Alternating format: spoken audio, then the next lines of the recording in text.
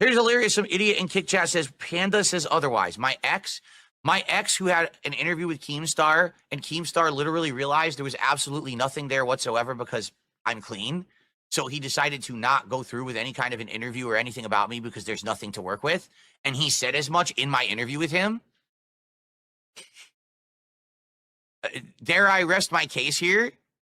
You know, like there's nothing about me that they can say and do because there's nothing that's real. They made it all up.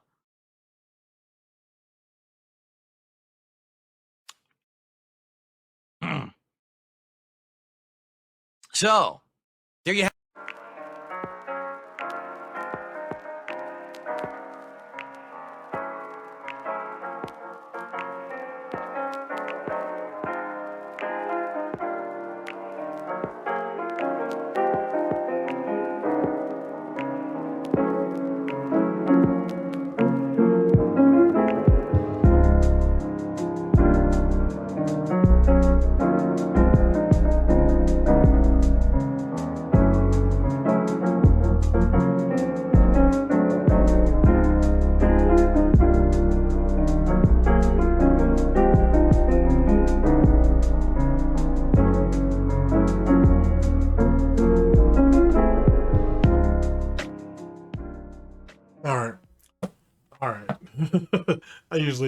I usually tend to step away from things like this when I feel a certain type of way, but it was nonsense and whatnot. So whatever. Good afternoon, good morning, good evening. This is DSP News, the unreliable ones, ladies and gentlemen. Welcome back to the newsroom and welcome to the Goutopia News Network, your unreliable source for DSP News.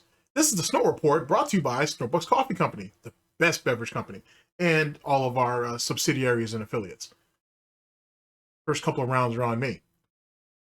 Here we go. So, okay. So I normally don't, when it comes to recording or making content or streaming or whatever, I usually don't do it when I'm in a mood. Usually when I'm pissed off for some type of other reason. Not to say that I'm actually pissed off per se. I'm a little bit annoyed, to be honest with you. Not with anybody in particular, really with DSP and this blatant ass lie that he decided to put out here. So even though there's this interview going out and about right now with the Truth Seekers, there was a detractor on board for that. Haven't had a chance to actually check it out yet. And there's all kinds of other stuff going on. I realized that there was a bunch of other interviews in 2024 that I need to go through. Well, I see this clip. It was from February 5th. It should be already in the video at this particular point, or in the broadcast, whatever. You should have already seen it at this point. If not, I will have someone insert it in here, where DSP blatantly lies, which if DSP is breathing, then he's snorting. If he's snorting, then he's lying. Where he said that someone in his Kick Chat, I believe, called him out on something and attached Panda Lee to it. DSP said, well, that's bullshit. He lies a couple times because he says that Keem interviewed her, found out that it was a nothing burger, and then told him, and then Keem told DSP in his interview he didn't see a need to interview her because he knows that there's nothing there. So wait, DSP is admitting that Keemstar interviewed Panda, but then he said after talking to her, there was nothing there, so he didn't feel a need to interview her. So either he lied twice, either he was mistaken, or whatever the fuck. Well, here's the point. What I decided to do, because I was like, oh, well, I got all this new interviews out. I want to check that out, but damn, I got all these old interviews I got to go through and shit. So let's go ahead and see what's popping with that shit. And Keemstar is literally in his own little version of fucking lolcow, like purgatory. So I thought I'd go over there and check that shit out. And I looked into that interview. It's not there. He doesn't bring up Panda Lee or his ex at all. So I was like, huh. So with that being said, ladies and gentlemen, that's what we're going into. That's what the situation is. So to not give it all away, like, you know what I'm saying, let's go ahead and like try to lean into this in a professional type manner. Let's go ahead and step into one of my favorite segments and whatnot. One of my favorite segments. Ladies and gentlemen, welcome to my TED Talk. So, oh God, hold on a second. We're already messing shit up. All right. So here's the problem. Why would DSP lie about something so blatant? I had two questions. Why would DSP lie about something so blatant that happened literally in his content? But then again, that's what DSP does. He's a liar. And then, if it's true that Keemstar actually interviewed Panda, then why didn't he speak on it? Now, what I think DSP meant was Keem had reached out to Panda. Panda said, I'm guessing, Panda said she had nothing to say. And Keem was like, all right, then fair enough. And that's just not a resource. But even then, I would assume Keem would have spoken about that up to this particular point too. Now, I don't follow LolCow Live that close, to be honest, only because there's a bunch of other stuff to laugh at. I kind of keep up with Mafia Milkers. They call them Milfers, but it's really Mafia Milkers. I kind of keep up with that shit just because Glam is a fucking... Glam, you can tell Glam wants this shit really, really bad. Bad is what I meant to say. She wants it really, really bad. It's not panning out. Psycho Mom, she's just chilling. What a nice pair of titties, by the way. But she's just chilling. She's just whatever. Savage is kind of like whatever, because they all have jobs too, by the way. And I don't think they have a fourth on that show. I think it's just the three. So between that, LolCow Tech, or Tech Talk is fucking... That's just a joke. Yo, that shit is such a joke. Fucking Jay. Oh my gosh. Even though I don't like the fact that Jay went crawling back to Rich and whatever, it is what it is. He did what he got to do, I guess. Jay is a fucking savage. First off, this dude streams before LolCow, or before Tech Talk, and he streams afterwards. That dude is probably making more money and bringing more attention to himself now doing that than he's actually making on the show or under the umbrella of Keemstar. That's wild. And then Rich keeps wanting to quit, and supposedly he's already quit a few times behind the scenes. That holy shit. if there was some type of cosmic justice that fucking Review Tech USA deserved, he's getting it in spades. In spades. It's fucking crazy. And that, it fucking, as it pertains to LolCow Live, to be honest with you, it's like fucking Wings is just medicated at all times. I don't watch too much of the other shit, especially since they got that pedophile up there, so I don't feel the need to sit there and give that much time to that bullshit. In any case,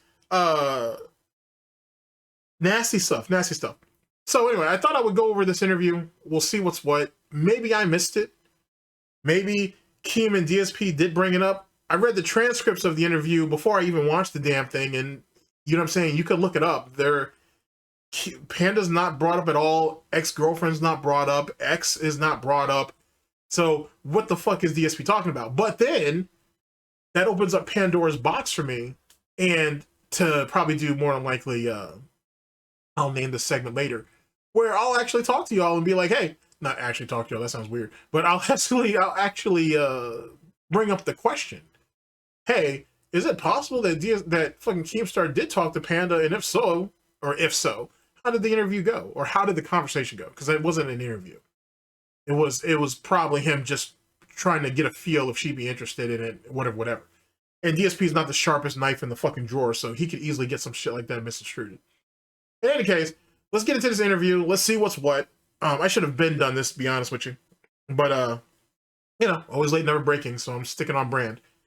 In any case, I don't smell no bacon cooking. So let's just go ahead and get into this situation. I will bring up some stuff that has happened since this interview, occasionally, only because, to be honest, the circumstances have changed quite a bit.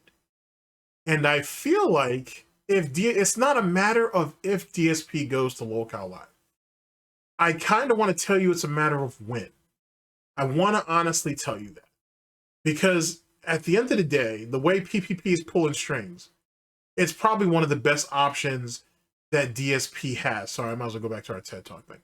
But that's neither here nor there. I don't know. Let me ponder that for a bit. Anywho, thank you for coming to my TED Talk. You know what I'm saying? It is what it is. I rambled on enough. Let's go ahead and get our chessboard ready. As I said, SnortBucks is on me. You know how that go. And let's go ahead and get this ball rolling. Interesting thing about this too, actually, before we get started. I looked, there are obviously a few detractors that have this this interview either cut up or edited up in a certain type of way or whatever. I couldn't find Raw Phil's rendition of this. He has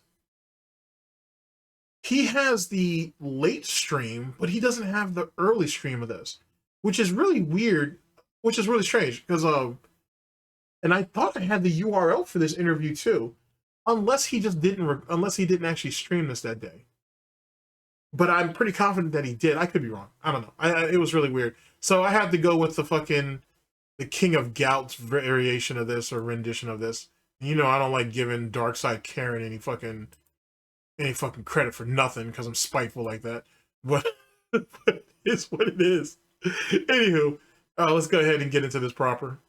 The DSP Keemstar interview. This is from when was this actually? This is from August 28th of 2024. Here we go. All right, so everyone, this is a special edition of the Level 1 podcast. I'm going to have my first ever guest, Keemstar. It's going to be interesting. We're going to have a civil conversation, and I don't know how it's going to go. But, you know, we've each had it with each other back and forth quite a while on the internet. And I feel like this is a good first step towards having a real conversation rather than yelling at each other from our various perspectives of our content, right? I mean, look at you. You look like a fucking bum, dude. This is supposed to be like the first show or your inaugural show of this series, or interview of the series, I should say.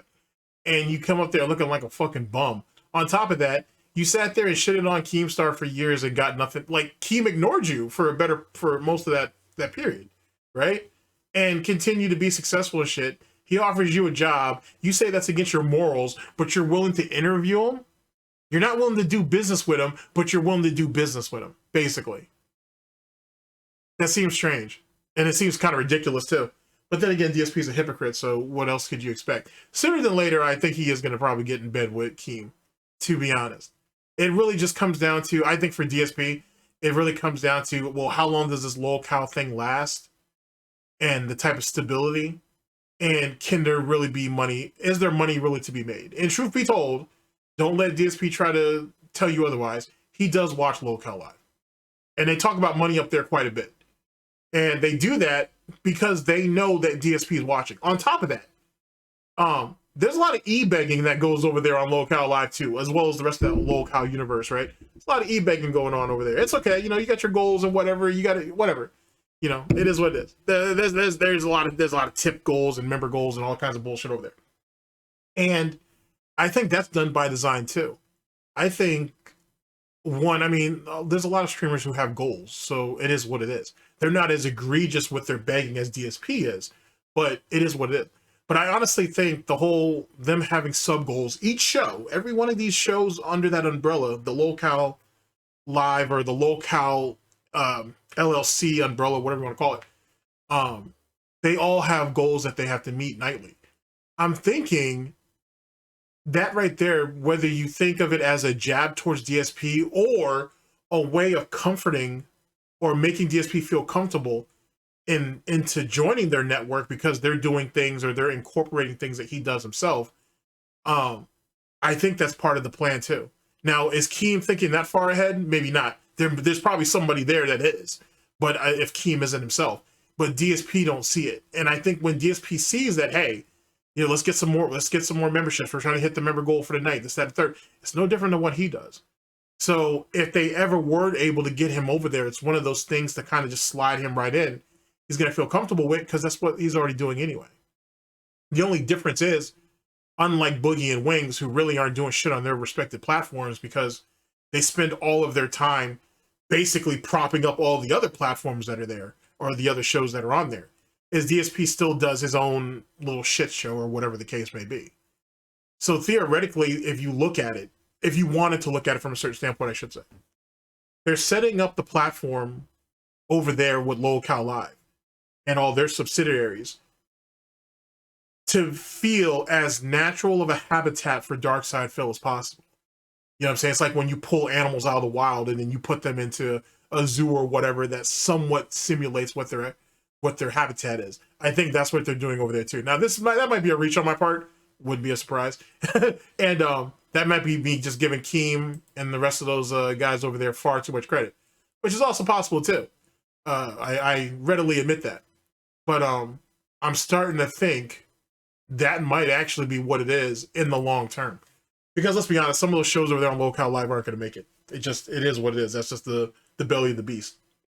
But Local Live itself looks like it's going to continue to thrive, and Local Queens. So, and that's really all they need, to be honest with you. And getting DSP in there as the fourth person does make some sense the way it's being driven. And it is just the small things that they do and say over there that makes me think that they know DSP's watching them. Anyway, let's continue. Right. So let's see how this goes. All right, and go from there. So first things first, I want to make sure that I don't accidentally reveal any information or anything, which would be pretty fucked up if I did. So let me do this just to make sure there's nothing on the screen. I believe my microphone is working on Discord. It looks like it is. Yeah, like people don't know how to get a hold of fucking Keemstar. Like be real. Like, you know what I'm saying? Like he has his Discord. Well, no, he has the Local Discord up there a lot. But then again, everybody knows about the Drama Alert Discord too. So, and Keem is in one of those two more often than not. Whatever.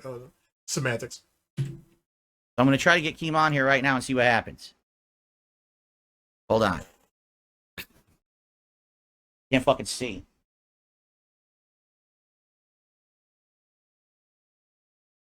Putting on your glasses would help with that, but it is what it is. Speaking of which, you can tell too that his eyesight is progressively getting worse. I'd like to tell you that it's funny, but it's really not. It's really just pathetic. Like, grow the fuck up and put your glasses on.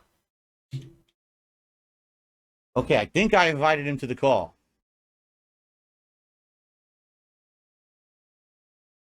Hey, what's going on? Keem, what's going on?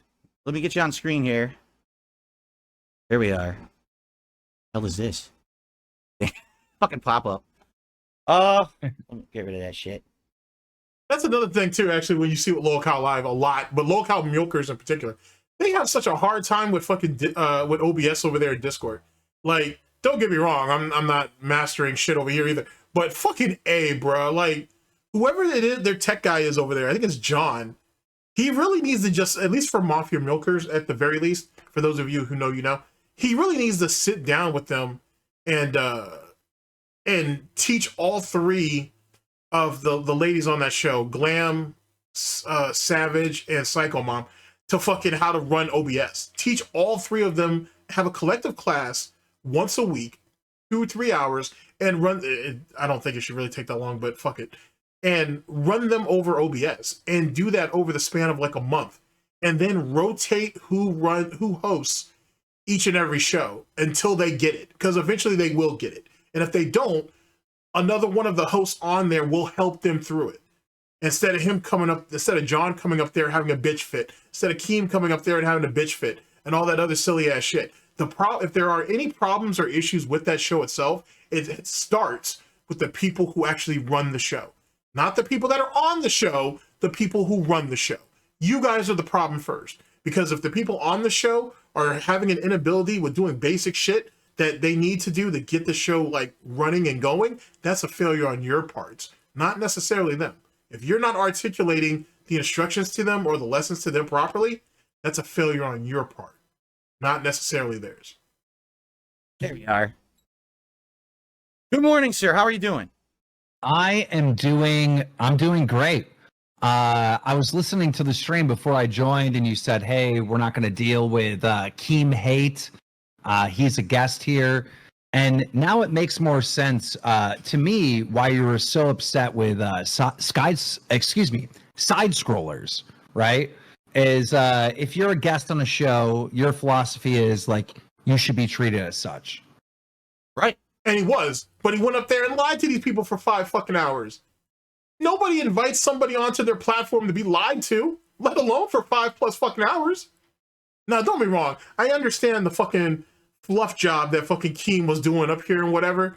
I don't think that Keem was expecting DSP to come on to Local Live right after this interview. I don't think that was the case. I do believe that Keem is the one that is telling Boogie and Wings, don't go over there. You know what I'm saying? Do not do that. Until it's get a little, give a little.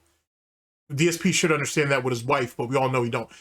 Until I've already given him my time, and I was the one who basically created his whole thing. If he's still not willing to come over here, there's no way that we're going to let the two of you guys go over there and we still get nothing at the end of it. And I honestly think that's why you haven't seen the Boogie or Wings interview with DSP, to be honest. At the end of the day, he needs to come over there on their platform. If he thinks he's too good for it, or his morals or values, which he has none, if he really wants to prioritize that, then fuck him, to be honest with you. I mean, you're giving me your time to be on the show today. And by the way, you're the very first guest ever on my podcast in like 3 years I've been doing this. That's to be respected and to be grateful for, right? And the way that they conducted themselves was... Are you grateful to him, or are you trying to say that he should be grateful to you? Pay attention to the Snorts, because sometimes this shit gets muddy. You know, I feel... Well, first of all, actually, I know we're going to talk about side scrollers in a second. I actually have something I want to say to you before we even start, okay? Because I feel like I want to preface this whole conversation with something. All right? I saw your response to my response, so we're responding to each other in our own content, right? We're finally going to get to have a conversation man-to-man today, and I'm really appreciative of that. In your response, you basically said the reason you apologized to me is because you felt like you were being a hater, that you saw that I'm kind of a little bit on the rise now, I'm having a redemption arc. But you're not. All that shit was bullshit. That was all false propaganda and whatnot to continue to prop you up and to continue to get you suited up and get you to work. Like, it's probably one of the greatest fucking lies that PPP has ever come up with. I gotta tell you. Like, okay. It's literally just that. PPP tells DSP what he needs to hear to get his ass suited up to get to work. Basically, that's what it's come down to. PPP is DSP's second mother. That's literally what it is. Whatever it takes to get his little piggy boy up and out of bed, get his ass wrapped up in the fucking pancake and shit, to get the butter and syrup on him and get him out here to get devoured. Whatever it takes to get him to move forward that's what PPP tells him. The fact that DSP can't see that is fucking crazy. The fact that DSP Dents can't see that is fucking crazy. It's ridiculous. Why do you think DSP is so adept at adopting their like aspects of their persona or some of their traits? You know what I'm saying? There's a reason why he's so willing to do it. And don't get me wrong, DSP adopts the traits of a lot of the people that are around him in some way, shape, or form. But with PPP and Andy, he's literally trying to copy both of them damn near to the T, because he sees that it does give him results. The problem is it gives him short-term results and not long-term. So then he gets frustrated. And we know that DSP reaches out to PPP probably nightly and gives his little bitch fit, bottom of the bitch fucking podcast therapy session shit to PPP. And PPP tells him what he needs to suit his ass up. He does it on stream. You know what I'm saying? Hey, PPP, hey, DSP, they're just haters and shit. You're the king. At the end of the day, no matter what any detractor troll hater or critic says about you, you're still Darksydephil, and they're still going to make content. And you're still going to make your money. So go out there, buddy, and don't worry about it. Okay, buddy? Hey? Okay, buddy? And DSP is going to do it. Because DSP's gotten to the point where he can't motivate himself anymore. He's just going through the motions. He's just existing. PPP and Andy, or Kino Casino as a whole, gives him a reason to live. Theoretically, they give him a reason to keep pushing forward. They don't mock. Well, they mock the fuck out of him. They don't make him feel bad, so to speak, on him doing what he's doing, because they realize they know it's the only thing he can do. They make DSP believe, excuse me, this is the stock and trade of what we do, and fuck what a bunch of other people say. Keep doing it. That's if you really look at the psychological warfare and psychological coddling that's going on, that's what it comes down to. That shit's wild, bro. And DSP is so fucking mentally screwed. He'll cling on to anything and anybody who will give him a minuscule of attention. He can't give up PPP because he needs him. It's not just for the money. He needs him emotionally. Like, you know what I'm saying? He's become an emotional, as well as, well, he really is. He's really like an emotional crutch. I wouldn't even say emotional crutch anymore. He's a back brace, to be honest with you.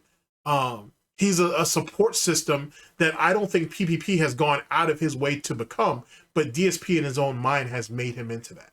He is forced, DSP in a weird sort of way has forced this responsibility onto PPP. And PPP is like, well, fuck it. What does it really take away from me? Because I'm gonna bleed him. I'm gonna bleed the piggy in the end anyway. So who gives a shit? It's really, really interesting if you, depending on how you want to look at it. That's just a perspective. And you felt like, even though you think I might squander it because I have. And now, sorry. And now, Keemstar's starting to get into it too. So you got two different entities, right? Who don't really fuck with each other, but they're basically playing human chess with DSP and they're moving him back and forth. It's really like ping pong, but let's actually say it's a emotional and financial chess. And DSP is the pawn and he don't even realize it. And they're both playing him. Just because Locale Live isn't shitting on DSP nightly doesn't mean that they're not taking shots at him and or doing things to manipulate him. And I think, honestly, Review Tech USA is a big part of that, and even Rich don't even understand it. That shit is crazy, because it wasn't until, because keep in mind, people are shitting on Rich for a long-ass time. It wasn't until Kino Casino really got on and really started getting on Dicker's ass is when fucking Kino Casino really Locale Live started to really pay attention. And they kind of took their shots, this, that, and the third, whatever. Then Keem ends up offering him a job and brings him in. And now he's being humiliated nightly or whatever that is, because they got him changed up all the time and everything. The show's all over the place and whatever. And you can see that Rich is getting more and more miserable as the day goes on, as the weeks go on and shit. And then check this out really, really fast.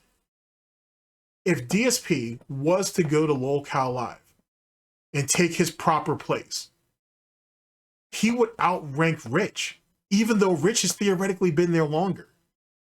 Because DSP would literally be on the flagship, like on their flagship show, their actual branded show. He wouldn't be, it's not a subsidiary type shit. He would actually be on the main roster. He outranks Rich because Rich has to answer to Boogie and Wings because they're invested financially as well as otherwise into all those other shows. DSP, when he gets brought in, and if they give him a portion of the show, he's in the same position as them. DSP can literally tell Rich what to do, and Rich would have to do it. Something to think about. I'll expand upon that later. Maybe not in this broadcast, but I will eventually expand upon that later. And I think if Rich hasn't actually figured that shit out, because he probably isn't, he's a fucking idiot, he will eventually. And if this true that he's locked into like a contract, something like a year or two, maybe longer, if the rumors of that is true, then that just opens up a whole nother can of worms. If DSP really thought he could own DSP, if DSP really thought he owned Rich with Kino Casino, just imagine really having ownership over Rich for like a year or two, or whatever the contract is. Because Rich can't pay his way out of the contract. He can't buy his way out of the contract, so he would have to put up with it. Something to think about. Track record of doing the wrong thing and squandering stuff that you don't want to crap on that moment, right? And I want to say to you, number one, I appreciate that because I didn't expect that from you. But when you said that, it made me think as well about myself. And I know for a fact that before you ever even like mentioned me, I had mentioned you in a negative way in my content. All right. Yeah, but that's not how you said. But that's not how you were defending yourself on the fucking Bottom Bitch podcast and shit. You were saying that Keem was the one that was taking shots at you. Keem was the misery broker. Keem was this, that, and the third, and whatnot.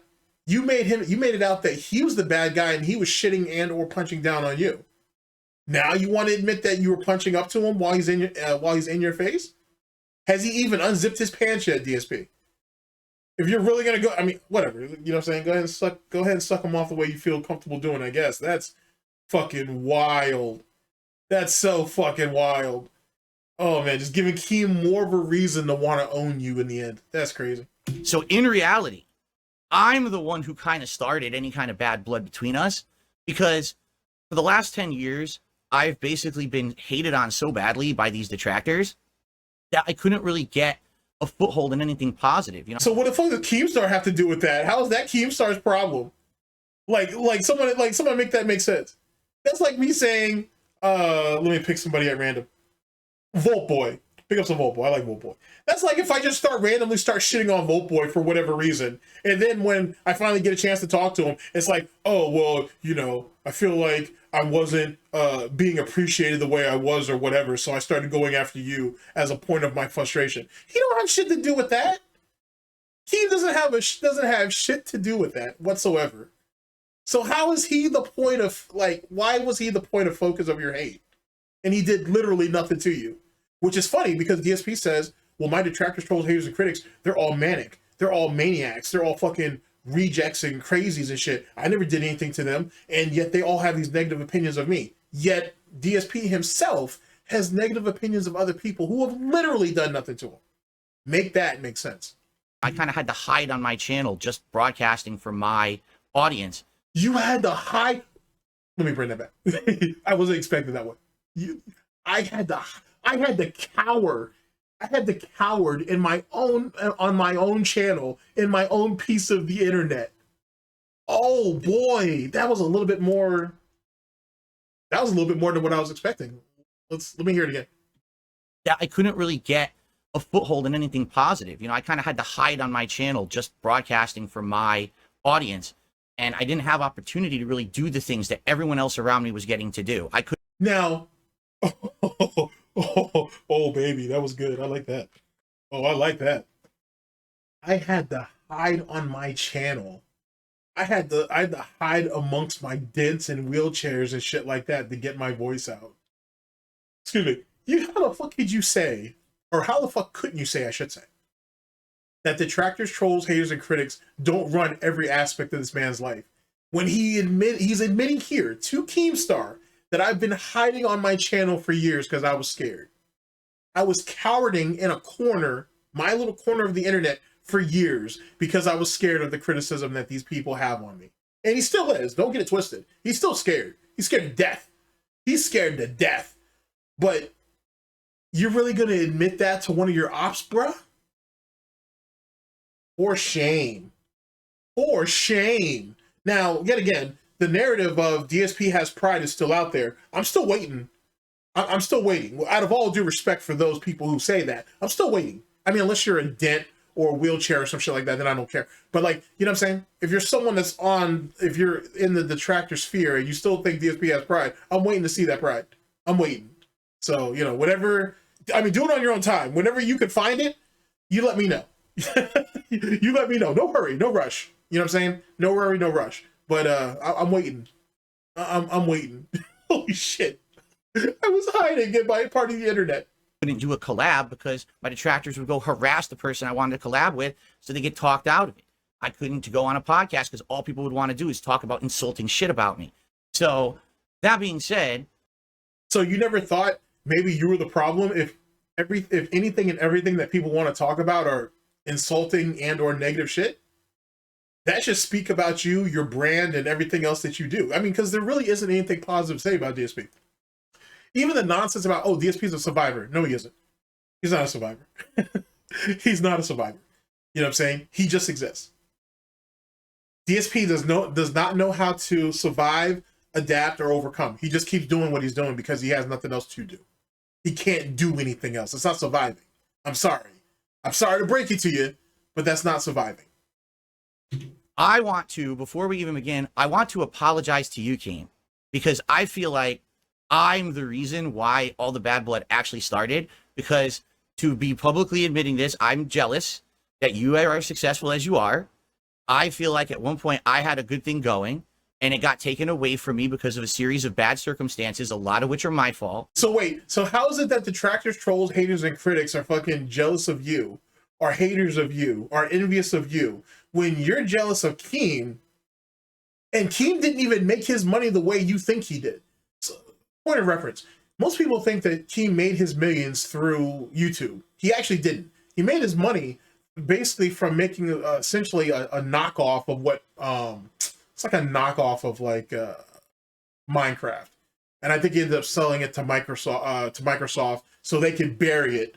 So when they finally acquired Minecraft later, the actual Minecraft, they didn't have any competitors or something along those lines. It's been explained to me before. There's videos out there on it. But that's where he made his money. Then he took that money, used it as seed money, and invested outwards. And that's how he actually made. That's the reason why he lives the way he lives. He can live the way he wants to live. That's how he made his money. It wasn't YouTube. YouTube is like anything else. It's like a mixtape. And if you have something behind it, that's what actually helps funnel people in, and you can get them to invest in something else. That's what Keem uses YouTube for. He didn't actually make, you know what I'm saying, like the bulk of his wealth didn't come from this. DSP don't see that because DSP is an idiot and he don't believe in investing, so he don't know. So, but the fact that, but I don't know anybody. I mean, I'm sure there are people that are, but I don't know anybody that's envious of Keemstar. Keemstar has it fucking far worse than DSP do. The thing is the people that can hurt Keem or the people that block Keem out of shit are actually in the business world. Now, Keem has only admitted this on a couple of different occasions and over the years. He hasn't spoken about it over the last few years at the very least.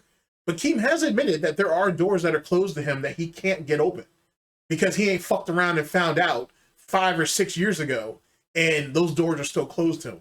There are content creators, right, that don't fuck with him so well. Like, they're so entrenched in not fucking with him that they were able to get the agencies, the talent agencies or managing agencies that they work for or that they're affiliated with, not to work with people who are affiliated with Keem. So they had to go to other managing agencies or talent agencies because they were blocked out over there. Like, the shit is really, really deep if you're willing to look at it.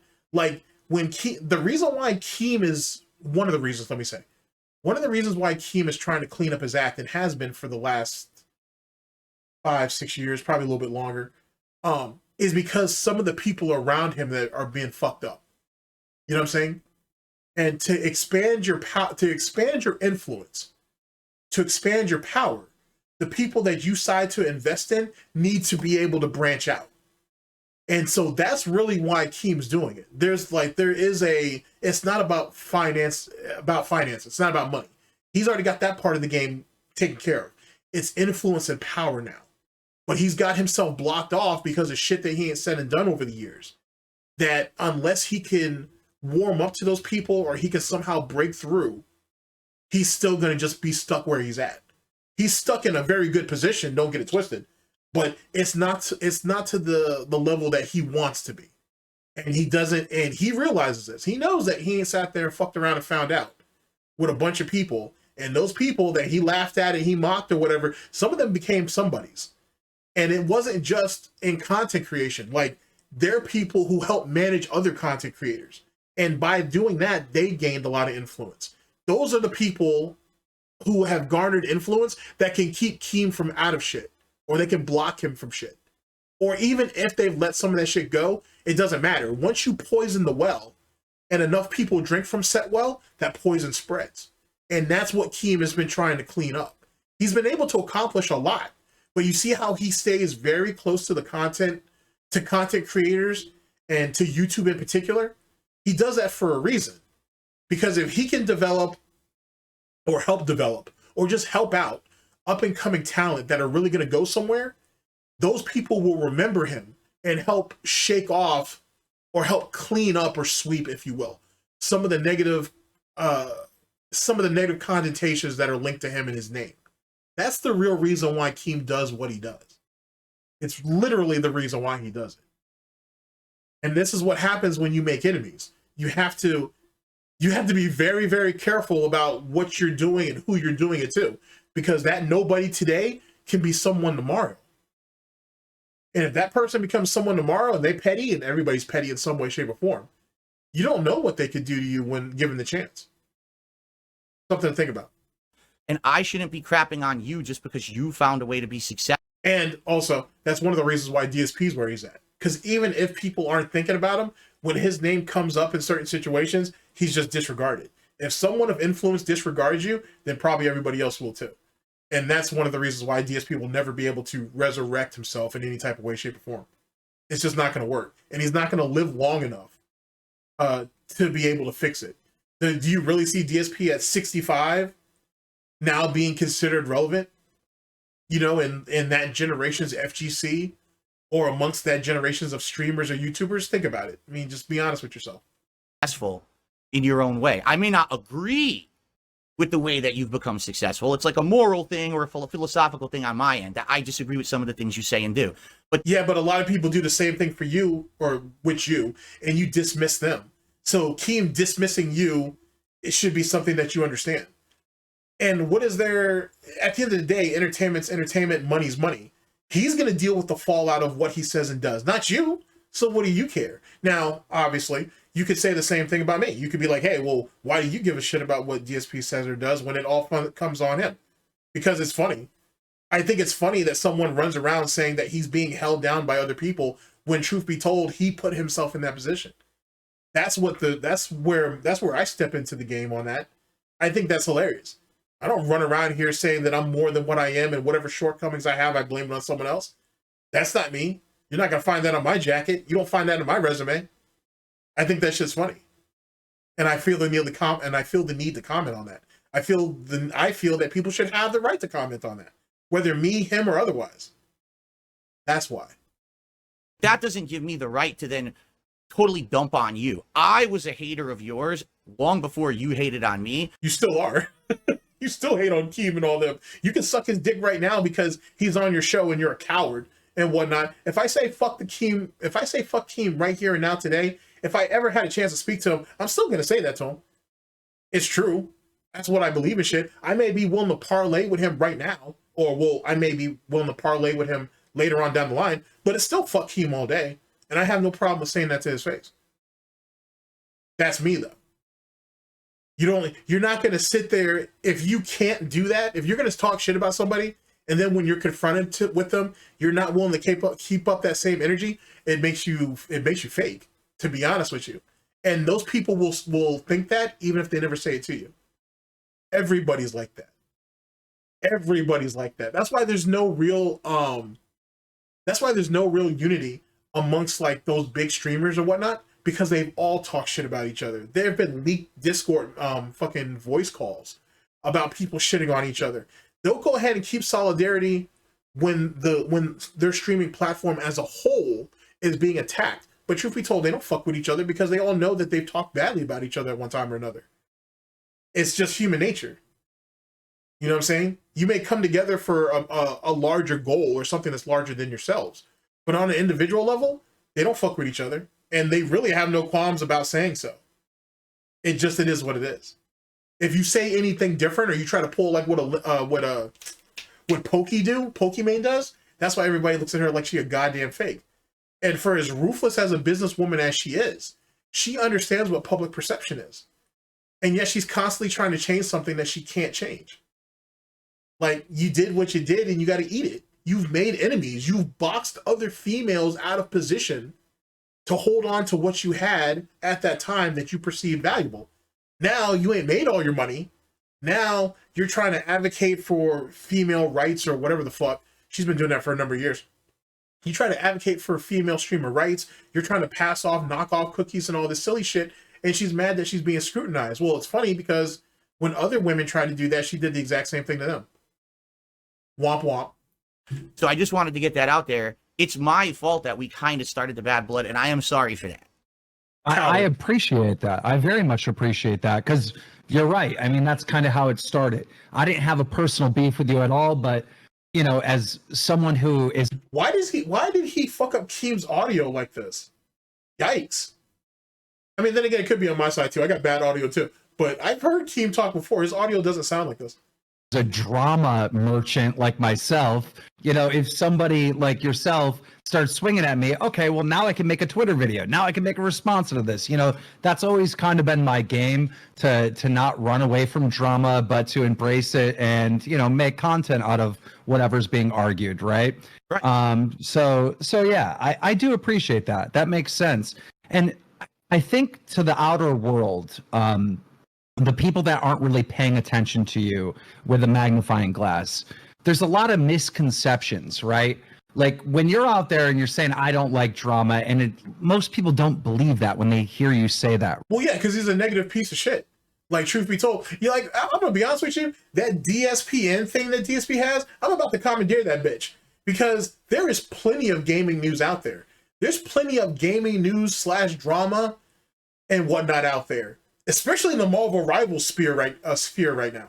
And DSP, or anybody else who wants to, I'm really thinking about jumping into that shit now. There's a lot to jump on, especially since as of recent.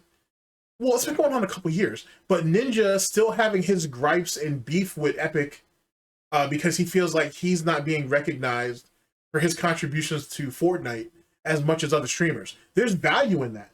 There's a lot of value in that. Now, granted, Epic made Ninja just as much as Ninja made Fortnite or helped make Fortnite big or whatever. But I mean, I think Ninja has some gripes, but I also think Ninja or his wife or whoever the fuck it is that manages him, they did poor business. And they've been doing poor business. And so he's just being passed up. But truth be told, Ninja's time he's kind of washed at this particular point, though. I'm not saying that he's not relevant as a streamer or a content creator or whatever the fuck it is that he does. But if you're talking about as Fortnite in general, that dude was washed, dude. Like, Tfu's had his number for fucking years and shit. Timmy kind of can still compete. Courage has his number. There's a bunch of fucking guys in the Fortnite community that have has his number. They're just not relevant. They're not as relevant. Not to say Courage or Timmy Tatman or Tim the Tat or Timmy Tenders aren't relevant. They're just not relevant as Ninja is. But Ninja's not even as relevant as he once was. Like, you know what I'm saying? Like if you look for it, you can find it. There are Discord conversations of this dude shitting on these new content creators coming up for no other reason than the fact that they're making their way quicker than him and some of these guys did back in their day. He sounds like that legitimate bitter old man. He kind of sounds like DSP, to be honest with you. He doesn't sound too far off, if I had to keep it a buck with you.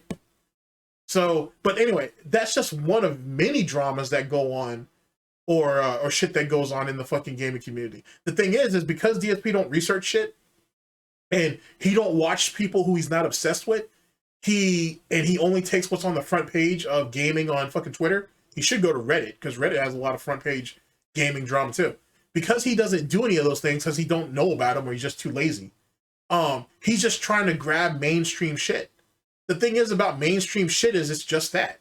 It's good for the 30 seconds to 30 minutes that it's on Twitter, and then after that, no one gives a fuck anymore.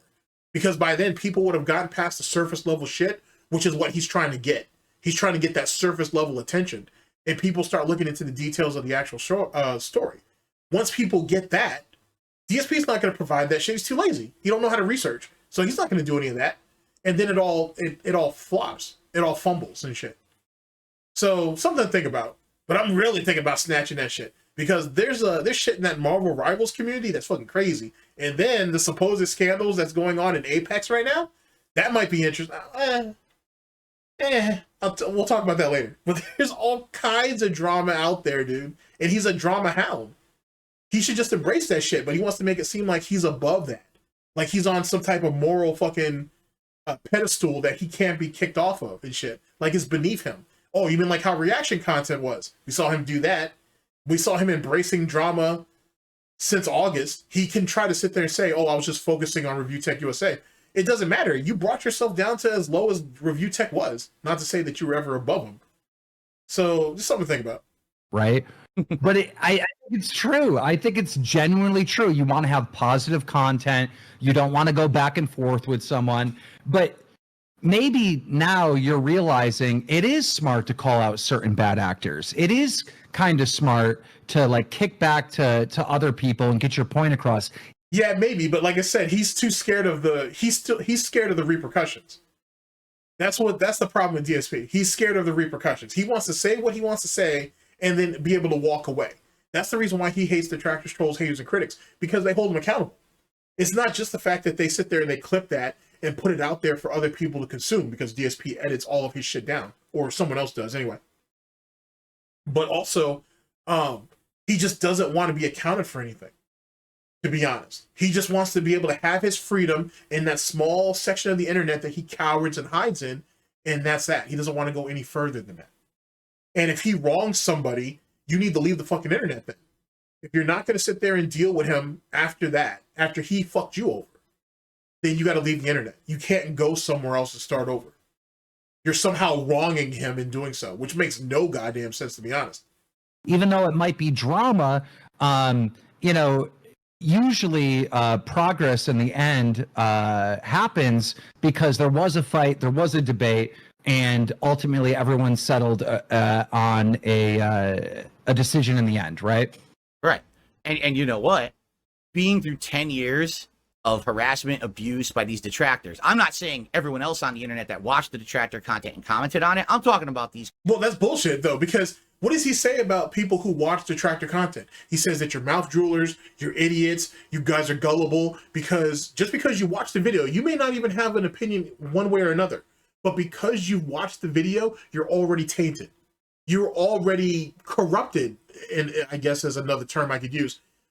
You're already corrupted to who he is or the perception of him. Who the fuck says that about somebody else's audience?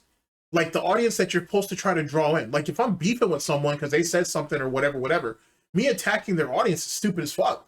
They're not the ones who lied on me or said whatever the fuck they said. This person's the person who did all that. So they catch all the heat. It is what it is. And the audience can have their opinion one way or another. I don't really give a shit about that either which way. My focus is on that one person. I won't be distracted and whatnot on some silly ass shit. DSP don't do that. He tries to go after the audience and shame them into forcing them to give him a chance. Or I should say, to turn on the person or the content creator who actually was taking in the content inside the spread, which is ass backwards. And that's the real reason why the hatred that DSP has for those who hate him, I should say. That's the reason why it perceives for all these years, because he attacked the audience first. He almost always went after the audience. He did that back in the day when all those vloggers were transitioning over into gaming. What did he call them? He called them idiots. He said they were all about the money. They weren't real gamers. And then he called their audiences idiots for not being able to tell that they were getting conned. What the fuck you doing that shit for? Now, most of you would probably say, well, wait a second. Don't you talk shit about DSP's audience? Yeah, but I don't want them to come over here. I don't care if they do or don't, really. It's not even that I don't want. I don't care. But they're still dense. They're still idiots. You know what I'm saying? For sitting there dealing with that shit. But I'm not trying to attract those people over here, though. I don't want anything from them. DSP legitimately wants the audiences of his namesayers and everybody else. So if you have a negative opinion of DSP and you're following someone who's spoken that vocally, he lumps you in with them. And that just doesn't work. Because how are you going to allow people to give you a chance when the first thing that comes out your goddamn snout is to insult them? That doesn't make any sense. No one's ever going to see anything anybody's way under those terms or conditions. You would think he would know that. Crazy detractor people. There is a large group of people who can be clapped back at. And I think that now what's been going on with Duty this week, Duty streams, people are seeing that now happen and unfold in the public eye. And they're like, oh shit, Bill actually said something and that got other people to look at it. And now this is all happening. Because you're right. I don't want to be involved endlessly in a drama sphere of people attacking each other and being at each other's throats. That's not the kind of content that I've ever wanted to make on YouTube. But I don't know. I think Brightside Viking will say otherwise. But whatever. Because Brightside Viking was his sergeant in arms and shit, dude. That dude was out there fucking on the warpath for DSP for years. And DSP didn't stop him. He didn't say anything. If anything, DSP was amused by it. Until Brightside Viking became a fucking a deficit for him, and then he got the blood eagle treatment, and then he kicked him out the whip. So it is what it is. So that's absolute fucking bullshit.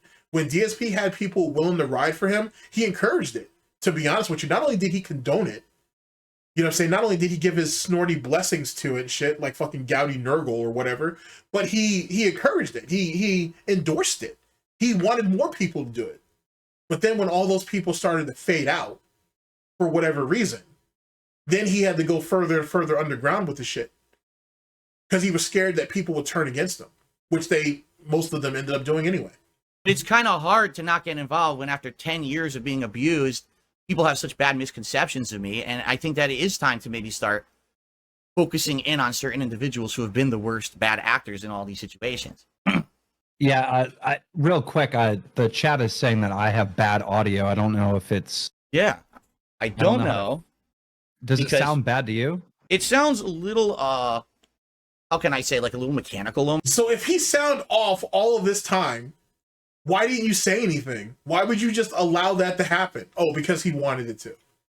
Because he wanted to make him seem like he was less than otherwise. Just like what he did with Craig. Makes you think. It's the small things. It really is. The devil's in the devil's in the details, or in the snorts. Most. Let me turn. A little blown out. I'm going to turn mine down on my end, and then if you right click on me on Discord, you can either turn me up or turn me down. Gotcha. Like right click right on my face. There you are. And all right, turned you up a little bit. Is that better? Is that better, everyone? Sounds a little better, right? Okay, yeah, they're saying it's way better. Cool. All right. Man, Now, here's the thing. Why didn't Stutter and Craig get this grace when they talked to each other later on down the line? He basically put it all on Craig. Oh, well, you know OBS better than I do, so figure it out. But you were willing to accommodate fucking Keem, and Keem definitely knows fucking shit better than you. The audio problems was on DSP's side. It always was. You know what I'm saying? That was proven during the first couple of episodes of Smart Guys. That DSP was, I think purposely, by the way, DSP was purposely fucking botching PPP's audio, or Triple P as I like to call him. Not the first episode. The first episode, they were fine. But almost episode 2, 3, and I think 4, PPP's audio was shit. And that was DSP's fault. And I think Andy, he kind of alluded to DSP may have been doing it on purpose. But semantics. I forgot where we were in the conversation. But yeah, ultimately, you do have to pick your battles, and some battles you absolutely you need to take. Like the thing that just happened with Duty and calling him out, right? Right. You know, there are certain people that are just stealing your content, and they're not adding commentary, and they're not the good guys in the. Shut that shit up. All right, so this gets into one of the questions that I had for Duty, which is probably going to go nowhere, but I can continue the project that I'm working on, and he's not going to. I mean, he probably wasn't going to bring anything to it anyway.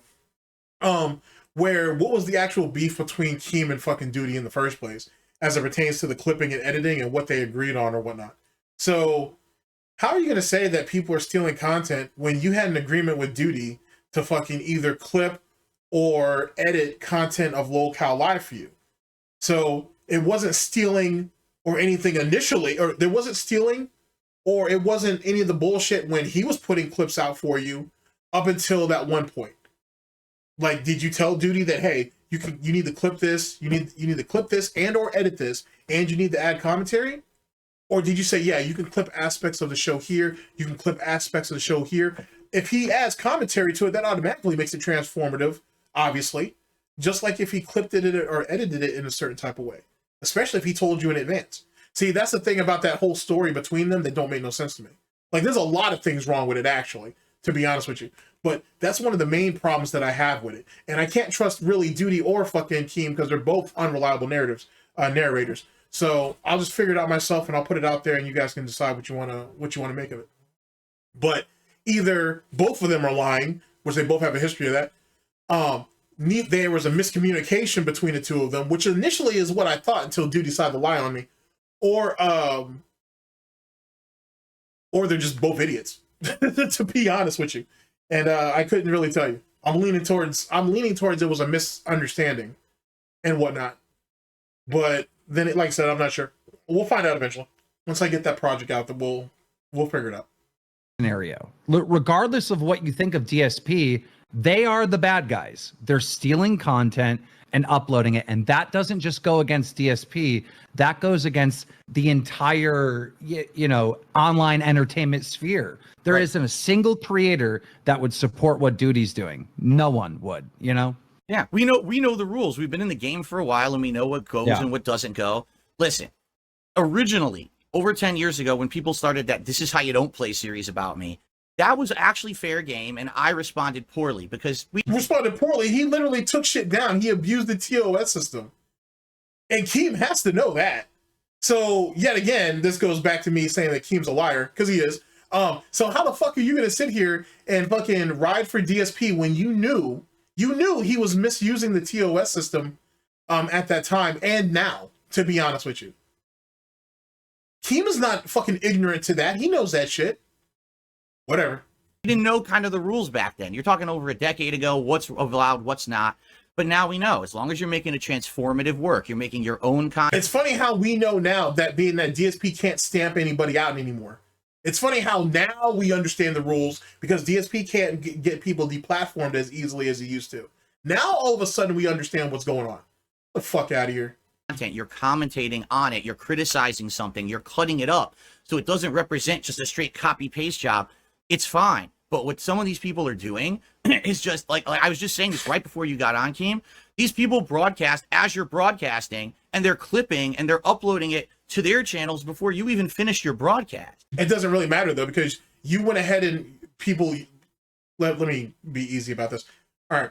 So DSP and people like DSP sat there and opened, I'll use Foodie Beauty and Amberlynn Reed for example. Those three idiots will work out just fine. They opened up the market for it. The reason why these people don't have the views that they could have had is because they pushed those people out, right? So they make the argument, oh, well, they're stealing from me because all they're doing is talking about or commenting over my content as I'm doing my content.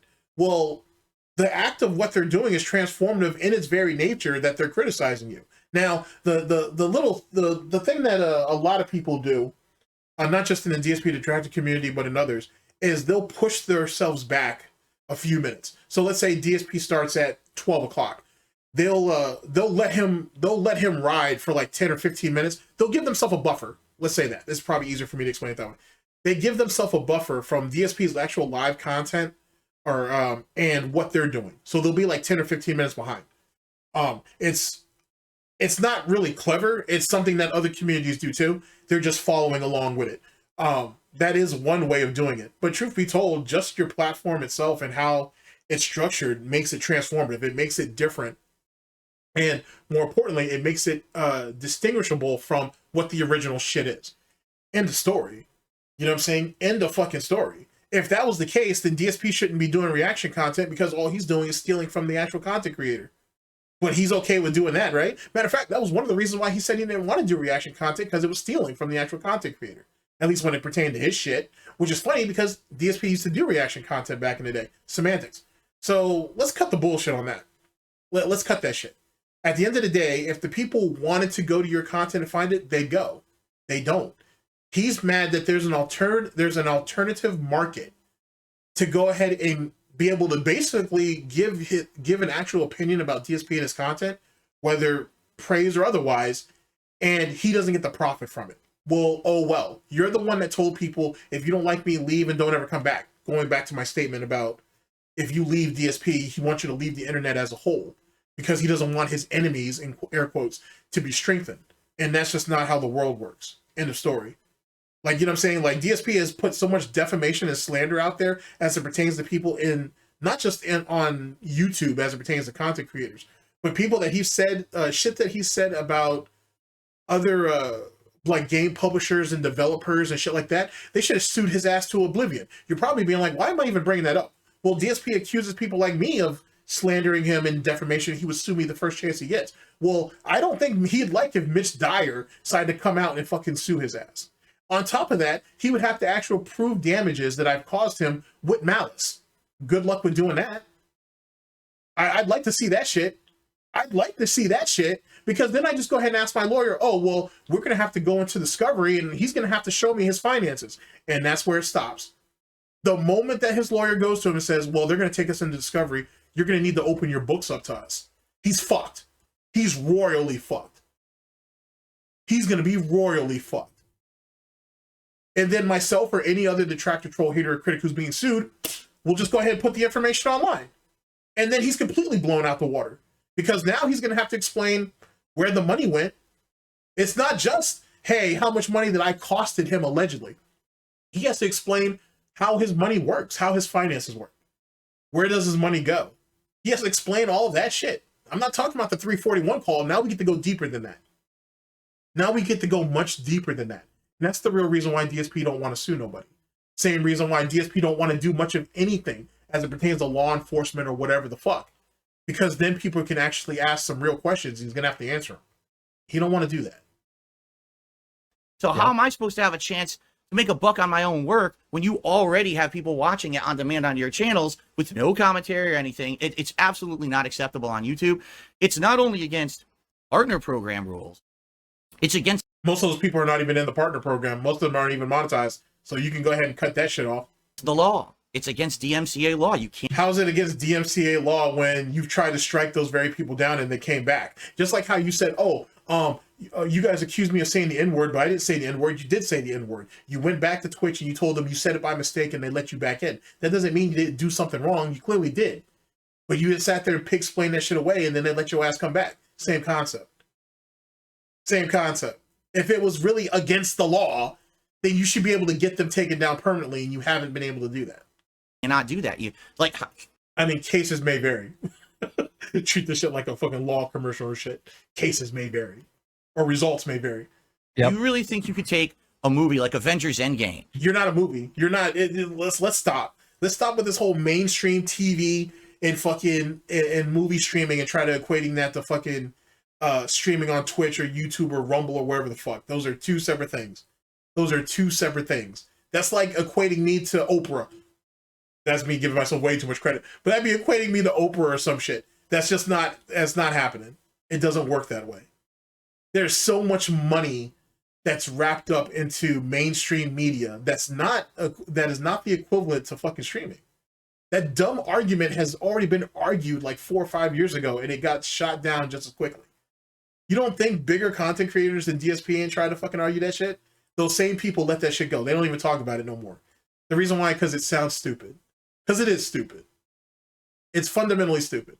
There's always going to be someone that's going to snipe somebody. But if you have a group of hate watchers that you don't want to deal with because you say that they're mentally ill and they're fucking harassing you and you want them off of your content and out of your community, then some of them are going to go somewhere else. End of story. Just because LTG has been able to get homie, what's his name? I keep fucking it up. Someone explained it though the last time. It's supposed to be short for immortal. So let's say, let's call him Emo. Or I don't know, they're Imo? You guys know what I'm talking about. But like, it's 342. If 342 really was breaking the law, then LTG would have been able to get him wiped from the internet, and he can't do it. He's tried very hard, but he hasn't been able to do so. So it is what it is. I mean, shit, he would have gone after all the other restreamers, and there's a bunch of them. He specifically targeted 342 because he was his biggest op and he was making the most money. That's literally the only reason why he went after him. He didn't go after all these other cats out here doing that shit. And truth be told, by LTG getting dude deplatformed from all these different places, all he did was make him stronger. That's the crazy part. He made him stronger. He made more people support him, even if they don't fuck with him. He made more people come out there and support him and shit, financially and otherwise, which continued to drive the demand for people to restream him, and him in particular. So IMO, MO, however you want to pronounce it. 342, LTG's biggest op is as big as he is because of LTG. In the exact same way that Evil AJ, Secret Limited, Snort Brunel, Almighty Tevin, all these people that DSP has targeted at one time or another, the reason why they're as strong as they are now, one of the reasons I should say, is because of DSP. Quite literally. And the fact that he still hasn't figured that shit out yet, he wants to keep talking about this letter of the law bullshit and this, that, and the third, it's fucking ridiculous. At the end of the day, if YouTube decided to do what Twitch did and demonetize detractors, at least those who are monetized, no one's going to care. If they start kicking dudes off the platform, then DSP will be next. Because after a while, you're going to have to just get rid of the people who are the source or the nucleus of the problem. Just like how DSP and Wings left Twitch. They didn't get kicked off of Twitch, by the way. They got demonetized on Twitch. They weren't actually banned from Twitch. YouTube would just do the same thing. So, yet again, if you want to get rid of the namesayers, which is what DSP wants, that's fine. But then DSP's next. And the fucked up part about it is Keemstar knows that because Keemstar doesn't do too much different than what detractors, trolls, haters, and critics do. Or has done anyway. And he knows that. And look at how many times he got booted off of fucking YouTube. And kept coming back, kept coming back, kept coming back. So the fact that Keem is willing to sit here and fucking entertain this bullshit just goes to show you where he at. Keep that in mind. And just cut 30 minutes out of it, put it on your channel, and put it. This movie sucks. Can't do that. You can't do that. Yeah. So anyway, yeah, and this whole thing with Duty, I didn't want to have to do it, but you know, you get to a point where it gets so bad, and people are telling me this guy is literally now bragging, like he is bragging on his channel that he made $5,000 last month on ad revenue, and it's literally all of your content just on his channel sitting there. And I was like, you know what? Now that I actually have a little bit of clout, now that people are watching my content for the first time in that wasn't it. He went after Duty over the money thing because he was incensed. DSP, I think, always had an expectation of what people were making. I think he thought he knew what detractors were pulling in, which he was wrong, by the way. But he always had an idea of what he thought detractors make. And when he saw that Duty was making that, and according to Duty, he said that was on a slow month. That's what pissed DSP off. That's what set him off. Because I think DSP always thought it was only a couple of hundred, maybe a few thousand for those who restream and get a lot of donations or whatever. When he saw that was coming off of just ad revenue, that's when DSP freaked the fuck out and decided to crash out and shit. That's really what it was. Ages, I'm going to say something.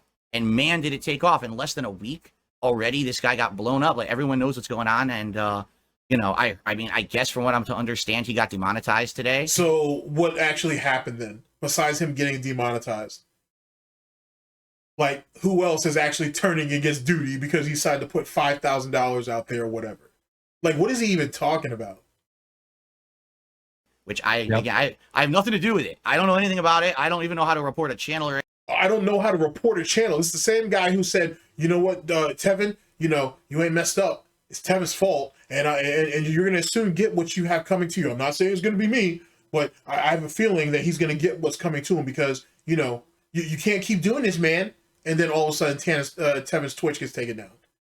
But he had nothing to do with it, though, right? Allegedly. And sooner or later, that's going to come out, too.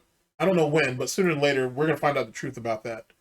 On who it was that were the players involved and what DSP's involvement was in it. And I think that's what DSP's scared of more than anything, of that coming out. Even after all these years, I think DSP is definitely afraid of that shit happening, which makes me believe that some of the people who were involved in that situation are still around. If I had to guess. Because that's one of the last things he needs coming out on his ass. On what happened with Tevin and what happened to those other two fellas who got also got taken off of Twitch. That's the last goddamn thing DSP needs to come out. I didn't. And see, I wonder, now that I think about it, I wonder if there's someone at Twitch that I could that I could speak to about that. There has to be somebody, because if they're willing to sit on that information about Doc for Dr. Disrespect for all those goddamn years, someone over there on Twitch has to have DSP's flagging report. Someone has to have that, or there has to be somewhere I could look for that. There has to be. That has to exist. Let me ponder that. Want to have to do it, but you know, you get to a point where it gets so bad and people are telling me this guy is literally now bragging, like he is bragging on his channel that he made $5,000 last month on ad revenue, and it's literally all of your content just on his channel sitting there. And I was like, you know what? Now that I actually have a little bit of clout, now that people are watching my content. And why couldn't you just stand up for yourself on the strength of standing up for yourself? Why did you have to wait till, allegedly, why did you have to wait until you had some clout, you had some juice to go ahead and actually speak on that shit? I never understood that. That's the weirdest thing, and I've never ever heard another content creator say that shit. And I'm someone who follows the commentator community. Sorry, let's reword that. Let's bring that back. I'm someone who follows the commentator community pretty close. Not extremely close, but close enough.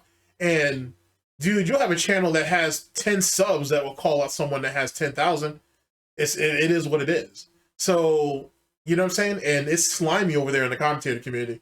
It's real slimy. Now, granted, let me be frank about this. The commentator community is sectioned off, right? Like, there's different aspects of the commentator community. So don't get me wrong about that. I'm not speaking necessarily about it as a whole, but trust me, there's some slime ball shit that goes on over there. It's icky over there, to be frank. So if someone over there is willing to call out a bigger content creator just off the muscle, why does this coward right here have to wait until he has some juice? You know what I'm saying? He has some clout to go ahead and speak on shit. Makes you think. And for the first time in ages, I'm going to say something. And man, did it take off in less than a week already. This guy got blown up. Like, everyone knows what's going on. And, you know, I mean, I guess from what I'm to understand, he got demonetized today, which again, I have nothing to do with it. I don't know anything about it. I don't even know how to report a channel or anything like that. But I don't even know how to report a channel or anything like that. Yet he's been on YouTube for how long? Since 2018 or 2008? But we don't know how to report a channel. But we know how to flag down channels and flag down videos. But we don't know how to report a channel, though. And he showed us his flagging history. Huh. But because it was super crazy, though, we just let it all go, right?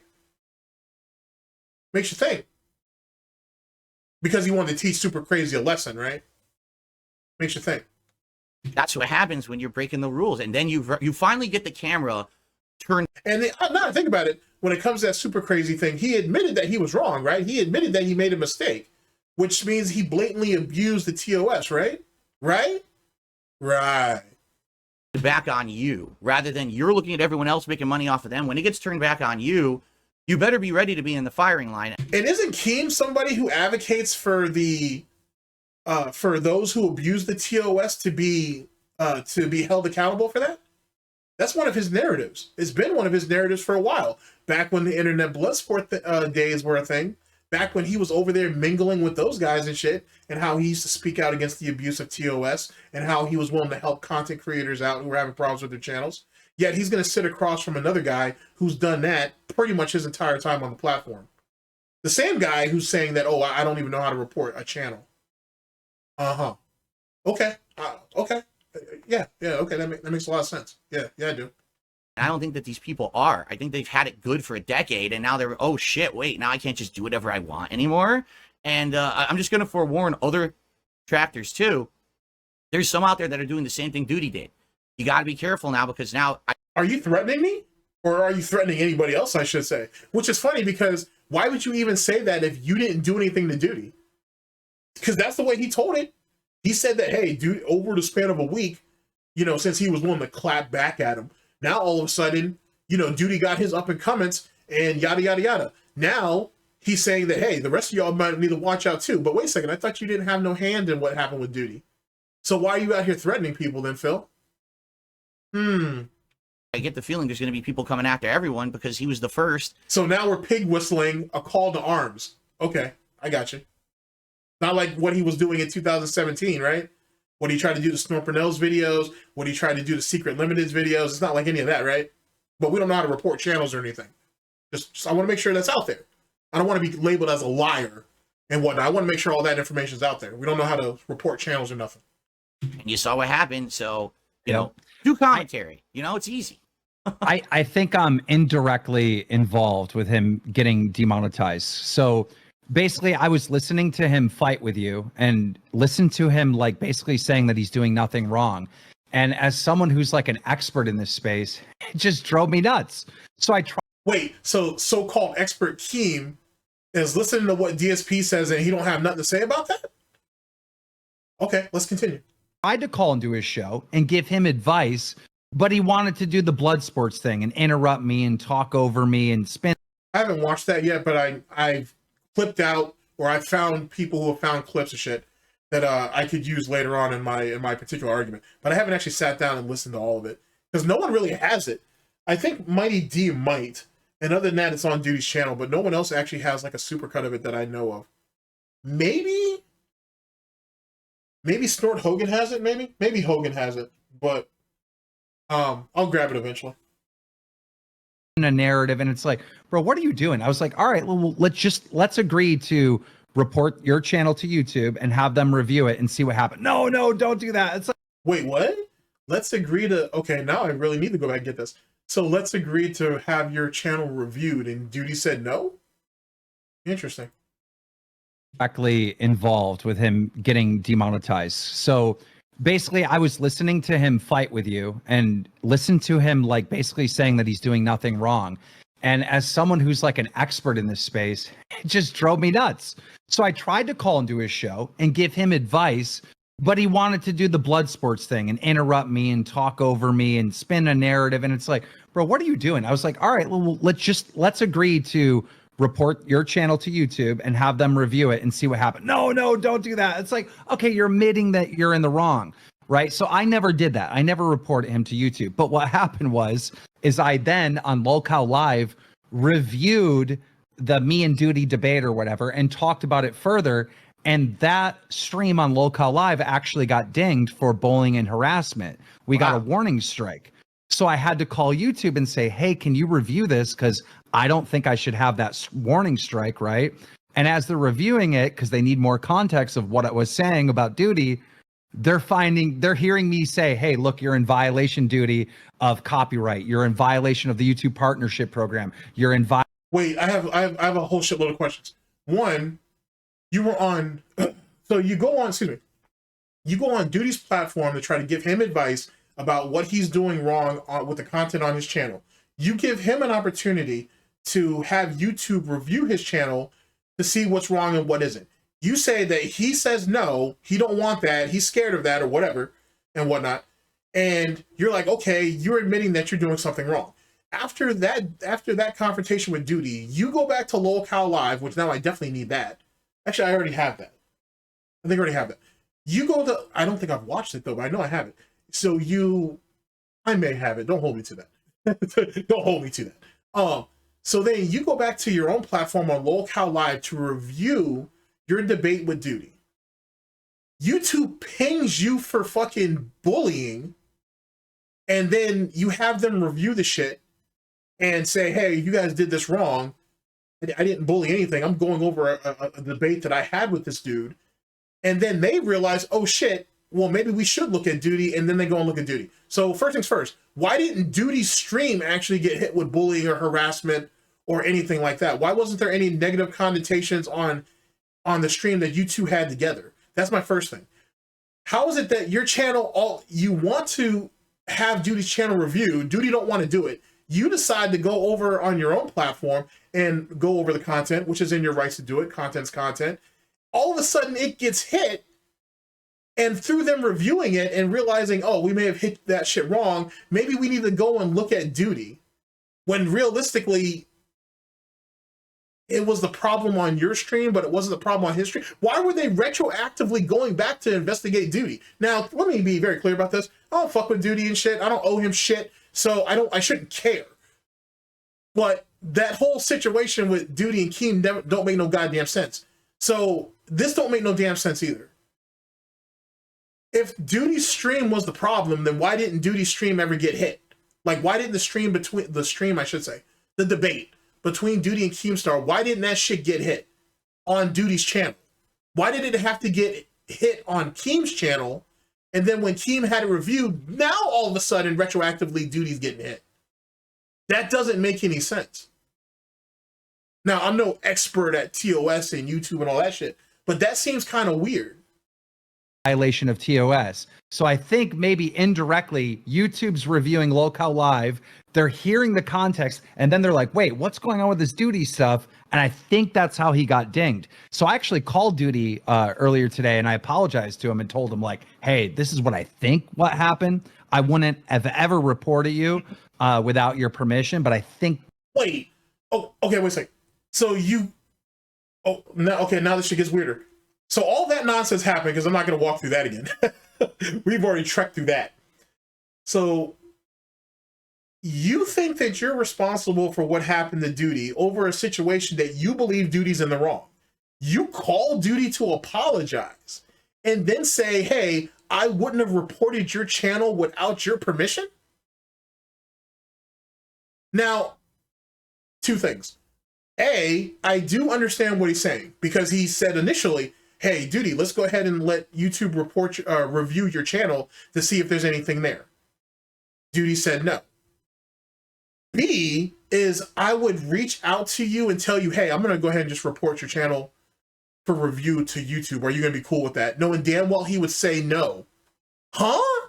That don't... Okay, we need to bring all that back, because that don't make no fucking sense. That really just doesn't make any fucking sense. Like, it sounds like he just went a roundabout way of, he just took the long way to report him. Basically, just to prove a point. That's what it really sounds like. But then, now that I think about it, it makes me wonder who flagged Keem's stream. Because there's a lot of shit that was going on LolCal Live, especially back then. Why is it all of a sudden that stream gets hit? Yeah, see, there's something wrong with this. There's something wrong with this. This sounds really, really out of pocket. Advice, but he wanted to do the blood sports thing and interrupt me and talk over me and spin a narrative. And it's like, bro, what are you doing? I was like, all right, well, let's agree to report your channel to YouTube and have them review it and see what happened. No, don't do that. It's like, okay, you're admitting that you're in the wrong, right? So I never did that. I never reported him to YouTube. But what happened is I then on LolCal Live reviewed the Me and Duty debate or whatever and talked about it further. And that stream on Locale Live actually got dinged for bullying and harassment. We got a warning So someone reported him.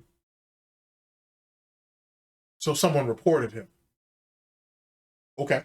strike. So I had to call YouTube and say, hey, can you review this? Because I don't think I should have that warning strike, right? And as they're reviewing it, because they need more context of what I was saying about Duty, they're hearing me say, hey, look, you're in violation, Duty, of copyright. You're in violation of the YouTube partnership program. You're in violation of TOS. So I think maybe indirectly, YouTube's reviewing Locale Live. They're hearing the context, and then they're like, wait, what's going on with this Duty stuff? And I think that's how he got dinged. So I actually called Duty earlier today, and I apologized to him and told him, like, hey, this is what I think what happened. I wouldn't have ever reported you without your permission, but I think this was how it all played out. So me and Duty are cool now. He doesn't blame me, but he understands the circumstances. Yeah, See that? Well, this don't sound right. This doesn't sound right because it sounds like they had a disagreement. Keem decides to go over the shit on his channel. That shit gets flagged. The stream, I should say. The stream gets flagged. As Keem goes to get the shit resolved, he's like, hey, this is the person I had a beef with. Check his ass out. He ends up getting... Duty end up demonetized. I don't know. I smell pettiness all over all this shit, to be honest with you. That doesn't make a whole lot of sense. And then the apology or whatever the fuck happened between these two sounds like, hey, man, you know what I'm saying? You fucked around and found out. You know what I'm saying? I took a hit. You took a hit. You know, we agreed to, you know what I'm saying? You agreed to clean your shit up or whatever.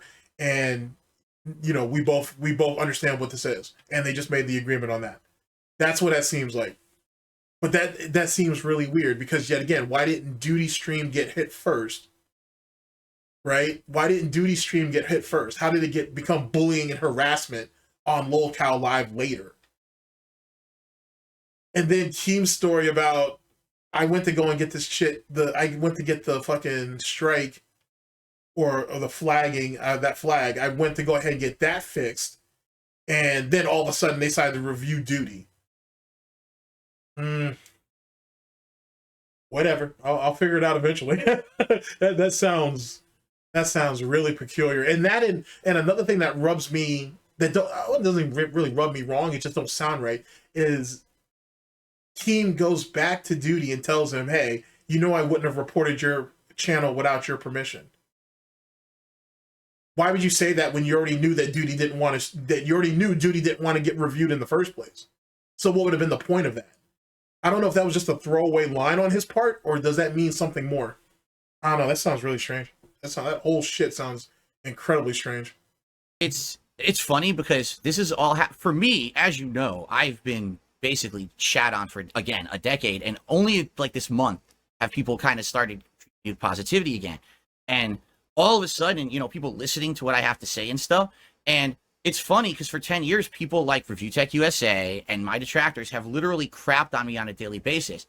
I never took action against them. Now, keep in mind, this is August of 2024. We're in February of 2025. What has really changed, ladies and gentlemen?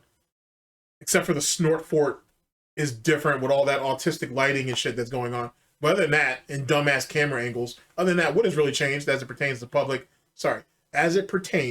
perception of Darksydephil? If someone can answer that for me, I'd very much appreciate it. Next round is on me. Right? I didn't strike their videos. I didn't give them community strikes. That's literally a lie. That's legit. Let me bring that back. Oh my God. That's legitimately a lie, but all right. Told him, like, hey, this is what I think what happened. I wouldn't have ever reported you without your permission, but I think this was how it all played out. So me and Duty are cool now. So is that the etiquette though? Sorry, I went back too far, but since we're here, might as well make the best of it. So is that what the etiquette is now? We're supposed to preemptively tell people, hey, I'm going to report your channel. Are you okay with me doing it? How does that make sense? All right, let me let that go. But that literally doesn't sound right. He doesn't blame me, but he understands the circumstances. Yeah, it's funny because this is all for me, as you know, I've been basically shat on for, again, a decade, and only like this month have people kind of started with positivity again. And all of a sudden, you know, people listening to what I have to say and stuff. And it's funny because for 10 years, people like Review Tech USA and my detractors have literally crapped on me on a daily basis. I never took action against them. I never took action against them. So Secret Limited video, Evil AJ's This Is How You Don't Play, all those SnortBucks videos over many years, but in particular, ones that I can point to and actually tell you, like the 5 to 7 videos in 2017 around the Escort saga that came up missing. Like, you know what I'm saying? SnortBucks actually has a video talking about how they got flagged and whatnot. You're talking about all those fucking Dark Dave Mirror streams that got flagged, all those Raw Phil streams that got flagged, fucking the obviously the Super Crazy video that got flagged, and then everybody else who also got flagged or attempted to get flagged. Huh? All right, bet. All right, bet. Right? I didn't strike their videos. I didn't give them community strikes. Oh, you're bullying me and shit like that. But now all of a sudden, it's like a karma thing. Like it's coming back on them. Like Review Tech, I didn't do a damn Karma, the poor man's justice.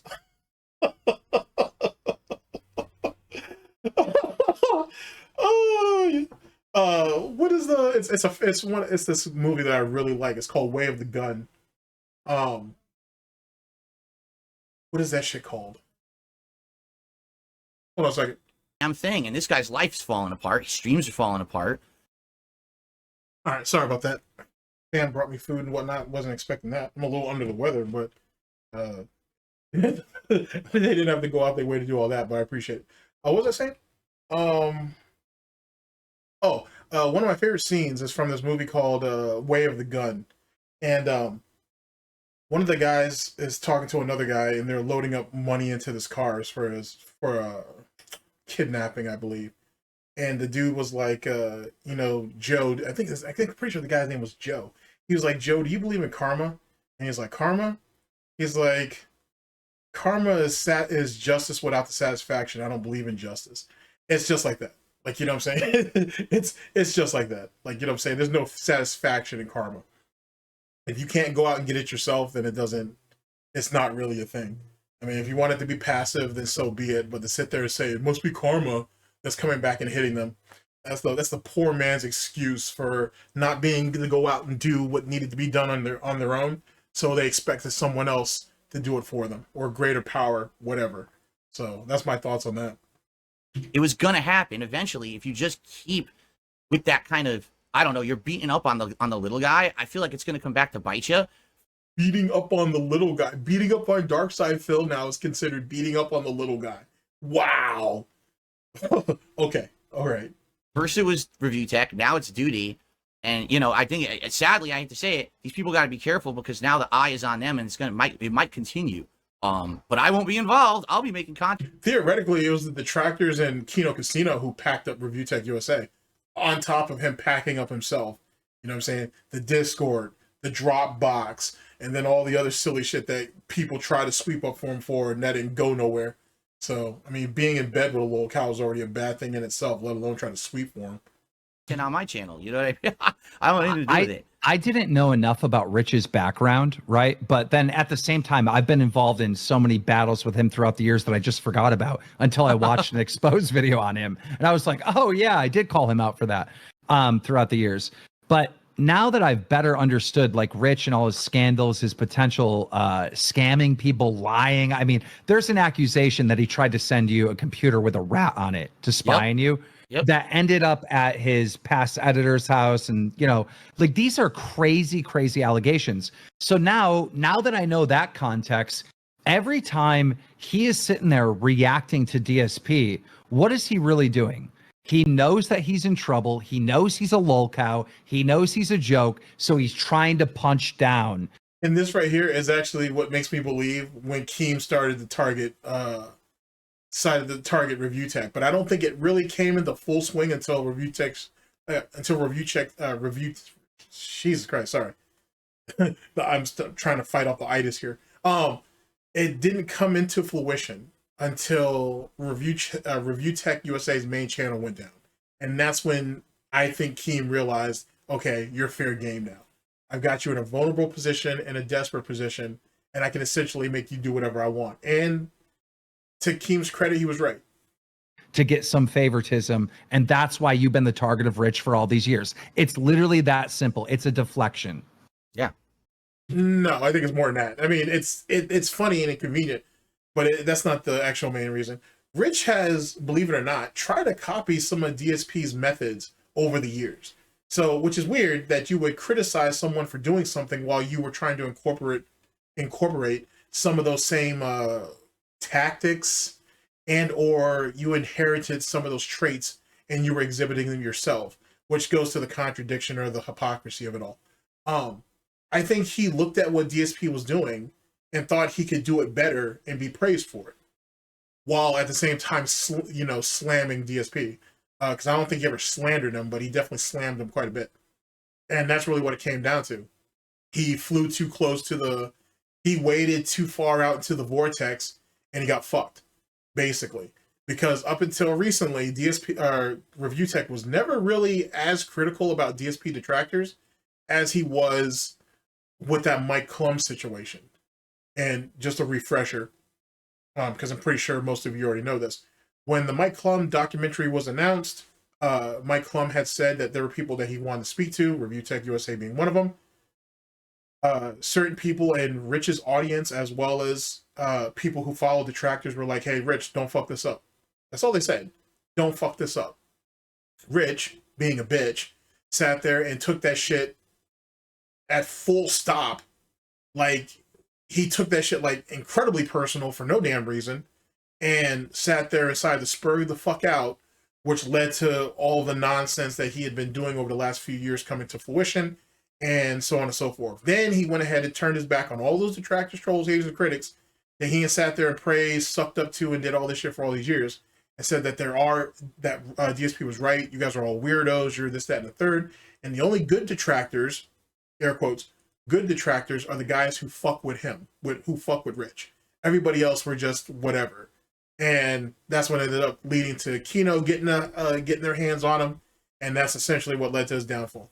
So, truth be told, if you think about it, besides Kino, of course, and besides the Review Tech, trolls and everything that came before all of us, it was the detractors that essentially got him kicked down, got brought down to ground level, essentially. And eventually ended up pushing him over there to fucking Keemstar. That's kind of crazy if you think about that shit in hindsight. You had these 3 separate groups over the span of years that brought you so low that you had to fucking go on your hands and knees to fucking Keemstar for a job. You know what I'm saying? You ain't sat there, fucked around and found out, and it got your main channel of 1 million+ subs. Not that it meant anything, because he was buying subs for years. Ended up getting that shit kicked off the fucking census. That shit's crazy. And then Review Tech's only real defense, and he really thought this too, his only real defense is he thought, oh, I got Duty in pocket. So as long as Duty's on my side, no one's going to fuck with me. You found out that was wrong too, because Duty wasn't going to stand up on business on that. That wasn't going to be a play. There have been detractors been taking shots before Duty was even known. How was he going to stop any of that after the fact? Rich is just delusional. That shit's crazy. All right. So what I like to do, I'd like to kind of open up with a question for you. That I think a lot of people they're wondering this too. How originally, like, what was your conception of me on the internet as a content creator? Like, I know probably you never had heard of me, and then all of a sudden you probably heard, oh, this guy's talking shit about you or whatever. And then somehow we ended up getting involved with each other, back and forth with a few spats. But I'm just curious, as outsider, as a content creator, but not really knowing me, like, what was your conception of me? I heard some of this when you did your response to my response. You were talking about me. And I'm just curious, from you've been in the game a super long time. What is your conception of Darksydephil? At first, it was just he's an old school content creator, old school gamer, old school YouTuber that had the incident. Like, that's it. That's all I knew, right? And then when you called me out, I was like, up a minute. Let me try to figure out who this guy is. And I'm just seeing all these detractor videos, right? So then I just kind of use that in my ammo of responding back. And so I felt like you are a person that is very common in our space, but on the platform forever. You love this stuff. You still do it. But but you just don't adapt. You Well, then he doesn't love it then if he's not trying to adapt. You contradicted yourself with that. How does that make sense? And truth be told, Keem hasn't actually answered DSP's question. DSP asked him, what did you think of me? Keem hasn't actually answered that question yet. don't adapt as well as other YouTubers have, right? Right. So and Wings has the same issue. He just does the same thing over and over again because that's what he knows and that's what he loves. Well, that's not true either, because Wings definitely doesn't love this shit. He hates this shit.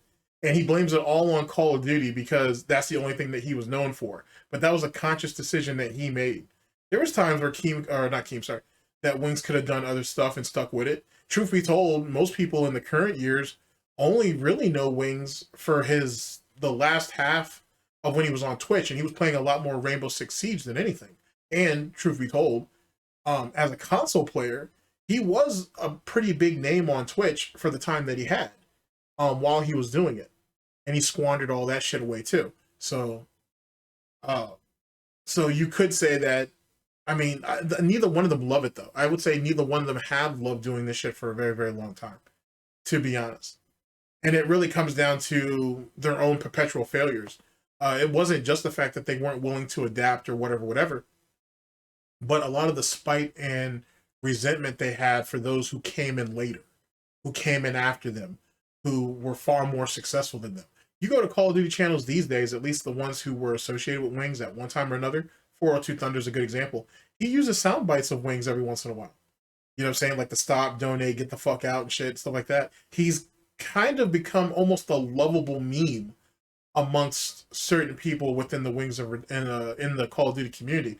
Not in a way at all that reflects what DSP is to the FGC, for example. They've just chosen him to write him out. And as they should, to be honest. And if it's true that there's some type of a FGC Hall of Fame, it's going to be crazy because DSP is not going to be inducted with probably any of his peers if he ever gets inducted at all. And I'm pretty confident that he probably won't, to be honest with you. Because even with everything that he says he did right, if you will, or was beneficial to the FGC in the short years, I should say, that he allegedly did all these things, everything that he's done since then wipes all that shit away. Truth be told, his time in the FGC wipes all that shit away. Anything that he says he did good for the FGC, it doesn't outweigh all the bad shit that he did. And it's just something that he won't accept. YouTube, he'll be looked at the exact same way. Twitch, he'll be looked at the exact same way. He did it to himself, just like Wings. And yet again, to go back to my original point, neither one of them love this shit. They hate it all to hell, but it's the only thing they can do. So that's pretty much how I even recently came to the conclusion that, like, hey, Phil's having a moment right now, but he's going to be right back to where he was. But here's the thing, Phil. You having me on the show, the fact that I'm here right now is showing that you're actually trying to adapt. You're actually trying to do some different stuff. And then before I came on here, it really is just him trying to play catch up. It's not him trying to expand or open up his horizons.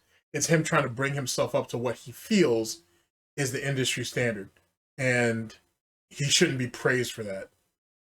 If this is allegedly his business, that's something he should be doing anyway, to be honest.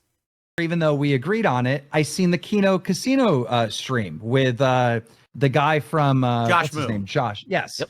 Where you got rid of Derek, which was one of those things that was a no-brainer, right? I understood you didn't want to open up Hell's Gate and have all your, supporters be investigated and whatnot, but that was a no-brainer. And the fact that you took that step.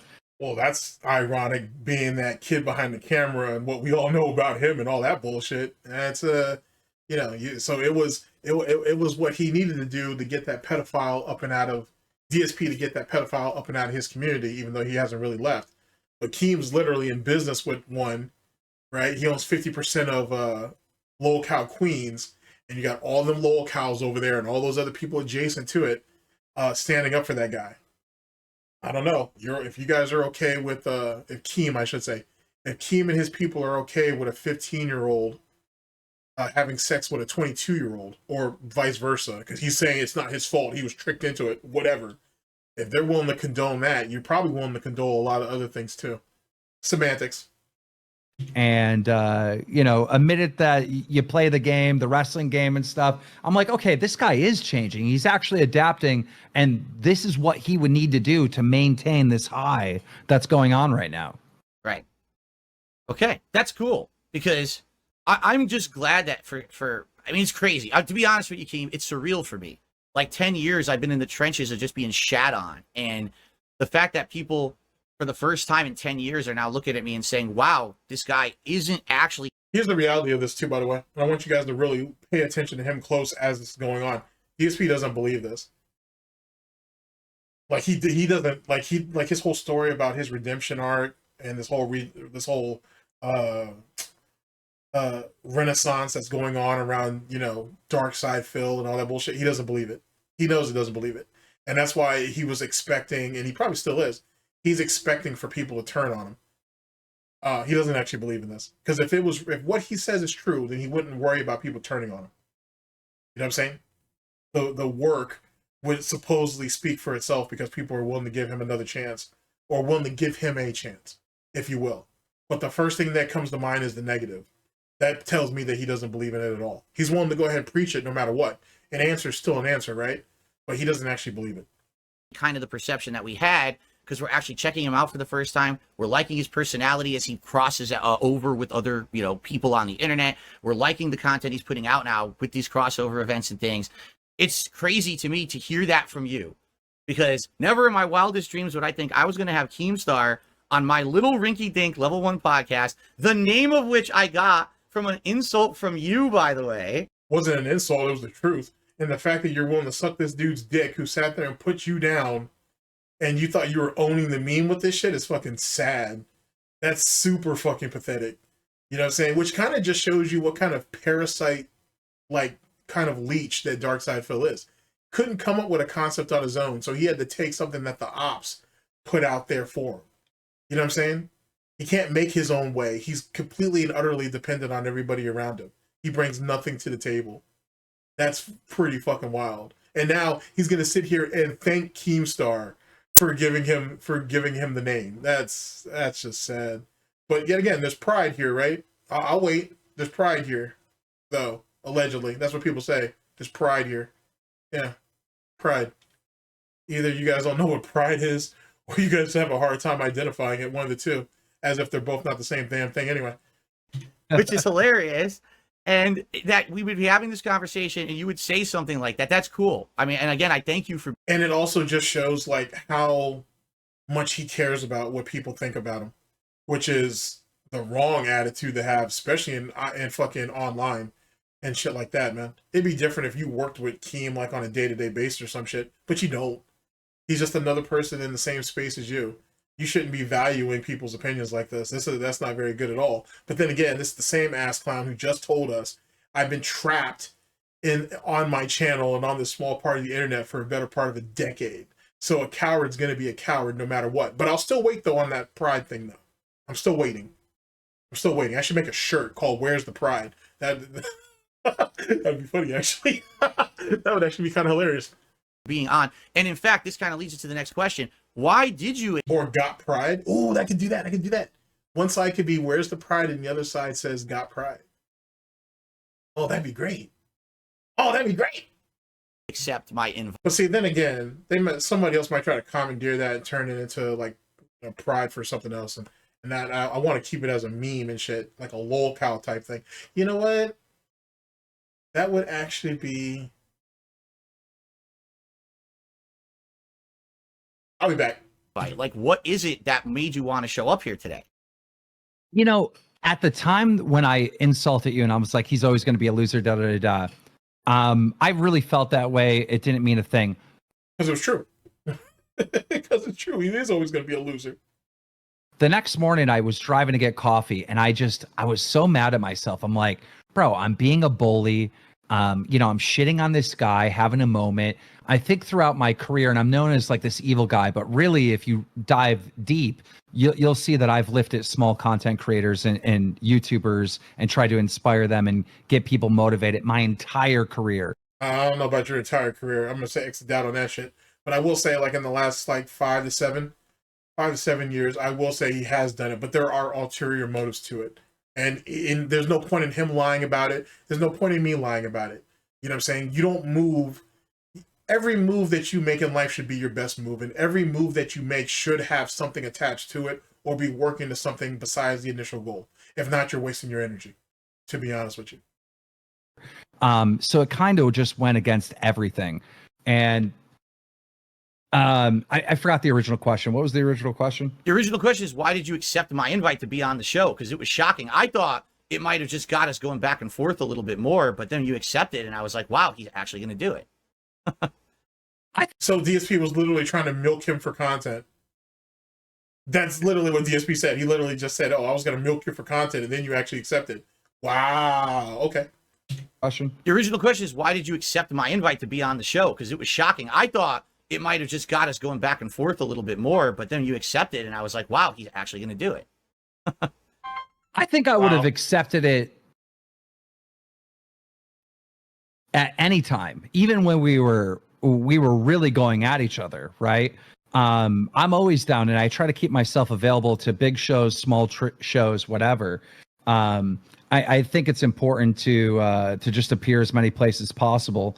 And I think you should do the same. I think you should do as many collaborations as you possibly can. But this thing with Kino Casino giving you like this encouragement and whatnot, it just goes to show how important it is to just be nice every once in a while. Say nice things, because like that literally that having. He can't do that. Like DSP can't do that. And more importantly, he's such a pathological liar that it'll come across insincere anyway. Like he can't fight what he is. He's a spiteful, resentful little creature, basically. And being nice is not in his repertoire. And there's no point in him trying. He doesn't have the practice. Someone behind you cheering you on and giving you that support, whether it was genuine or not. Like maybe they just wanted you on the show. Oh, it looks like Keem already saw through that. It looks like Keem already saw through that. I don't know. Whether it was genuine or not, it has caused you to completely change. And I think that's one of the things that Keem's going to use on DSP later. So think about Lol Cow Live currently. No, let's reword that. Think about Kino Casino as an incubation, like a chamber, if you will, right? And Lol Cow Live will be actually how they choose to raise him later when DSP is down and out and he don't have no other choices. Like, so Kino's really doing a lot of the heavy lifting to help, if you want to call it molding or shaping Darksydephil, to be exploited. To be exploited.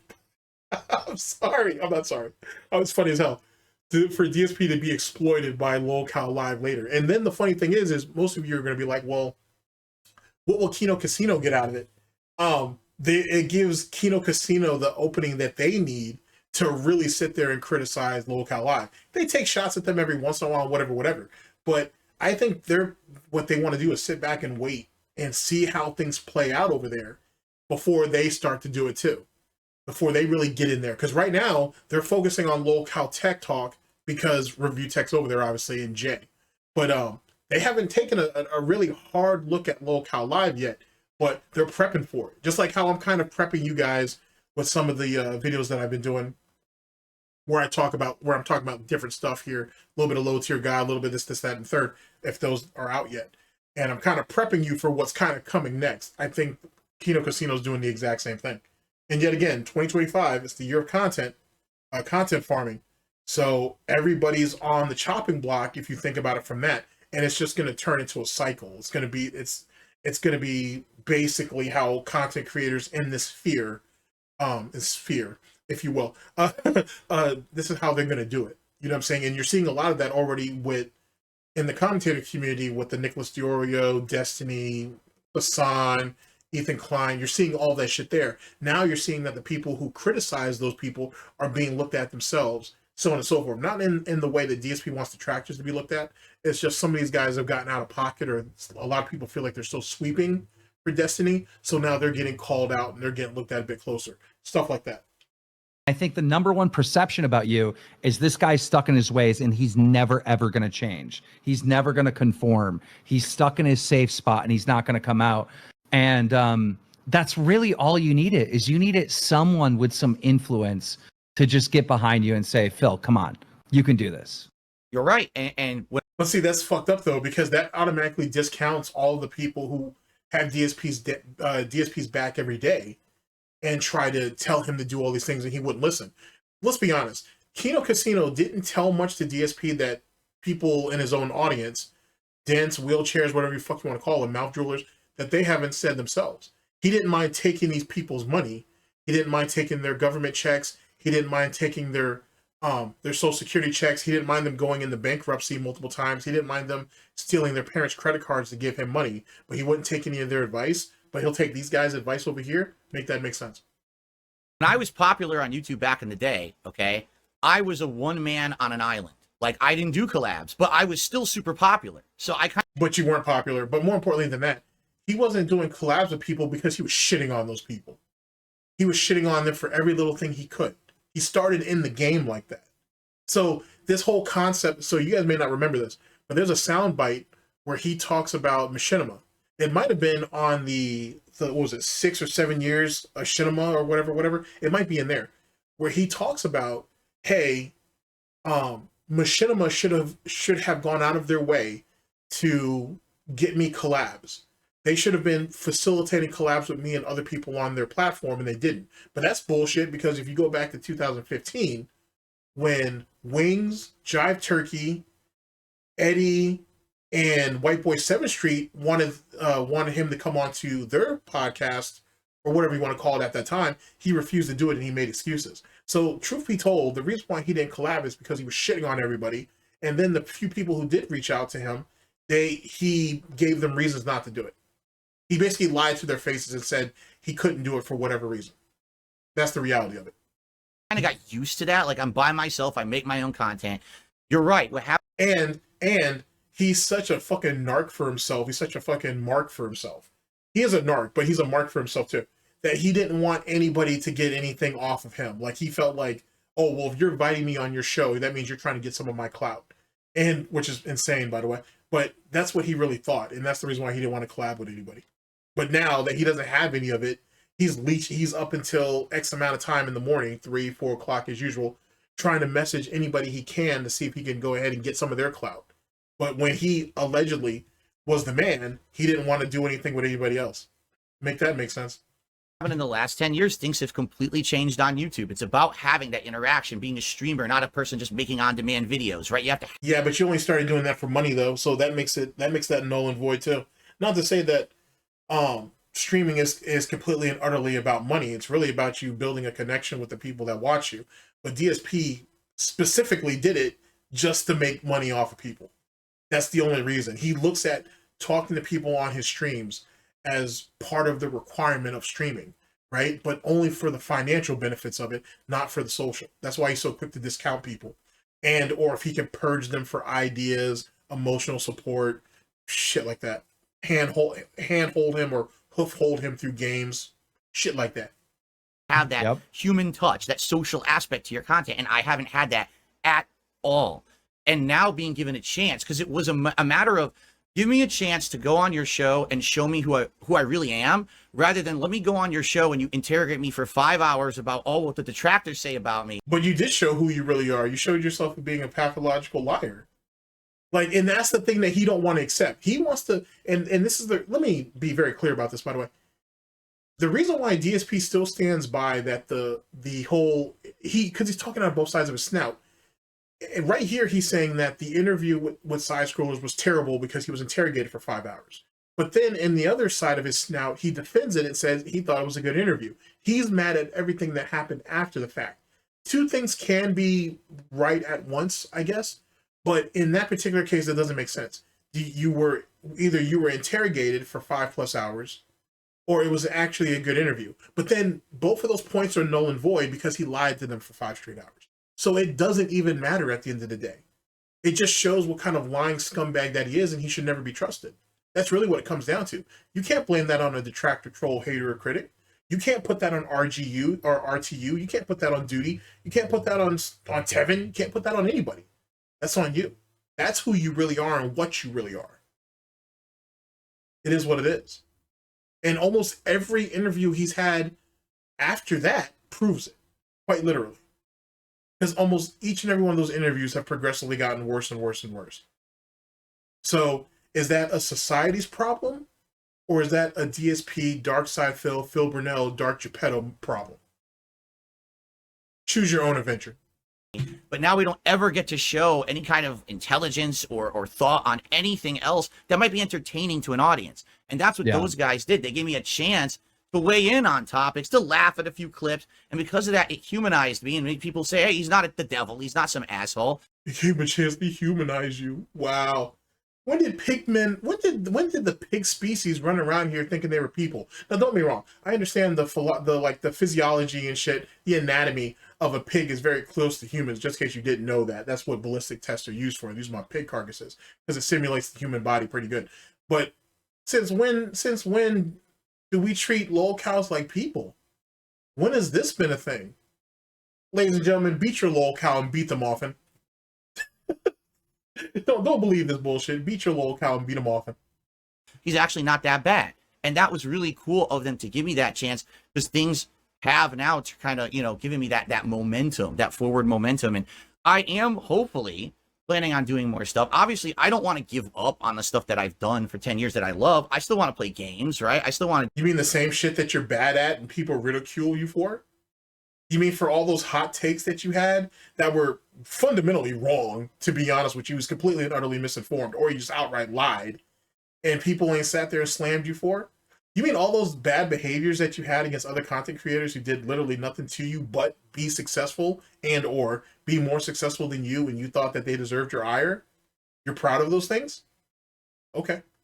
Do stuff with my audience, my core audience. But yeah, you're right. It's all about adaptation. And again, thank you for coming on the show. Thank you for now giving me a chance. Because now it's so crazy. And like within a few weeks, it's like Kino Casino, then the review tech react that he did with Kino Casino. Then he did an interview with Josh Moon. Now he's with Keemstar. What's next, right? It's like, you feel like, what the hell's going to be the next big thing? I don't know yet, right? I know what's next. And it all crashed and burned pretty much after this. That's fucking kind of funny, to be honest with you, in some ways.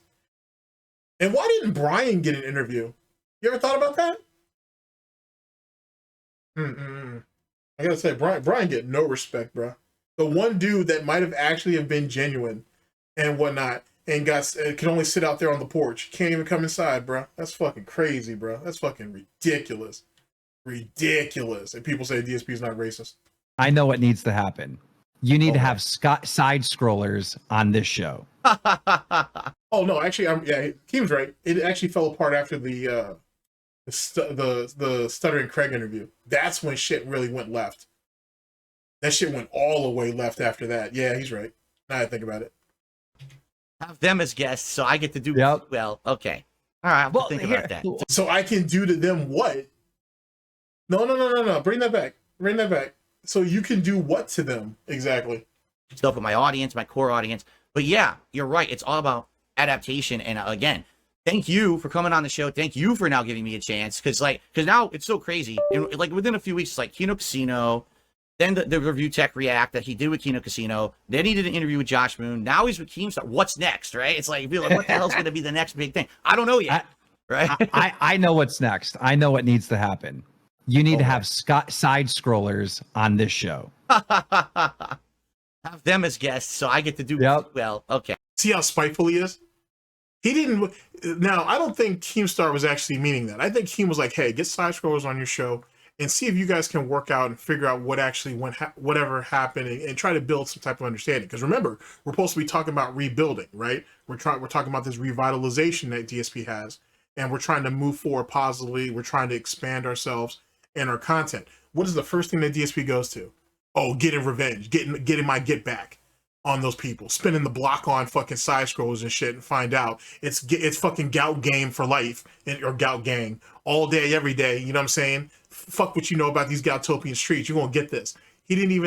Wasn't even about trying to rebuild that bridge, right? I mean, they already burnt it, but they could have rebuilt that shit. You know, two groups coming together and trying to figure out where we went wrong and see if we can move forward. No. He wants to spin the block on them cats. That's wild, bro. Throwing up fucking wheelchair and shit and disability check gang signs and shit as they doing it. That's fucking silly. That's silly, but that's where his head's at. That's where his head's at. And here's the crazy part. You're sitting here saying this to someone who was a top op of yours for a number of years. This is what you're saying. DSP doesn't have any self-realization. He doesn't understand where he's at. He has no self-awareness. He just goes ahead and talks out his ass. And it always gets him in trouble. And it's ironic that that little you could say it was a throwaway line, but that little shit that was said here ended up coming back to haunt his ass later. Amazing. Just amazing. And then imagine what that interview could have been. Let's say if it wasn't just Stuttering Craig. What if it was Stuttering Craig and Adam on DSP Gaming, on the Level 1 podcast or whatever the fuck, and he had to deal with both of them? I bet you anything he wouldn't have had the type of energy that he had when it was just Craig. That's just me, though. Choose your own adventure. All right, well, think here, about that. Well, can I say something in their defense, right? You know, there was the detractors were building this lore about you for a decade, right? When you went on there, they kind of had to hit you with everything, because if they didn't, it would be like, I cannot believe you were the only guys that had access to DSP and you didn't ask him about this receipt. And you know what I mean? They kind of had to do that. And then also that stream had to happen to open the gateway to Kino Casino to be a more friendly environment, because all that other stuff was already covered, right? And all those hard questions have already been hit. So in a way, I feel like that was almost necessary. Okay. And I actually agree with you, but I guarantee you've never actually heard what I actually have issue with. It's not the interview. I was totally okay with that interview. After the interview, So then why we keep bitching and complaining about being interrogated for 5 hours if we were completely and utterly okay with it? I'll wait. I went on my own stream and I said, that went as well as I think it was going to go. I knew they were going to hit me with all those questions. I had given them permission beforehand to ask me all those questions. So then it really wasn't an interrogation then. But then on top of that, this proves my point that he went into the damn thing knowing that he was going to lie to those people. He went into side scrollers knowing that he was going to lie to those people. Okay. My issue with the side scrollers is that after that interview, they had said the next day they were going to do what they called a decompression stream. They were going to play Mario Kart or whatever, because they knew it was going to be so much drama. They just wanted to unplug from the drama for a day so that they could just kind of calm down and they get back to normal. The agreement was after that interview, we were supposed to talk and they were supposed to have me on as a real guest. You lied to them for 5 hours though. And then here's the thing. The decompression stream, yeah, they could have played Mario Kart and still talked about what would have happened or what had happened the day before. So he's already muddying the waters with that bullshit. Then he wants to sit there and say, oh, well, they were supposed to bring me back on the show. You lied to them for 5 straight hours. What would be the point? What would have been the point? So what happened on Kino Casino was actually supposed to happen right after my side scrollers interview. What actually happened was they changed their schedule so that that day after was a shit on Darksydephil with his detractors. Well, just because you want to run around with this autistic scheduling and shit doesn't mean other people have to do that either. The fuck is wrong with you? And the thing is, he takes everything so literally because he's a scumbag himself. The reason why DSP lies the way he does, actually, I already have a video for this in the clip, but I'll go with it. The reason why DSP lies the way he does is because he innately expects everybody else to be a liar too. So he's literally just trying to get over on you before you can get over on him. It's probably just as point blank as that. And that right there that's a condition. That's a condition. And it probably comes from the fact that he takes everything so goddamn literally, and he probably always has, that his parent, I mean, it could go back to the Wolverine story, but truth be told, it probably goes back further than that. He takes people too literal. You know what I'm saying? He doesn't understand. DSP wants to sit here and tell you that the world is not black and white, there's some gray or whatever. The truth is, he literally handles and or looks at the world as black or white. That's how he can justify anything and everything that he does. It's the reason why he lies the way he does. It's the reason why he's this racist piece of shit that he is. It's the reason why he fucking shits on other content creators, whether they've done anything to him or not, the way he does. Of course, everything is black or white. Things only get gray or get muddy when he is involved. When he's on the other end of that ire and he's expected to explain himself. Then we get to push the goalpost back. That's when it's okay. But for everybody else, you got to get these snorts in the story. Session while we receive donations to do it. And I was like, wait a minute, when did I agree to the shooting gallery? Like, that never happened. That's the equivalent. So what made you even think that you had a say-so in that? What made you think that you had a say-so on what they thought about you in that interview after the fact? Makes you wonder. Of someone like Barbara Walters, a high-end, journalist. Stop. Who the hell is equating you to someone famous? You're not famous. This is all niche internet shit. To be honest, it is what it is. It's all niche internet shit. Anytime DSP gets like a million, well, not DSP, but anytime someone covers DSP and they get like 1 million views, for example, which is actually few and far between, dude, that's basically on the muscle of the audience, of the content creator who's making that. Yes, most detractors, trolls, haters, and critics will watch it. You know what I'm saying? But let's be honest, the DSP detractor community isn't 1 million men and women strong. Be realistic. You know what I'm saying? So when people are watching it, they're doing it on the strength of the content creator, not you. You know what I'm saying? But see, it's funny because if he's talking about a DSP detractor, oh, all those views are my views. But when we talk about a Turkey Tom, when you talk about some of them other cats that have made, anywhere from 100,000 views to 1 million views, we don't hear that argument then. You may have not even thought about that up until this point, but he never brings that up. He never says that. He won't say, oh, Turkey Tom, those are my views.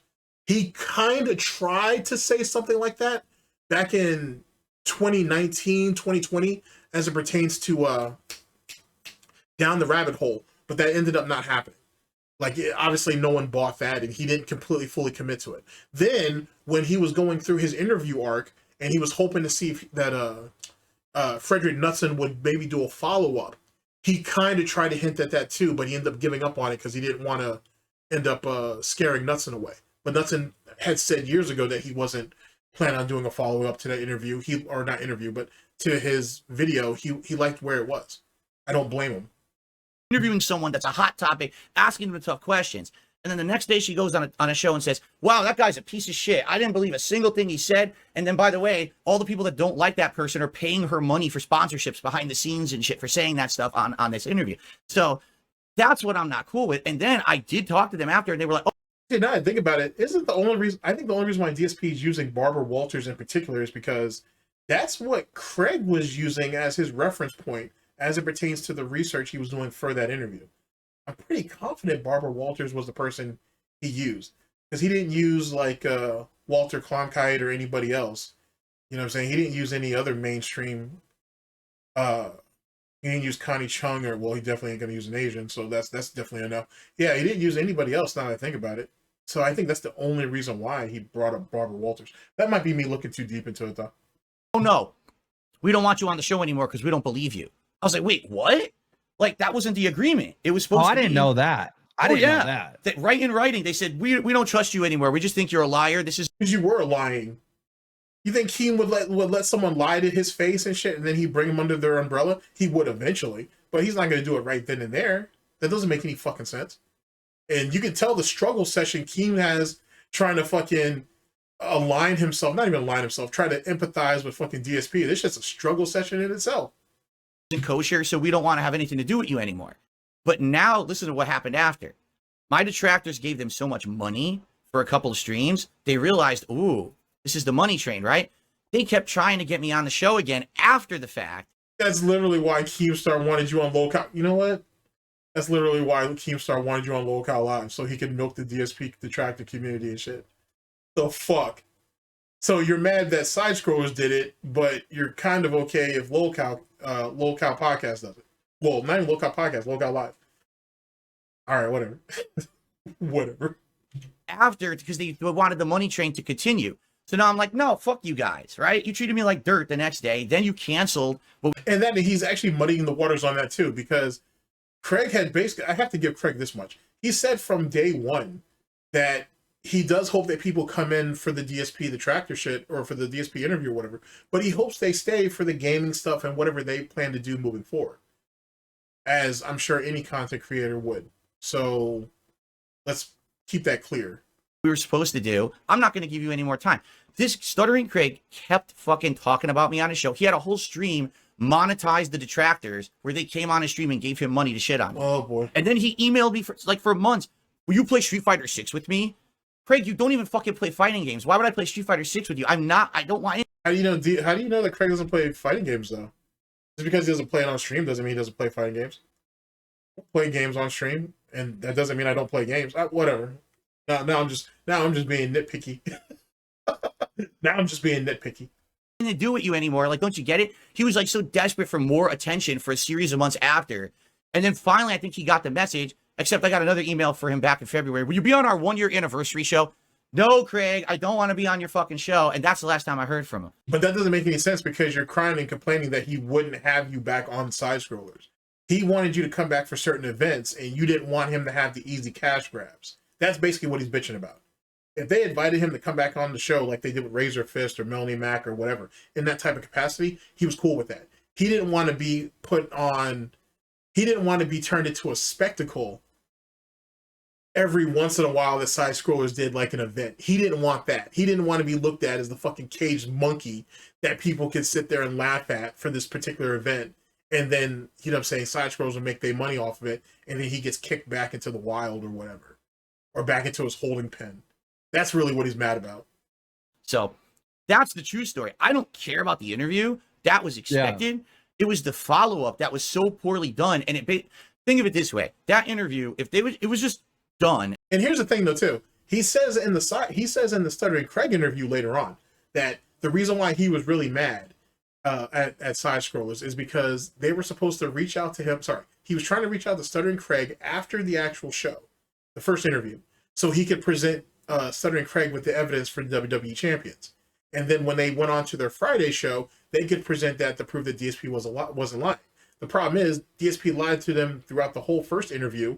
And truth be told, DSP didn't have any evidence to prove that he didn't have down from the rafters or he's no longer down from the rafters. He didn't have any evidence. What he was going to do was give fucking Craig a word salad and whatnot and hope to convince him that he wasn't, he's not down from the rafters and then he would be let on the show. He's mad that he didn't have the opportunity to give Craig more pignosis moving forward. That's really why he's upset after the fact. It's not even about the money or anything. He uses that to try to make it seem like everybody's out to use him and abuse him. He's really mad that he ain't lied for 5 straight hours, and he was hoping to present one more lie on top of it to get him to where he wanted to be, instead of Craig and Side Scrollers getting to where they needed to be. And then they moved on. People would watch that interview and be like, well, I'm going to judge for myself now, whether things Phil said are legit or not. Maybe he's lying. Maybe he's telling the truth. And people would have their own, judgment. Instead, why would you want that to be the definitive statement about who you are and what you do? That doesn't make, all right, whatever. That doesn't really make a whole lot of sense. Why would you want people to come out of an interview wondering, hey, is he really the pathological liar that people say he is or not? That shouldn't even be a question. That's why, like, for example, like in battle rap, like people are like, oh, well, we had a great battle, but it's questionable. You know what I'm saying? It could go either which way. You shouldn't want that in battle rap. Like, you shouldn't want that at all. Like, you know what I'm saying? Because a questionable battle, if you will, just basically says is just someone giving you leeway and trying to argue for you, saying that you didn't lose. That's all it is. Or debatables. That's what they're called. Sorry.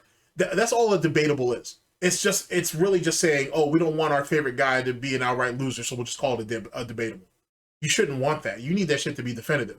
If I was to get into a rap battle with Meerkat, let's say, and whatnot, I want it to be a classic, certainly, but I don't want no debatables. I don't want that at all. If I lost, then I lose. I don't need it to be, oh, well, he could have won, he might have won. Some people feel that way. I don't need that. That's not going to help me grow as a battle rapper or as an entertainer or as anything. That's not going to work. Now, thank you for listening to my tangent. Let me go back to this. You shouldn't have wanted people to come out of that thing questioning, whether you're a liar or not by design. People are going to do that either which way. But you shouldn't want that to be something by design. And that's what DSP don't get. That shows you how fucking warped his perspective is. And it also shows how he thinks people are just stupid. That really shows you how he really thinks people are ignorant fucks. And they'll literally eat up whatever he tells them. That's what he thought of side scrollers. You think about it. I mean, his dents do it, so why wouldn't anybody else? And they went on their show. And think about it this way. This is me continuing my campaign. If he could have fooled side scrollers He could literally say, oh, well, my detractors, trolls, haters, and critics, they call people in my audience or people who give me money or whatever, dense. But if side scrollers believe me, are they going to call them dense? So then go back and think about the Moist Critical thing. If he could have gotten that interview, would he, hey, Moist Critical believes me, and look at all his subs. Look at his subscriber count and this, that, and there. Look at his views. Are all those guys dense? You see you see like how he tries to manipulate people and how he'll try to use any little thing that's in his vicinity to make it happen. And the real world doesn't work that way. Real recognizes real. The next day and crapped on me all day. Every single person who saw that interview is going to be like, well, if the interviewers don't believe him, we're not going to believe him either. So fuck them. Right.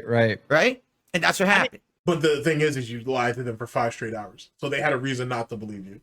And then he ends up admitting it later, which only made it worse. So womp womp. I didn't know that. But also I can see them, like almost 99% of all YouTubers still doing the same thing side scrollers did, because they're just adapting. Okay, a lot of people hate DSP. Now let's bring his haters on. We're going to make more money. We're going to get more views. Farming for content. I mean, it's just, unfortunately, that's part of the beast with the business, right? Yeah, right. Okay, moving on from the side scroller thing now. I know people are going to want me to talk to you about this. I think it was inevitable, all right? The whole LolCal Live podcasting and what happened between us. I think it's time to hash it out and actually talk from our perspective. Oh, no, this is what I'm really waiting for, truth be told. DSP was part of that situation that that killed LolCal podcast. Now, don't be wrong. If you've seen my videos on it, I did too. I put a lot of that blame on Tommy C for good reason, for real good reasons and whatnot, because Tommy still hasn't let go of that bullshit that happened with Baited. That's a whole nother situation over there. You can choose your own adventure when you're ready. But I don't know why I keep saying that, but I'm gonna go with it because I like it. Oh shit, you choose your own adventure. I like that. Anyway, if I could turn it into like a SnortBucks type of saying or something along those lines, that'd make it even better. Anyway, I'll think about that. All this shit's on the fly anyway.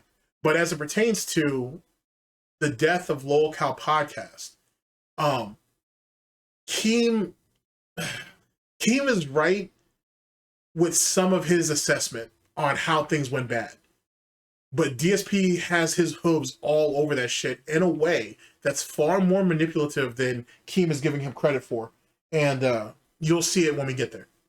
This is what happened and figure out what really happened, because it seems like both of us remember our own perspectives, and that's the problem. You can only remember your own perspective, right? You can't see what actually happened on the other side. Most of the time, the reality is somewhere in the middle. And see, that's where the sickness comes into play. That's the reason why DSP has to shit on his opposition the way he is. Because the worse you can make your opposition, the more that he feels his perspective will be looked at as the industry standard or as the gold standard, right? So shit on everything else that detractors, trolls, haters, and critics do. All these other successful content creators, even Keem, shit on how bad their shit is. And look at how much I'm struggling, but I still doing this supposed thing that I love so much. And that will be the narrative that carries the day. He's literally breaking down the pig gnosis to you. Correct? Not that any of us needed that, but you know what I mean. So what I want to say is, number one, my first question, why were you so dead set, and where did you come up with this idea that when you were formulating this LolCal Live podcast, which now I believe is called, no, first it was the LolCal podcast, and then it became LolCal Live. Did you have a naming dispute or something stupid like that? I'll get into that. Let me start at the very beginning, though. Okay. What inspired LolCal Live is our Twitter battle back and forth, right?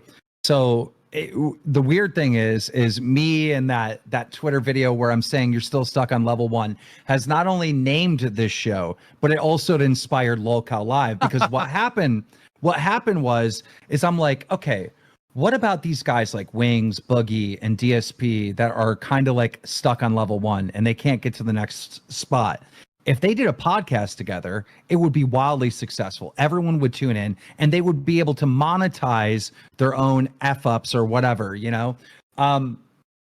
So I had this idea.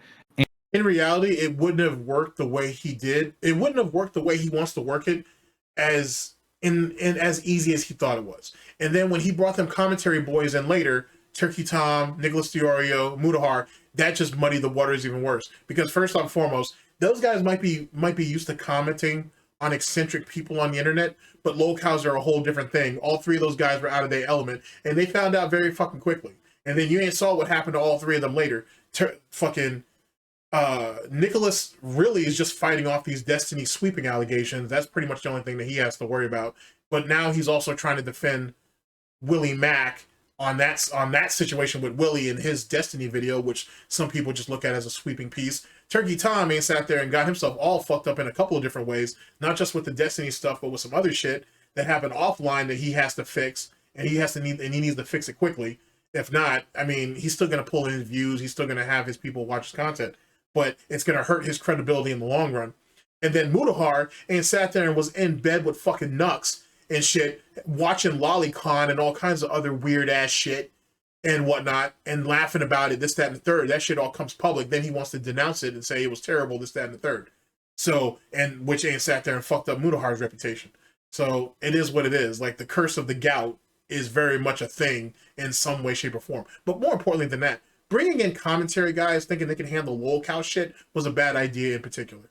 They're just not built for that. You know what I'm saying? Like, you can have detractors go into the commentator community and get shit done. You can't get everybody from the commentator community to come into like lolcow detractor shit and get the same results. It just doesn't work that way. So Keem fundamentally fucked up doing that, which is even more crazier because at least taking out Mutahar, and he does seem to like Nicholas, but he blamed Nicholas and what's his name? Tommy C for the downfall of the commentator community, or at least where the commentary community is at now.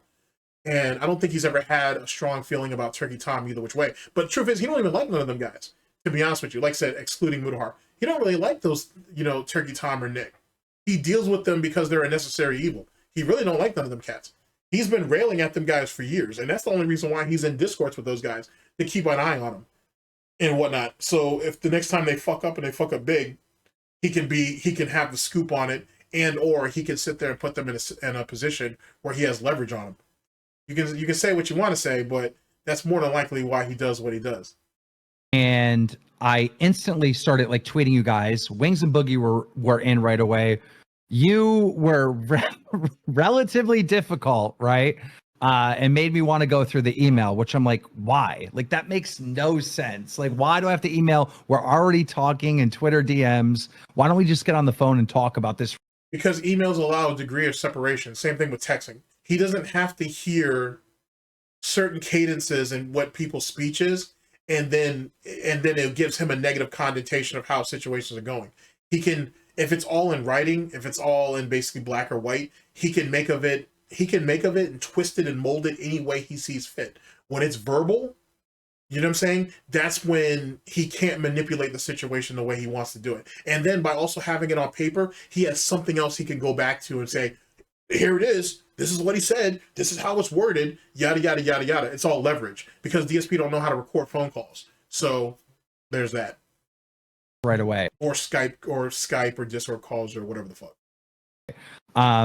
But I get it. I think part of the reason why you gave me so much pushback right off the gate is because we just got out of fighting. Why the hell would you trust me that I have good intentions, right out the gate like that? Yeah. Here's the thing. You said this earlier. Sometimes all you got to do is be nice to someone to get the reaction you want. And I'm the kind of person that I respond very, very negatively to, how can I say, negative stuff. So if you insult me, I'm going to have such a bad idea in my head about you that I'm not going to want to do anything with you. Okay, well, if you want to be a mental midget monkey about it, then so be it. But then what about all the people that never did say anything bad about you, and they all got, insulted, and they all got attacked, and this, that, and the third? So tell me, give me your fucking, your verbiage on that bullshit. Go ahead and give me your proverb on how that works. Rules for re, but not for thee, right? On the flip side of that, if you're nice to me, I tend to reciprocate. It's kind of like they say, treat others how you want to be treated, the golden rule. Yeah. And so if it had been more of you would approach me about this before our spat, I probably would have really seriously considered it. He wouldn't have, because you wouldn't have wanted to open up the line of dialogue with him. And more importantly than that, you had already gotten caught lying about this on the side scroller interview. Boogie told you what the situation was.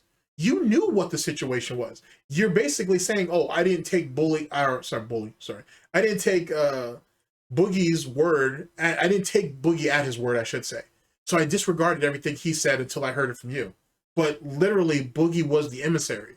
He was the one there to bring the message, and you completely disregarded the message and then try to convince Boogie to get out of bed with Keem and get into bed with you. We'll get to that in a minute. Do you want to know the truth? Dude, I was razzing you with the email thing. Obviously, I could have easily talked to you outside of the email. Oh, now we're razzing people now. Okay. Okay. It's a choice, I guess. But it's like, you know, this guy has been So you were trying to milk him for content. Okay. It's a choice. a dick to me, so I'm gonna make him email me this shit in order to talk about, like, email. What the fuck, right? We could have easily DM'd on Twitter. It was the simplest thing, you know. So I think the thing is, like, Now here's where the retardation comes into play. This is the reason why I think, or is one of the reasons I should say, on why he goes at LTG as hard as he does. He really thinks that LTG is just mocking him and whatever, and doesn't take him seriously. So he thinks that if he can go online and continue to try to, it's not even slandering or mocking LTG because he doesn't have nothing on him, nothing good anyway. He thinks if he can keep trying to goat him into a conversation, right, or he can get him so pissed off that he'll finally have to talk to him, then something can happen. But why would he at that point? It's very clear that LTG has no desire to deal with you. Why can't you just let it go? Because DSP is that sniveling child who, I want that toy, mommy. I want that toy, mommy. Give me that toy. He don't look at people as people. So how the fuck are you going to ask me to go ahead and give DSP grace or give him some type of wiggle room? He is a person. He's not a person because you don't look at anybody else like people. This is utilitarianism. Everybody serves a purpose. And once that purpose has been served, or once you've been bled out, then fuck off with you and then we get somebody else. It's literally how this works. So yet again, how do you give mercy to someone who doesn't know and or understand mercy in itself? Something to think about. gonna have such a bad, idea And on top of the blatant just wasting people's time for the sake of wasting it. in my head about you that I'm not gonna want to do anything with you. On the flip side of that, if you're nice to me, I tend to reciprocate. You know, it's kind of like they say, treat others how you want to be treated, the golden rule. Yeah. And so if it had been more of an, you would approach Rule that you don't even follow. So what good is the rule? He's literally trying to say I live by that rule, but what good is it if you don't live by it, if you don't actually like live by it itself, or you don't practice what you preach, if you will. All right, whatever. me about this before our spat, I probably would have really seriously considered it. Do you want to know the truth? But see, his whole talk about consideration is like, hey, mom, can we go ahead and get McDonald's after whatever? I'll think about it. We'll see. That's what his consideration shit is. That's literally what he means by it. Dude, I was razzing you with the And that doesn't make any sense either because it's literally wasting people's time, but it's also like inspiring false hope, which is what he does to his fucking dents all the time. And that doesn't make any sense because if you never come through on any of that, then no one will ever believe you. No one will ever take you seriously. Whatever.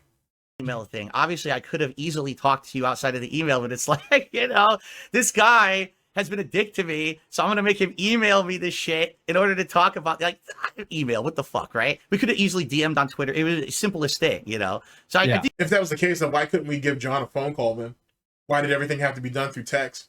If that was the case, why couldn't we speak to Catherine when she was still living with Subaru Man? Why did everything have to be through text? I'm just asking. Choose your own adventure. the thing is, I think you kind of get that. You've been in the game, you know about how this game is played, right? We're going back and forth a little bit. It's I made him email me. That's condescending as fuck because didn't Stuttering Craig, Adam, and Keemstar grill his ass on all this bullshit? Now he's trying to turn around and own the meme, if you will. Wow. Wow. That's pretty pathetic. And fuck around and shit. But now the reality here is when you did find, And he couldn't even sell it. He can't even really sell it to you. You know what I'm saying? He makes it seem like he's in on the joke, but he can't even really sell it. Oh man, what good is a joke if you can't deliver it? finally get in contact with me and we were trying to arrange this call, it really was, I gave you the times. I know it was kind of difficult, but I stream a ton. I stream 6 days a week, full fucking time. I know from your perspective, you're like, dude, this is a 50K opportunity and you should drop everything to talk to me. In my mind, But that's not the case though, because now I'm wondering, okay, so which one of you guys are lying then? Keem said he reached out to DSP. DSP gave him some times that he could call. Keem said, okay. Keem says he called DSP at a time where DSP said he wasn't streaming. DSP said, no, you didn't. You called me when I was streaming. So which one of you are lying then? that's not the kind of guy I am. I'm really not. Yeah. Like, I know the money can help, but I'm not like a strongly money motivated person. It's like, is it How many begs have you had in a single playthrough? Semantics. Semantics. something I'm going to be interested in doing? Is it something my community is interested in doing? Like you give a shit about your community. Why is that even a thing? You're gonna shield, so you're gonna hide behind them, like you hide behind Jasper, like you hide behind your wife, like you hide, well, your roommate, really. How you hide behind fucking your parents. What a coward. You know, and I wasn't sold on the idea of being on a podcast that you were running because we had the bad blood. You know, even if it was a well-intentioned show, I wasn't convinced that it wasn't going to turn into somehow let's rag on DSP, let's hate on DSP, let's trap DSP into doing something he doesn't want to do. And there's a difference between being a guest on a show or actually getting into a business arrangement where you must continue to do a show. But see, here's the thing. You couldn't really, like, it wouldn't, it's almost, there's no point in getting into a business arrangement with DSP, even if it's on paper, because it's very clear that if DSP is presented a contract and he signs it, he's going to look for every angle within that contract to fuck around and find out. And then he'll just turn around and play ignorant and say, oh, well, I didn't know. Oh, it was a misunderstanding. Oh, I made a mistake. You know, the coward's way of doing shit. And then what do you say at that point? Then if you fire him, he's just going to turn around and make himself a victim. If you let him back into the fold, he'll literally corrupt the rest of the basket of apples that are around him. So he's going to poison the well, if you will. So you're damned if you do, you're damned if you're not. Something to think about. Show for a long period of time. And Right. That's what I really was very apprehensive about getting involved in. So quite frankly, even if, and this actually feeds back into what I told you, DSP is out to get you before you get him. That's literally what he's saying here with Keem. Oh, I didn't trust you. I didn't believe you. I had to try to fuck you over before you could fuck me over. we had talked about it and the offer was formally made, I still don't know if I would have done it because, you know, after 10 years again of being beat up by the internet. But you're just contradicting yourself. You just said that if he came at you nicely, you would have considered it. Now you're saying, I don't know if I would have done it.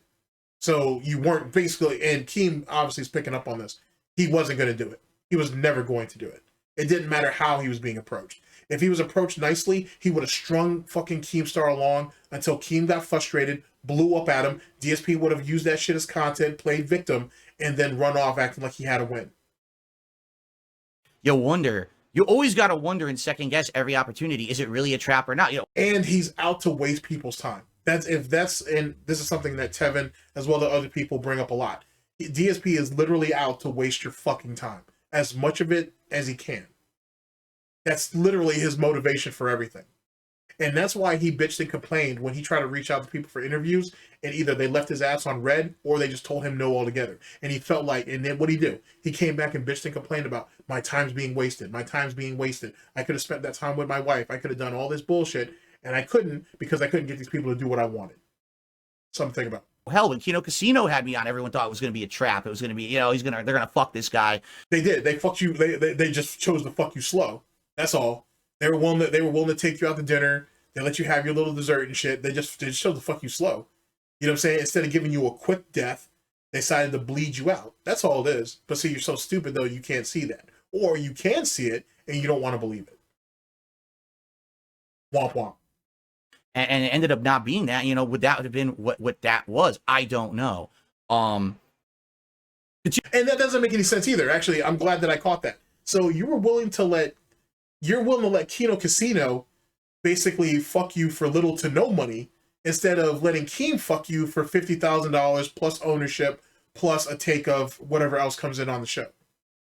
Huh. I guess that's a choice. So, you know. Continue to do a show for a long period of time. And Right. That's what I really was very apprehensive about getting involved in. So quite frankly, even if we had talked about it and the offer was formally made, I still don't know if I would have done it because, you know, after 10 years again of being beat up by the internet, you always got to wonder and second guess every opportunity. Is it really a trap or not? You know, hell, when Kino Casino had me on, everyone thought it was going to be a trap. It was going to be, you know, they're going to fuck this guy. And it ended up not being that. You know, would that have been what that was? I don't know. Continuing on. Oh no, go ahead. I was just going to say, I have a background of having successful podcasts. I had Bait It, which was like the first one in commentary that inspired all these other podcast that was, I mean, some of the views over there, and this is back in 2016, we're pulling like millions of views per episode. And then I launched. It's crazy how that whole thing got fucked up with Baited. A lot of people put it on Tommy, and some of it should be put on Tommy, to be honest with you. But like, I mean, there was fuckboy shit going around all the way. And I think Colossus Crazy just wanted out. I think he was just like, okay, this is not really worth it. There's way too much resentment between Tommy C and fucking and Keem for no really good fucking reason and shit. Tommy didn't like how certain things were going on behind the scenes and whatever, the money thing, which people try to sweep up for that and say, well, you know, they try to sweep up for both sides, for Keem and Tommy. I've seen enough documentaries that talked about that shit. But I think, both truth be told, the reason why Baited failed was because of Keem and Tommy. That's really what it came down to. Mom's Basement, and we sold that to Spotify. It was a Spotify exclusive, did very well. So I know the podcast space really well, and I knew it enough that with you three it would crush. And even with Wings and Boogie, it's doing very, very well. You know, some nights we've had like 20,000 concurrent viewers over there. Right now we're averaging about 7,000 concurrent viewers, which is still amazing, right? It's insane. And it's helped Wings and Boogie so much. Wings finally has savings, and Boogie doesn't have to worry about his mortgage anymore. Yeah, but it really didn't help. Like, well, Boogie maybe. It might have helped Boogie. Boogie's taking advantage of his opportunities, so on and so forth. He doesn't mind doing these appearances and shit like that.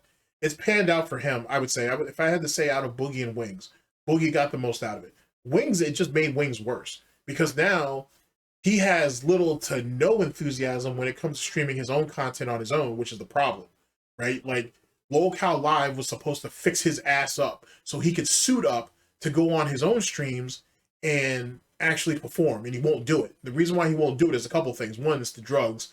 Sorry, let's take that back. It's the medication, right? Whatever.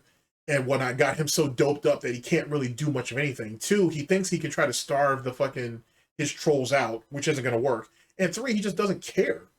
He got himself a nice cushy little paycheck and shit. He's talking to people who would never have talked to him beforehand, really, and whatnot. He's got his head so far up fucking Becky Boo's fucking skirt and down her fucking blouse that, you know what I'm saying, he completely lets Kelly get shit on for no damn reason. He's pretty much getting everything he wants. If anything, if he could remove Kelly from the situation and pull the next e-girl to take care of his ass, then he'd have what he wants. Other than that, it didn't really help Wings whatsoever, to be honest with you. He's worse. I think he's far worse now. So, and it really exposed what people had said about their marriage. It was a sham. Just like DSP's, it's a sham. You know what I'm saying? Kelly is far more invested in this shit than Wings is. Wings needed a caretaker. Kelly wanted a husband and a father to her kids. In the story. Because that was like his biggest fear, is that he would lose his house. Right. And it's a lot of fun to do. So, all right, and to clarify something that I've heard you say, or at least you hear shit through the grapevine. There's been this like misconception behind the scenes that apparently I was trying to plot with Boogie and Wings behind your back. You were. I'll give more to this as we move along. For us to do our own show and cut you out. And I would like to clarify that, because there's been so many people spinning it in negative ways, notably my detractors and shit, that I just want to let you know what really happened. And again, you don't have to believe me, but I'd like to. Why would you say that? How am I going to sit there and say, hey, this is my half the story, or this is my perspective on the situation, and then say you don't have to believe me? Then what the fuck is the point of me saying anything then? Yeah, they have the right to do that, but you don't tell them that.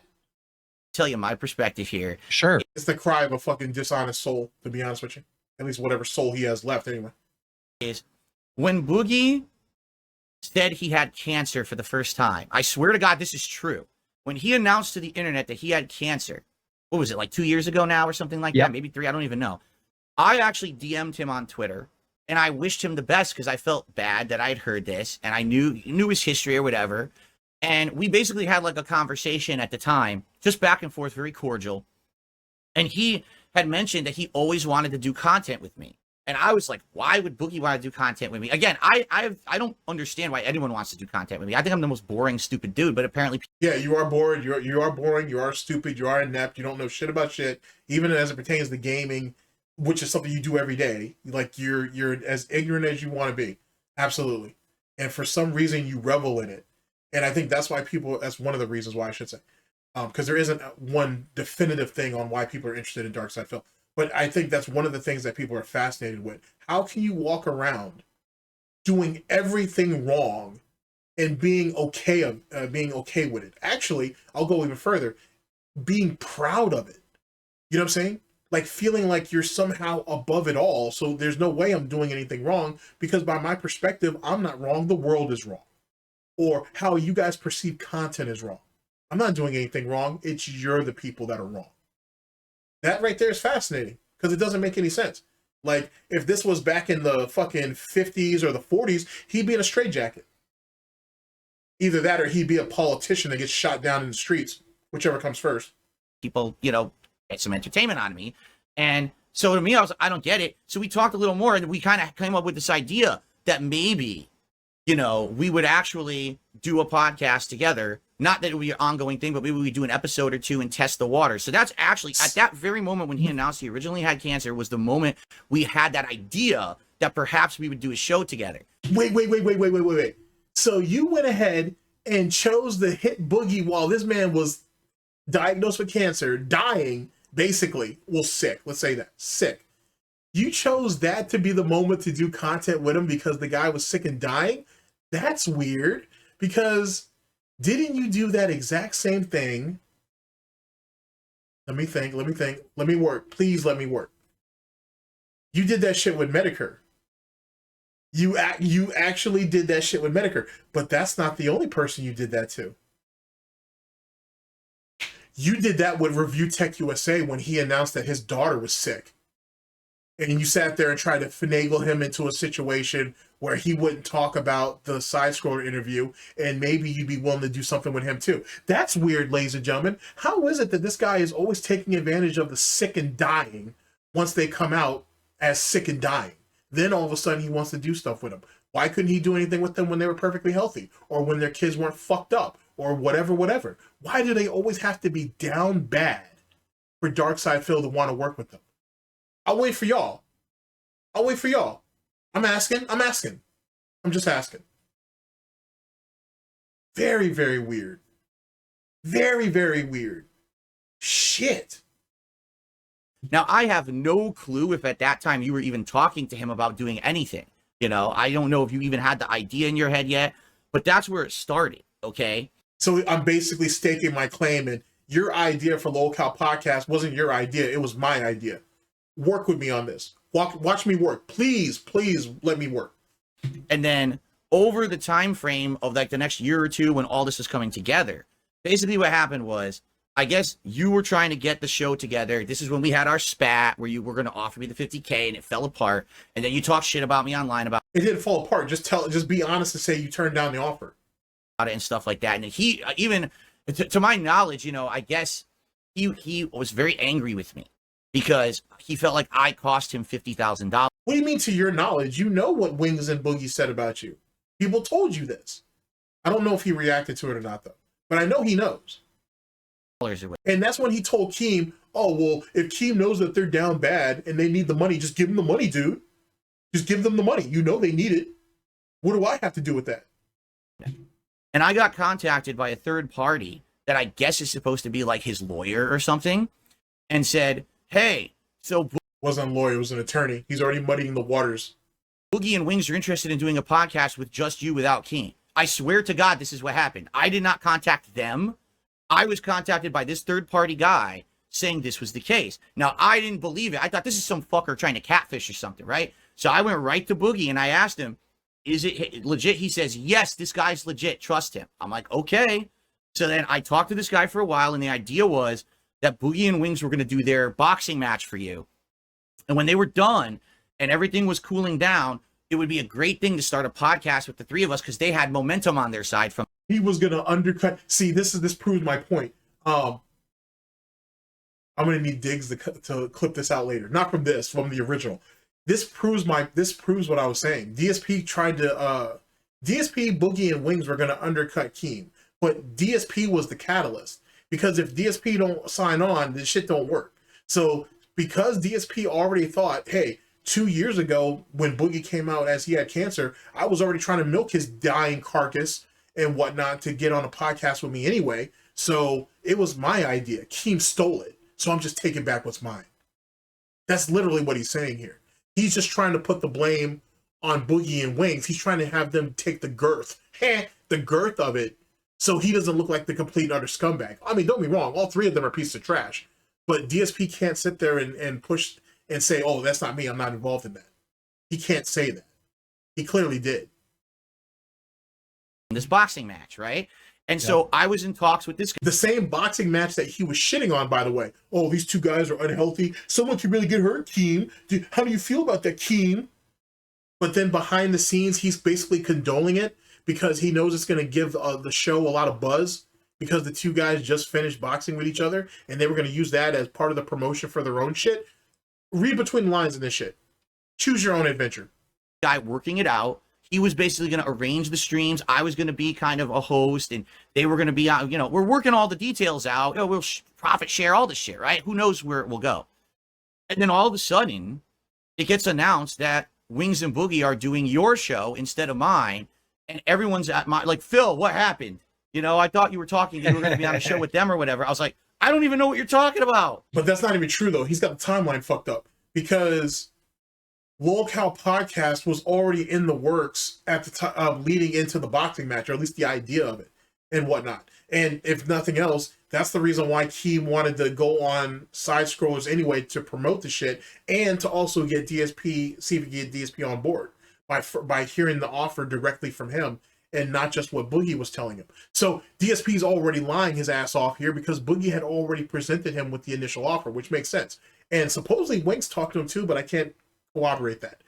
And so DSP is acting like he's completely ignorant to the situation when, truth be told, he was pretty much there step by step because he can't move without Boogie and Wings. So of course he was paying attention to them and Keem to find out what was what. He may not have known about the screw job that ended up happening that was going to kick Tommy C out and all that bullshit later on. Because remember, at this point, DSP had already said he wasn't interested in doing anything with Keem. That's when Tommy C was brought in. But then, as they were starting to get things revved up and trying to figure out how the format was going to be, that's when the whole farmers were being brought in. That was Mudahar, Nicholas Diorio, and Turkey Tom. At least they were being speculated. Those were the guys who they were thinking about bringing in. And whatnot. This was already, most of the shit was established. Oh shit, this goes a little bit deeper than I was kind of expecting. Just a little bit. Just a little bit. Just a teeny tiny bit. A little bit.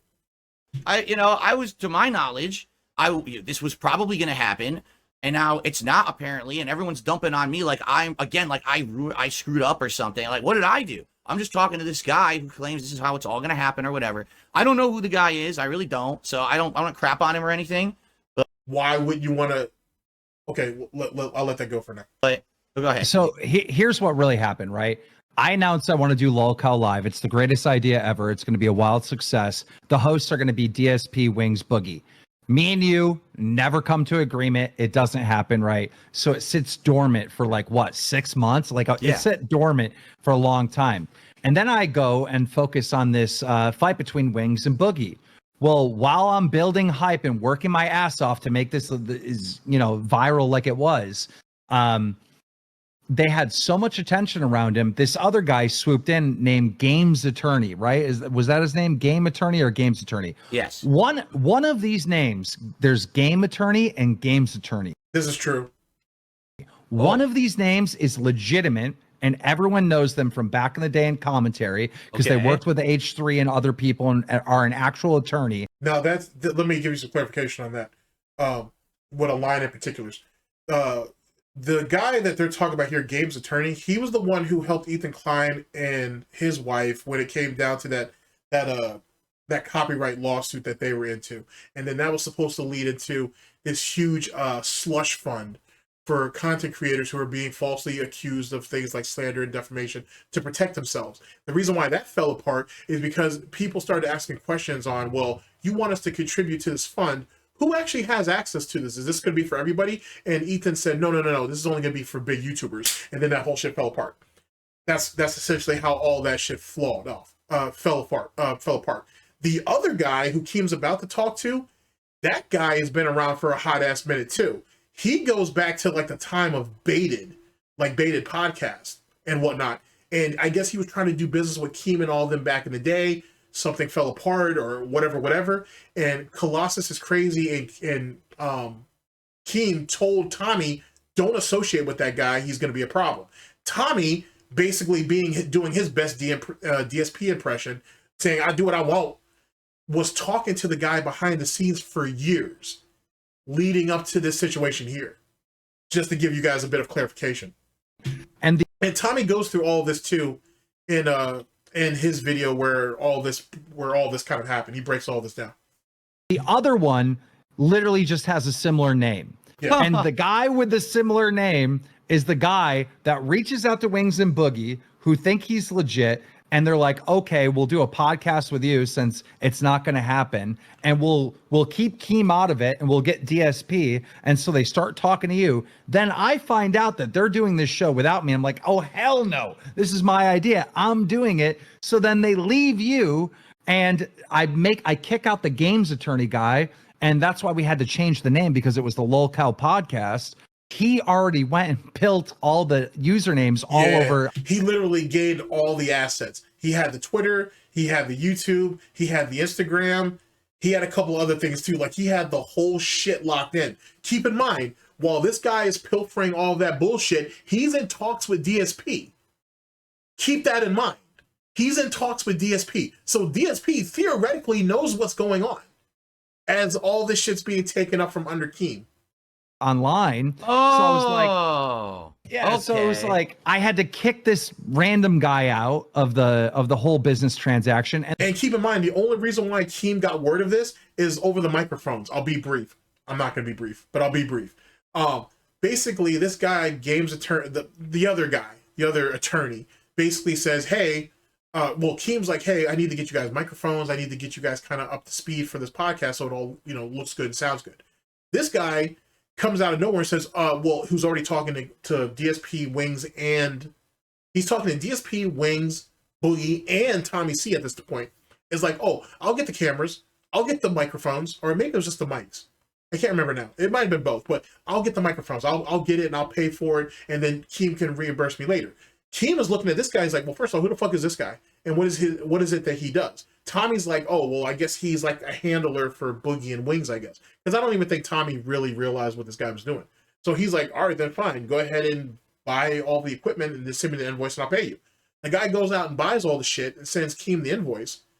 And the guy is constantly like badgering fucking Wings and Boogie, being like, yo, am I going to get my money? Am I going to get my money? Do I, I bought everything, this, that, and third.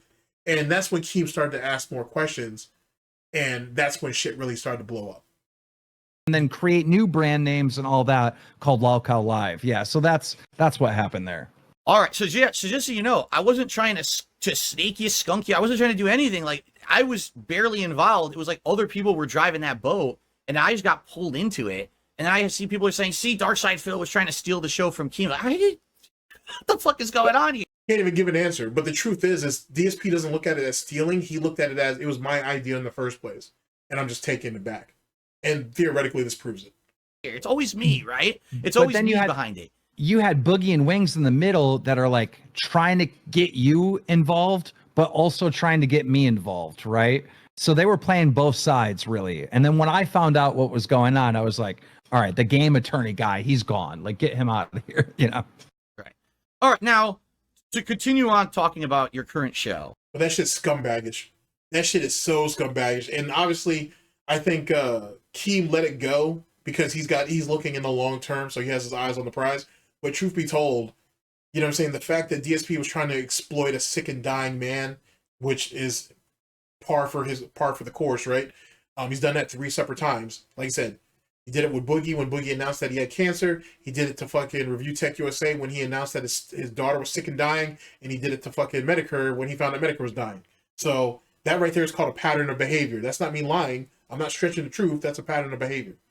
So all he was doing is taking back the idea that him and Boogie originally had. That's all he was doing. And that's why he felt so justified in it.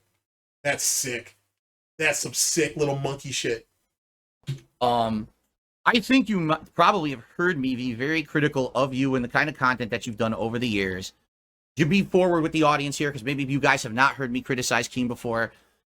I'm the kind of guy that I want to be sure that the content that I'm making, at the end of the day, I can go to sleep in my bed, right? And not have like bad feelings about, man, what I just did today. Yeah, I made a lot of money. It was very popular, but man, I don't know if I could sleep at night. I mean, if you're taking social security checks and disability checks and you don't bat an eye, I mean, it is what it is. Keep in mind, though, too, I would say 4 to 6 nights out of the week, he's drunk anyway. So it's not like he's going to have a hard time sleeping, hence the reason why he drinks the way he does. He has, let me be very clear about this, DSP has a very good perception of how people see him. He can sit there and try to wave it away or say it was a misunderstanding or people just lying on him for profit or for clout or whatever. The truth is, the reality is the reality, and he can't change it, which is what fuels his drinking. And now that he's trying to figure out a way to get these dents, these wheelchair symbols, and everything fucking else to fucking give him money to drink on stream, only lessens the blow for him. And it only encourages him to drink more. That's really what it is. It's a bunch of idiots encouraging an even bigger idiot to go ahead and indulge in the alcoholism that he can't beat because he doesn't want to beat it. It brings him comfort in a way that he couldn't. Not the comfort that he could find in his wife's arms and bosom, not the comfort of the love of his parents and shit. No one really loves DSP or respects him. He just exists. And that's the reality of it. And drinking helps lighten that blow. And that's why he needs it so desperately. End of story. Because of what I just did. All right. And what I mean by that specifically is I want to be sure that the content that I make isn't hurting others, right? When I'm doing gameplay, You don't think taking people's disability checks and shit or their social security checks isn't hurting them? You don't think having people put themselves into bankruptcy multiple times to save your ass, even though that was a decision that they made, they chose their own adventure. You telling me that's not a thing that is problematic? You don't think someone stealing their mother's credit card to send your dumbass money is not problematic? Tell me where the morals and values are at here. Whatever. Doing my podcast, when these appearances that I'm doing on other shows, these are not harmful. These are fun. They're silly. People get a chuckle out of it, but it's not like, oh, I bullied someone or I hurt someone or something like that. Okay. I'm going to be honest with you, King. I would say, and I still argue this, even though people have given me a lot of pushback, which they have the right to do.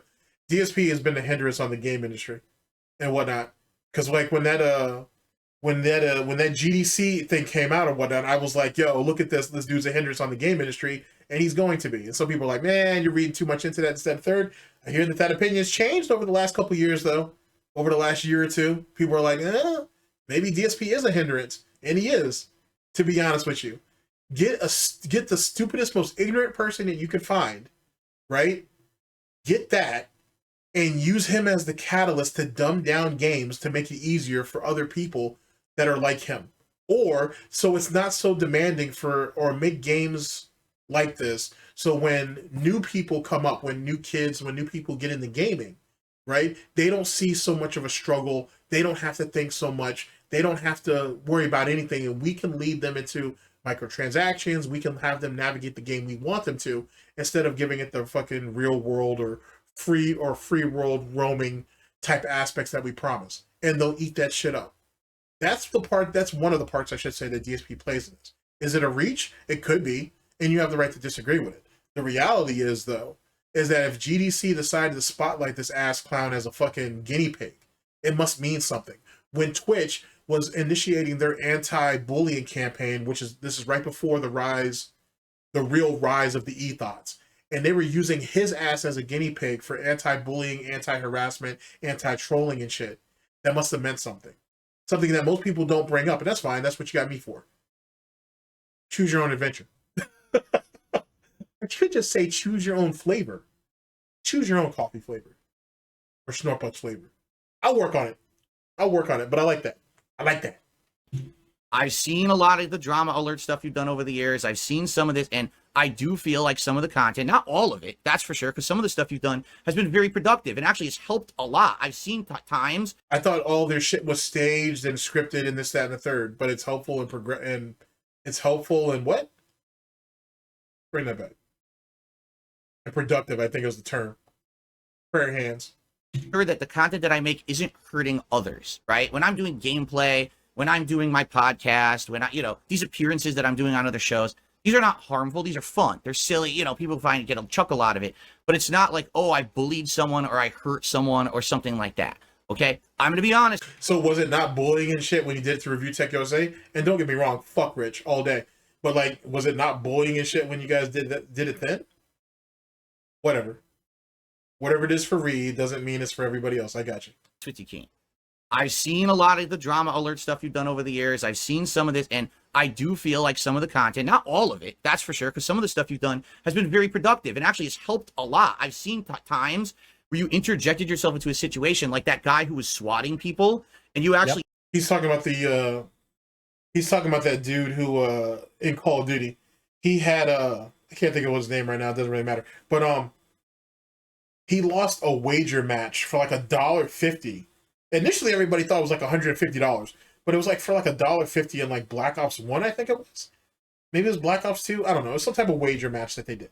And he lost and got mad, so he wanted to so the guy who beat him, he tried to get them swatted. And he went to another guy to do the swatting for him. And the guy fucked up and sent the dude to the wrong address. And basically the dude who opened the door, the cops were there. He said he didn't know what was going on. They lit his ass up, killed him in front of his 2-3 kids. Maybe the grandmother was in the house too. And then the body cam footage came up missing, or at least some of it. Some of the angles came up missing. Eventually they figured it out, but yeah, we're talking about that. And then when Keem got the guy into an interview, the guy basically was like, yeah, whatever. It is what it is. Yeah, wrong house. Oh, well. Well, the guy's dead, and he was killed right in front of his kids. Oh, well. It is what it is, I guess. Like, the guy didn't care. The guy had no remorse and shit. The guy went up there on drama alert because he didn't give a fuck. Because he didn't think anything was going to happen to him. Eventually it did. But at that time, he thought he was fucking Superman. He didn't give a shit. I believe you got his information and reported him to the police. That's a direct example of how you actually stopped something that could have gotten worse and worse and worse. And that's to be applauded and commended. What about that 70-year-old man, though, that was playing RuneScape that fucking Keemstar labeled as a pedophile? And, like, that dude was getting death threats and shit and all that bullshit. And dudes were, like, fucking trying to get him kicked off of Twitch and all that. How about that one, Phil? Was that Keem doing the right thing? Was that Keem performing a public service? I'll wait. All right? But at the same time, I've definitely seen examples of drama that's been exacerbated or exaggerated or really hammed up on your content. I'm not a fan of that. But, that's a morality thing with me. That's my own personal... How's it a morality thing when you admitted to stringing along fucking Keemstar with this whole email thing and tried to waste his time? How is it a morality thing when you sat there and you tried to pillage people that were dead or dying or had family members fucked up and whatnot to go ahead and try to exploit them for content? How is that a thing? Just like how he exploited Panda, right? When she had her panic attack or whatever the fuck that was. You want to talk about morals and morality, though? All right, then. Oh, that's where I grew up, how my upbringing. I would not want to make bullying style content like that. And you might even disagree that it's bullying, and that's fine. I'm going to give you obviously the opportunity to counter this. But for me, I would feel bad if I made that kind of content, okay? Now, with Lolcow Live, when you were approaching me with this idea for a show, the whole idea that the name of the show is Lolcow, that's a negative term. It really is. And I'm thinking, so the whole idea behind the show is bullying. You're going to bully me and Wings and Boogie, and we're going to have to do stunts, and we're going to have to do dumb shit. Which is actually kind of ironic, being that they do stunts. They do a bunch of shitload of stunts and stuff now, though. That's kind of ironic. But then again, that was always going to be part of the show's premise anyway. Choose your own flavor. That's the last thing that I want to be involved in. Even if there's money involved, and I'm going to make a big $50K bonus, and then after that, if the show blows up, I make even... Another thing about that, I need to let me put everything on the table with this one. That $50K bonus is starting to sound more and more not like it was a $50K bonus. It sounds like they were guaranteed $50,000 their first year. Now, whether that was considered as a bonus or just a guaranteed 50 grand, or let's reword that, whether it was going to be a $50,000 bonus at the end of the year on top of whatever they made, or he was guaranteeing them that they're going to all make at least $50,000 a year, I'm not sure yet. Because yet again, I'm not completely engulfed in Lolcow Live like that.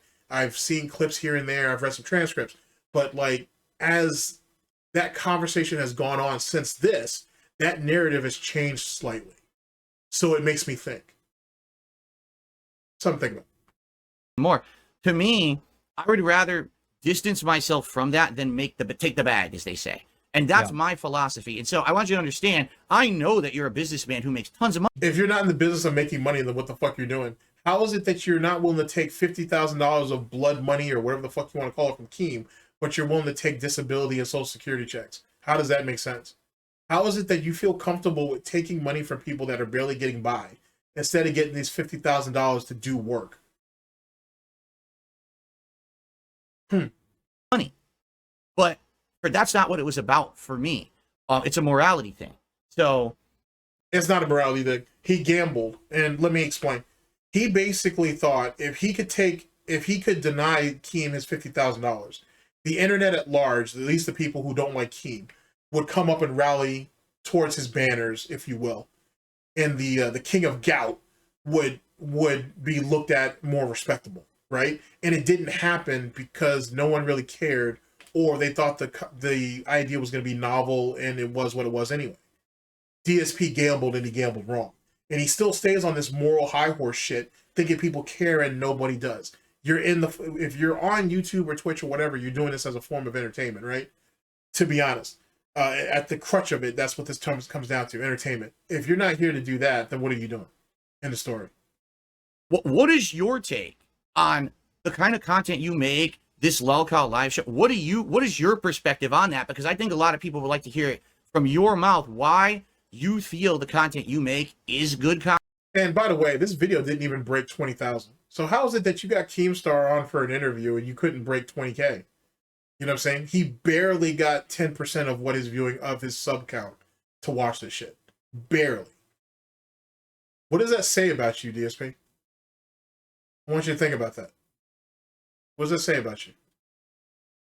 Content is safe content, is not harmful content, because this is the conception I hear from a lot of people, that you're a misery broker and stuff like that. So what do you have? DSP is too, though. Look at DSPN.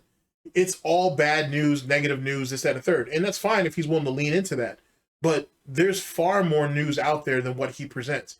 He purposely looks for the big companies falling apart, people being fired who he feels weren't doing a proper job anyway, and yada, yada, yada. So how is he not a misery broker? How is he any different from Keem? Because Keem has made a living off of it, and you've made a living begging? They're both bad, if you want to look at it from that standpoint. Makes you think. To say about that? I mean, I don't agree with that assessment. The majority of drama alert content is informing the public on the T, right? This person's fighting with this person. This is what was said. That was. Now that I think about it too, and I have to say this, for any of you guys who remember Def Noodles, it's unfortunate what happened to that dude. Now, don't get me wrong, he's a fuck up, so it is what it was. But it's like, well, then again, he works for Keem too now, which is hilarious. But because he was suing him at one time, or he said he was going to. It's funny though, like I think people disregard, maybe not, let's reword that.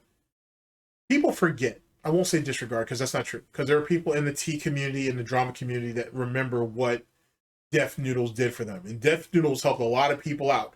Not, obviously not front faced on his content, but he passed a lot of information on to people. Let me break this down really fast. When Def Noodles was in pocket, doing what he was doing and whatnot, going over the kitty pop bullshit and drama and the drama stuff that was happening amongst minor celebrities and people on the internet or whatever, he would present his case and then he would make a video on it and he would move on. There was a lot of residual information that he had.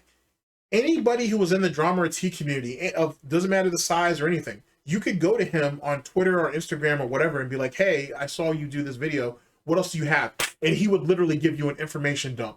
Here you go. Take it, do as much as you can with it, choose your own flavors. And that's what they did. He, like, his information, what he didn't use, I should say. Well, what he did use, what he used sparked the conversation. What he didn't use went ahead and helped a lot of people cover a lot of ground and get a lot of shit done. There were people like Petty Page, as well as some others who used a lot of his information to go back and go through this shit. Petty Page has spoken about this before with Dustin Daly and a few other people who are in the drama sphere or in the T sphere and speak on that shit. Like, he was an incredible source of information.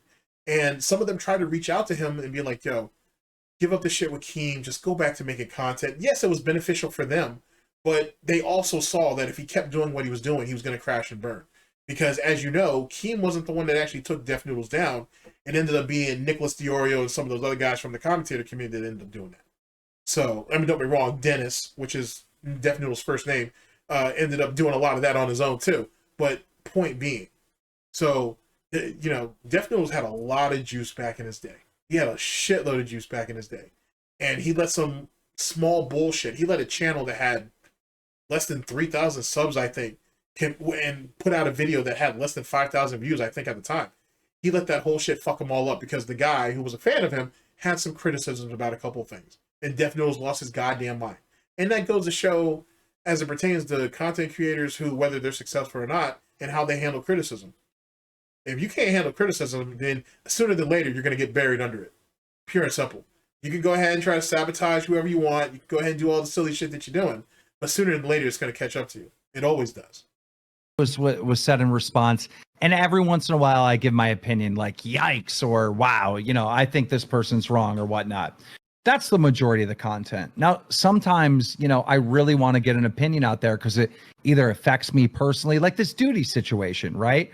I was insulted listening to Duty say that he's a content creator. I'm like, bro, I've been doing this for 15 years. You clip, fill, and upload it. You're not a content creator. You know what I mean? So like sometimes we're busting our asses to make content every day, and this fucker is just stealing us. And then you're busting your ass to make content every day, going on stream and begging for hours on end, and being bad at games and begging people to help you play said games.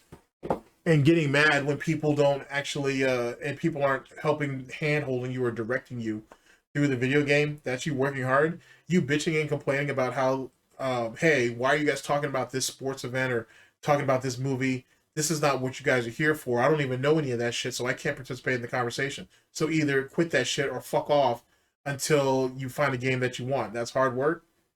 Is that what that is? Sitting there crying and complaining about other content creators who are doing far better than you ever could, and saying that how they put out low end or low tack type content and they're trash and people need to be more like you, and how advanced copies and review copies don't need to exist and everybody needs to get games at the exact same time so everybody's on the same fucking pedestal or on the same level, same ground level, if you will.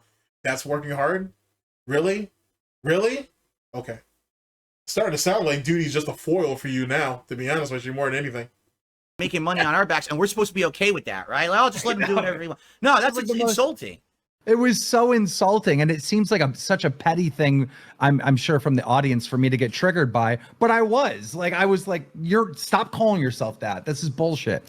So like sometimes, you know, when I have a strong opinion, I share it, but I'm not really in the business of bullying, but I'm sure I come across that way to you because the incident, right? You know, we cover on Drama Alert. The result of that is you getting bullied, right? Obviously.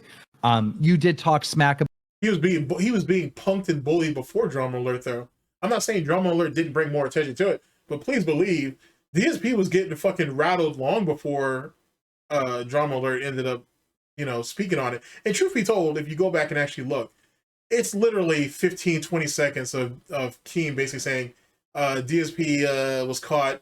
He was caught jerking it. And he basically laughs his ass off and moves on to the next shit. You couldn't even really call it a segment, to be honest. Like, if we're going to keep it a buck with each other, it wasn't even really worth that.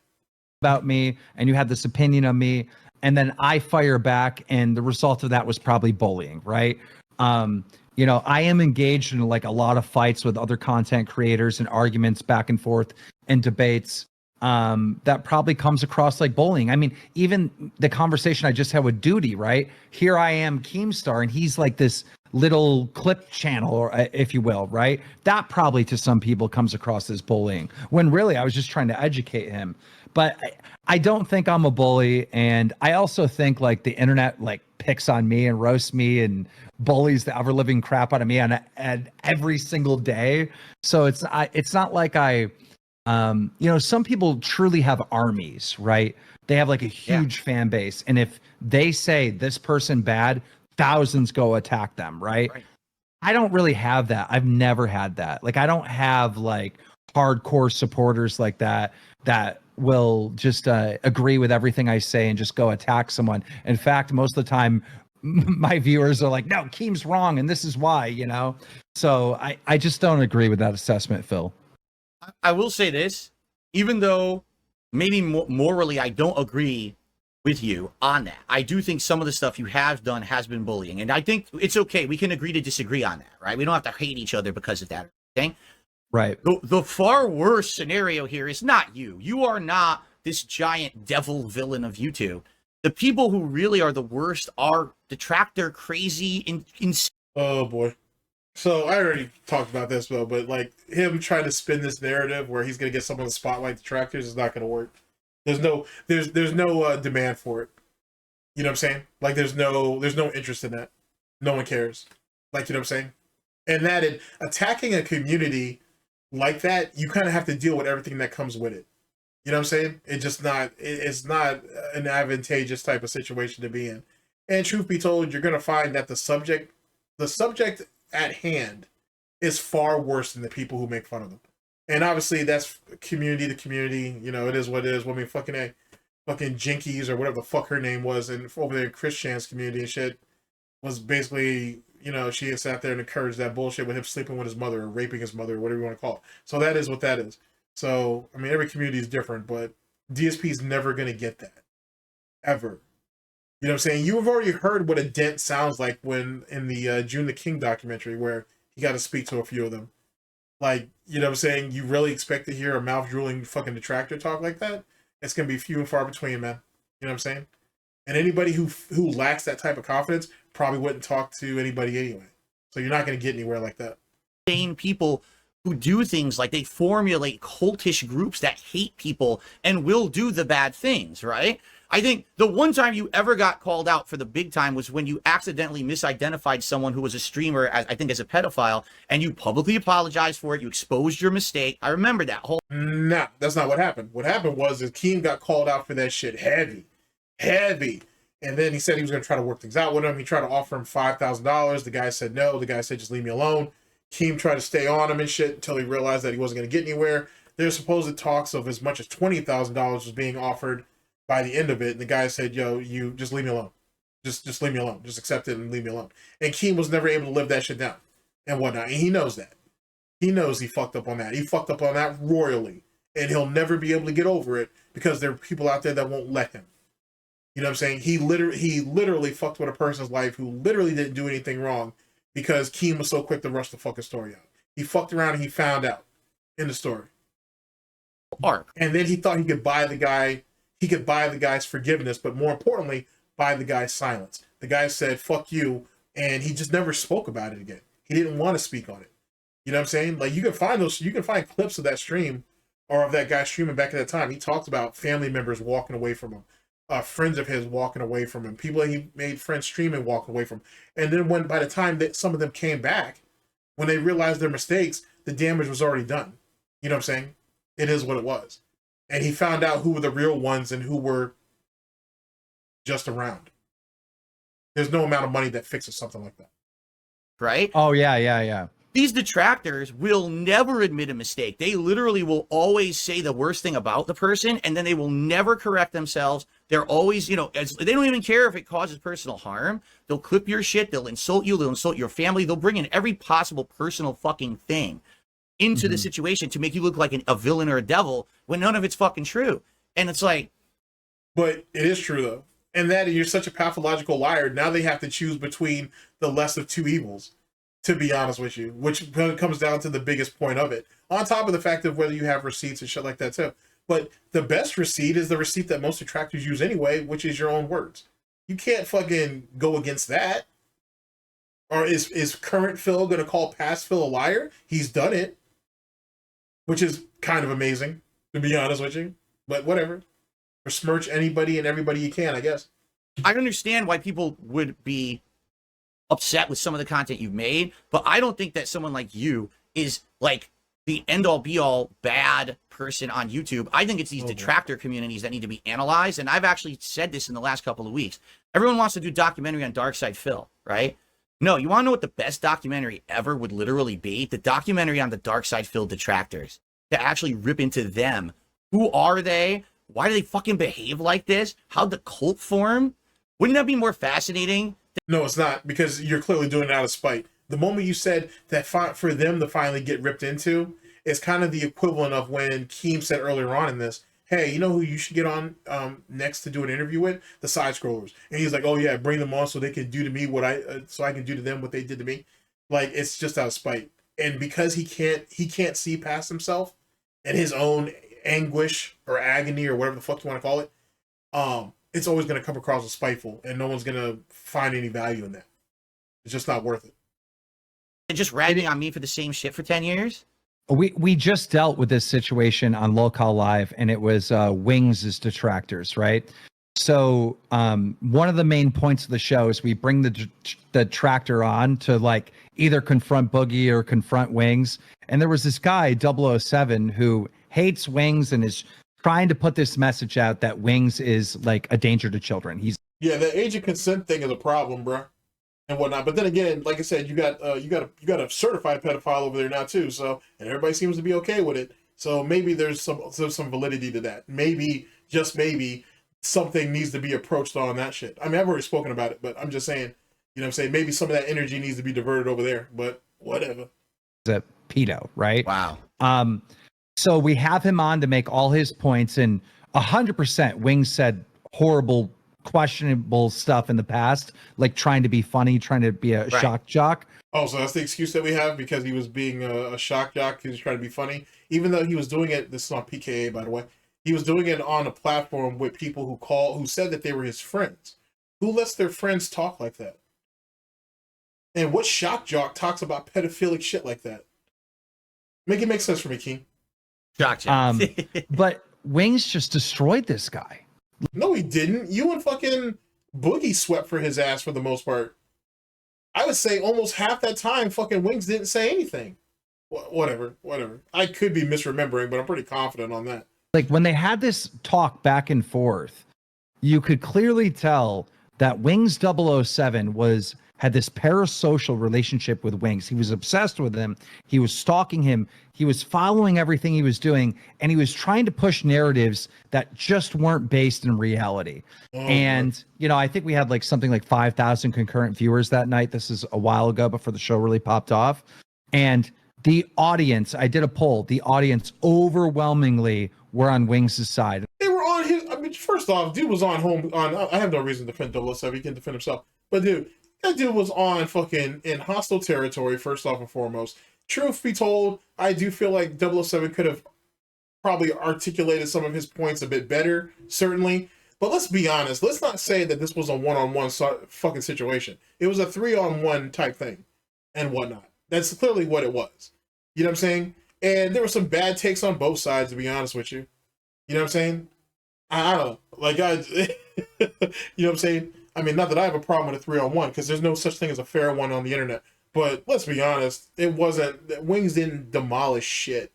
You know what I'm saying? Like, most of the shit that fucking Wings said to 007 was the same shit that he said in Lions Den. So, make of that what you will. And they said, this guy is legitimately crazy. He is way bigger of a loser than Wings of Redemption. So I think you are right in that assessment, right?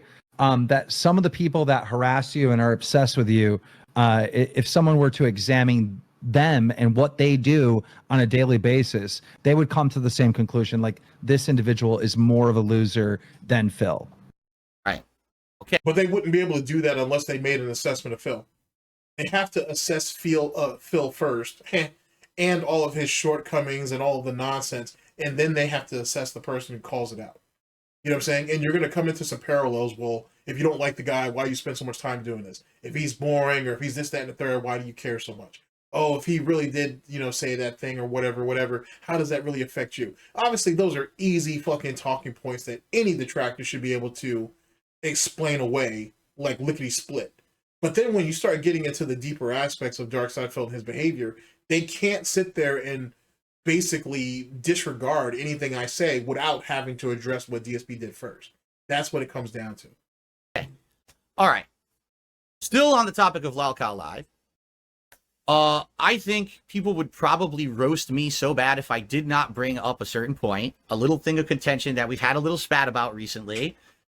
Even you publicly threatening me again on one of your I gotta be honest with you, yo. The fam sat there and fucking broke their whole foot off in these ribs right now. God, dog, this shit's delicious.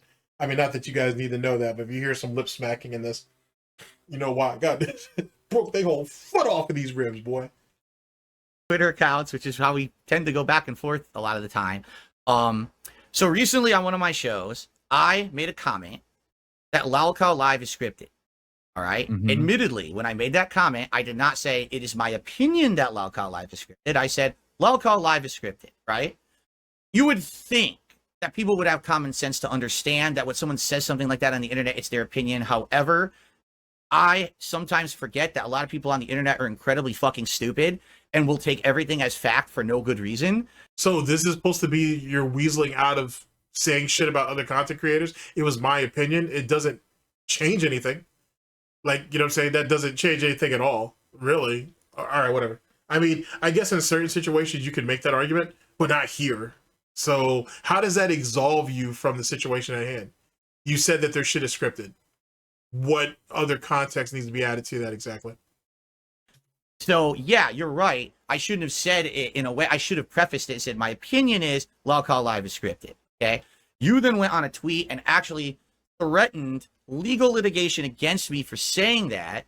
So I said, fair enough. This guy actually has a point. I'm going to go ahead. So you cowered, basically. You fucked around and you found out. And so you cowered like a bitch. Okay, gotcha. And I'm going to put a disclaimer on the videos from now on saying that my podcast is my opinion. That way it covers all bases, right? In reality, let's be honest. You were not going to sue me. You were making a point. The point was valid, but that's the way you go about it. And I know that. That's why I'm not going to get ultra pissed about it. Well, I was trolling you a little bit, like you were trolling me and making me email you. Like I heard the clip, right? And you're like, no, it's 100% scripted. It's 100%. I'm like, it's kind of defamation because it's okay for you to have that opinion, but you can't say for a fact it's scripted, right? So I put out that. But DSP is constantly speaking, in fact. Hence the reason why he's running around saying that, oh, if I had the money, I would sue all these detractors, trolls, haters, and critics, not realizing that he is just as liable for some of the shit that he said about other people. Jesus Christ. He's very lucky that fucking, what's homegirl's name? Justine never cited the press. I don't think she said anything publicly now that I think about it. But he's very lucky that she didn't cite the press's ass on that. Even come out publicly in a video and say something. You know how much muscle Justine had back in those days? I mean, she got a lot of muscle now, but you know how much muscle she had back in those days? She could have made things incredibly uncomfortable for fucking DSP. You know what I'm saying? She could have made things incredibly uncomfortable for him. So it is what it is. That tweet, and Turkey Tom called it out right away. He was like, bro, you're not suing DSP. Let's be real.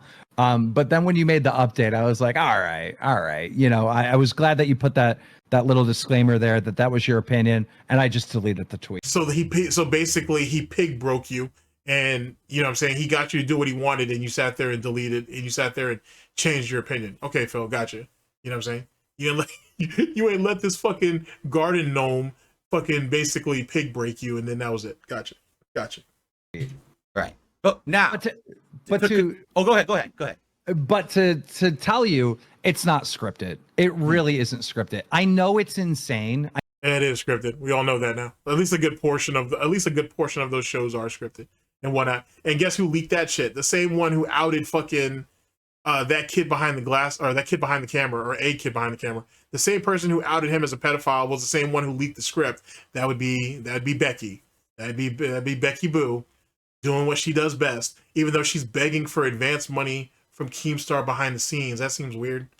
You're the whole fucking show, right? You're supposed to be the queen of the Lalcow Kingdom, and you're begging for advancement money and whatnot. But don't you got to do this dicking you down and shit? So shouldn't that be whatever? Choose your own adventure. I know it's absolutely insane when you watch her show, and you would think, anyone would think, okay, there's no way this is real. But Boogie is insane. Like, he's a crazy person. Wings is a crazy person. You are a character, right? Like, you know, you could say I'm a crazy person if you want. It's okay. You know. I mean, you are. You're fucking absolutely insane and shit. Like, you've clearly got mental issues and shit. You clearly were on medication for some type of maybe not disorder, but some type of mental condition and whatnot for sure. and whatnot, you probably need to start taking them, but you probably won't because your drinking is kind of beating that out. Like, you clearly have problems. And there's nothing wrong with having problems, right? Because we all have problems. But yours is just, it's out of fucking control and shit. And that's why, as it pertains to when people ask me this, how do I think things end for DSP, is he's probably going to have like a brain aneurysm or a stroke on stream. That's probably how it's going to end for him, to be honest with you. And the dents are going to be so fucking out of character and not know what the fuck is going on and shit that it'll be more than likely a detractor that calls it in. But it won't matter because they'll never get to him in time. So it is what it is. And I know that sounds dark because it is dark, but it's the truth though. That's how it ends for him. He's not going to have the pleasure of basically going out in his sleep with his loved ones around him and all that bullshit. He's going to die on stream. That's how he's going to check out. Call it what you want to call it, but that's more than likely how he checks out. So The book sugarcoating. Well, some people would say that you're crazy, right? But the reason why the three of you are so popular in these big like exposed documentaries from the commentary community is because you're characters. You're truly entertaining. Maybe not in the way where you have like 10,000 concurrent viewers and you have 1 million subscribers, but there is so much value that you guys have, but you're not self-aware of that value, right? But other people that watch you are, and that's why you get clipped, and that's why you're in this documentary. Like, I'm able to look at Wings and Boogie and yourselves and see the value, and that's why I was like, bro, a show, Locale Live. And Locale Podcast. What he was doing was with Locale Podcast is he wasn't buying Boogie, Wings, and DSP. He was buying their audience. That's what he was doing. Because remember, this is someone who sells podcasts to bigger platforms. That's what he's doing. Those platforms, Spotify, iHeart, whatever, SiriusXM, FX, whatever, or FM, whatever. They're not buying the show per se. They are, but they're not. They're really buying the audience. Because if you can get an audience to move from one platform to another and pay to view that content on that platform, then maybe you can get them to migrate or to pollinate to other shows or other features that are also on that platform. And that's how you keep people around. You know what I'm saying? That's the value of it. That's why YouTube keeps changing the way it does. That's why they're trying to expand off and do certain things, because they want to keep you on the platform for as long as possible. That's what Keem is buying. He's buying an audience, not necessarily the locales themselves. You can always find a locale. It would crush, right? We just had Kino Casino the other day, right? Who saw the value in the DSP interview, right? They saw the value. They understand it, right? Not everyone does. And I think that's something that you really have to be aware of, is that you might not be seeing that return on your individual channel, but you do have value. Yeah, but see, with DSP, we'll never do that. And that right there is actually, I'm glad it's a good point, because this is relevant to like what's going on right now, where DSP doesn't want to do certain shit if he's not getting a kickback, if he's not personally profiting from it, or this, that, and third. Well, yet again, sometimes you're going to have to sit there and take a hit, you know what I'm saying, to bring viewership in, to bring people in, to get people invested in on you. DSP's never learned that. Rich never did either, to be honest with you. That's the reason why they failed the way they do. It's the reason why Wings of Redemption talks about money the way he does. Same thing with LTG, truth be told. He's like that too. There's a reason why he's completely and utterly money driven. You know what I'm saying? Now, did he get paid to go on that award show and be a presenter? I'm pretty confident he did, to be honest. But even if he didn't, and they still asked him to come up there, he would do it because of the exposure. You know what I'm saying? So, make of that what you will. And there are so many big YouTubers and content creators that would want to collaborate with you. I'm sure there's someone out there with 1 million subscribers that does cooking. If DSP goes over to their house and does cooking with them, right? And we get to see DSP like in an IRL like vlog type style video, it's going to pop off. Everyone's going to talk about it. It's going to be clipped. There is value there that's untapped, Okay. Thank you for that. That's actually very kind comments there. I want to get back to the whole scripted thing. Okay. You know how sick that is, dude? Though? How being obsessed with people saying nice things to you or about you? Jesus Christ, bro. What the fuck? Like, you can't, like, he's not a person, he's an NPC. Jesus Christ. I'm gonna press you a little bit. Don't get upset, okay? I'm ready for it. You gotta promise. All right. Keem's got to promise not to be a bitch. I think you're bleeding enough for both of them, to be honest with you. I don't think you need another one. Recently have had Boogie on the side of a highway, picking up trash, taking his shirt off, which you told him to do, and then he picked up a bottle, right? And in that bottle supposedly was a mystery liquid that no one knew what it was, and of course it's piss. And you said if you drink the piss. Funny, because DSP says he doesn't watch the content, yet he's clearly watching the content. Make of that what you will. You can stop doing this right now, and you can go home, right? Or you could cut time off of doing it, or something like that. Right. And he did it. He literally did it. He pulled out his bottle and he drank it. And that's the money shot. That's what everyone was, oh my God, I can't believe Boogie drank piss. He's so down, blah, blah, blah. Are you honestly going to tell me right now that Boogie drank piss on Lao Khao Lai?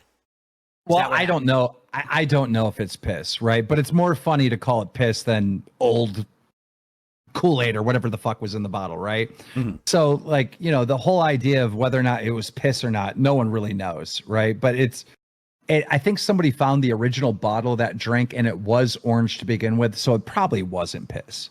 Yeah. What I will say is this. Boogie shouldn't have a career. He shouldn't at all. Like, what he did was horrible. All right. So I understand me making him pick trash seems like I'm a bully or whatever, but it's really not. Like, Boogie's got to do even more crazy stuff for our entertainment. He faked cancer. Okay, that is so huge. Phil, that is so bad. Is there anything that you've ever done in your career, any mistake you've ever made that even remotely comes close to that? Maybe not one situation, but the accumulation of all of it, though, I think warrants it for sure, to be honest with you. When you have to sit there and try to fucking convince people to give you money to go and visit your allegedly sick and dying fucking parents, just as an example and whatnot, I think that's going to warrant some ire from people, to be honest with you. You choosing to spend $300 or whatever the fuck it was on an arcade stick when your fucking cat could have used that for a blood test and whatnot to see if they're actually healthy and whatnot, I think that's going to drum up some hatred. I can keep going if you want. You know what I'm saying? I can keep going if you want. But I would contest to the fact that could you pick one single thing that would cause DSP to deserve the same type of treatment as Boogie did for lying about cancer? I'm going to probably say no. But the accumulation of a bunch of things, yeah. I could pick like 4 or 5 things off the top of my head that I think would be warrant to it, for sure, to be honest with you. I'll stand on that hill. Of course not. Yeah, it's like, that's insane. So, you know, unfortunately, but that's it. I mean, grooming a child too and shit is kind of fucked up as well, to be honest with you, DSP. But you know, whatever. People are desperate to try to not fucking have you take that hit, which is kind of weird, to be honest with you, because nobody's been, at least not that I've seen, no one has ever been able to actually explain away the fact that you were clearly talking to Panda before she was 18 years old. Which means you started dating her long before you announced you guys were a couple. So, you know what I'm saying? We can cut the shit on that, but people still want to fight that good fight, and I can respect it. I don't believe in it, but I respect it. Situation, though. Like him going to the highway, him doing that, that's something that you planned, you instituted, and it wasn't like one day Boogie wakes up and he goes, well, I need content for the show. I'm just going to go pick up trash at the side of the highway, right? So, it's scripted. How's it scripted? Because he told him to go out and do something? They wanted to get him a punishment, so they did. Was Boogie supposed to choose his own punishment? You're being retarded about this. Scripted the event, correct? Well, 3 days before this takes place, right, I tell the audience, all right, we're going to make him do community service. And then I call Boogie and I say, in 3 days, we're going live and you need to go find trash to pick up on the side of the highway. I mean, that's the script. The script is Boogie is going to pick up trash, you know? But that's not the script the way DSP is making it sound. DSP is making it sound like, okay, you're going to go ahead and do community service. You're going to pick up trash. Here's where you're going to do it. This is the time you're going to do it, and we're going to film it. That's what DSP is trying to say. So it's like, is it fair to say that that's scripted? You know what I mean? I'm sure you make plans to play certain video games on your stream, right? Is the stream scripted because you made the plan to play that actual video game? You know what I mean? Yes, it is. That's actually exactly what that means. It means that it's scripted. That I have. If that's the case, then is DSP wage quitting games then, or rage quitting them? Is that scripted? Makes you think. If you go off his logic, it makes you think. A script for what I'm going to do on that stream. That's actually the definition of what it means. You have a plan in place. That's a script that you're going to follow to institute that plan for a piece of content. No, that's not what scripting means. You actually got that fucked up. Scripting something is is having things maneuvered or manipulated in a certain way to get a certain outcome. You're supposed to be a wrestling fan. You should know this. All right, whatever. That's really what scripting is. It's literally to maneuver or to manipulate a situation to have a desired outcome. So I understand what you're saying. You're not saying it's fully scripted. It has improv stuff that's happening naturally, and that's where the entertainment value is, correct? I was so shocked at that response, right? Because there is no script. Yes, you're planning to play that game, but you're live, all right? You're reacting to things on the fly. There isn't a script that you're sticking to. Like, new thoughts are coming in your head, and you're saying them. You're not reciting. Actually, he don't. DSP does not speak through. I can't remember if someone actually did a study on it, but I think it was like 60+% of DSP's playthroughs, he's not talking. You know what I'm saying? It's worse depending on what the game is or what the game type is. So, whatever. It is what it is. Choose your own adventure. Lines on that stream, right? The only script here is Boogie will pick up trash for 2 hours. Community service. That's it, you know? And everything else is not scripted. You know, there was nobody planted the bottle. He just so happened to find a bottle, and he said, "Oh, look, somebody peed in a bottle." And then right away, I'm like, "You need to drink that if you want to quit early." Like that, there was no plan for that. It just happened, you know? Right. How about earlier this year when you had your hosts essentially in a rotation saying, "I'm going to quit, now I'm back, I'm going to quit, now I'm back." Wouldn't that be pushing the goalpost, Phil? Isn't that what you say detractors, trolls, haters, and critics do? That you're presented with a situation, you explain it intelligently or whatever the fuck that means for DSP, what intelligence means, and then they just push the goalpost to something else? Well, isn't that what you're doing to Keem right now? I'm not defending Keem or anything, fuck Keem, but is that not what you're doing? Makes you think. Are you saying that that's all legit? That was legit stuff? It wasn't talked about behind the scenes? It wasn't like, oh, we'll emphasize this and, you know, exaggerate it for drama purposes? Right before the cancer thing, I went live and I just tore Boogie a new one, and Wings a new one, and Tommy C a new one, and they didn't know I was doing that. There's so many times where I just hate this show. They're so impossible to deal with. They're so impossible to work with. I got Boogie going around telling CoffeeZilla that he doesn't get paid from the show. I heard when that. When really the show is paying his mortgage. I'm pissed. Bro, I work so hard to get this thing working, Phil, for them, and they're getting checks off of it, and then they'll go and carelessly say something to another content creator that they're not getting paid from the show. Like, I was super offended. I'm not doing this anymore. But then what happens next is Destiny reaches out to me and he wants to confront Boogie. Now, I know this is going to be amazing content, so I go and tell those guys, hey, I want you to do a reaction stream to the stream that I just did where I was saying I was quit. And they're like, okay, we'll do one. I go, say whatever you want. I won't get mad, right? And, you know, so they do it and they start responding. And then I just jumped in with Destiny. They had no idea that I was bringing Destiny on. Destiny hits them. And now it's like, yes, I just got done saying I'm quitting, but we are on this content that if I don't take advantage of right now, it's a part of the adapting thing, Phil, that I'm telling you about. Right? If I don't jump on this right now, this would be the biggest mistake ever. So then I stick with the show, and then things happen with Tommy. And, you know, there were times when Wings wanted to quit the show. He truly wanted to quit the show. You know, none of that stuff is planned. It's just, we're all a little bit crazy. We're all characters. You know, we all react like that to anything, you know?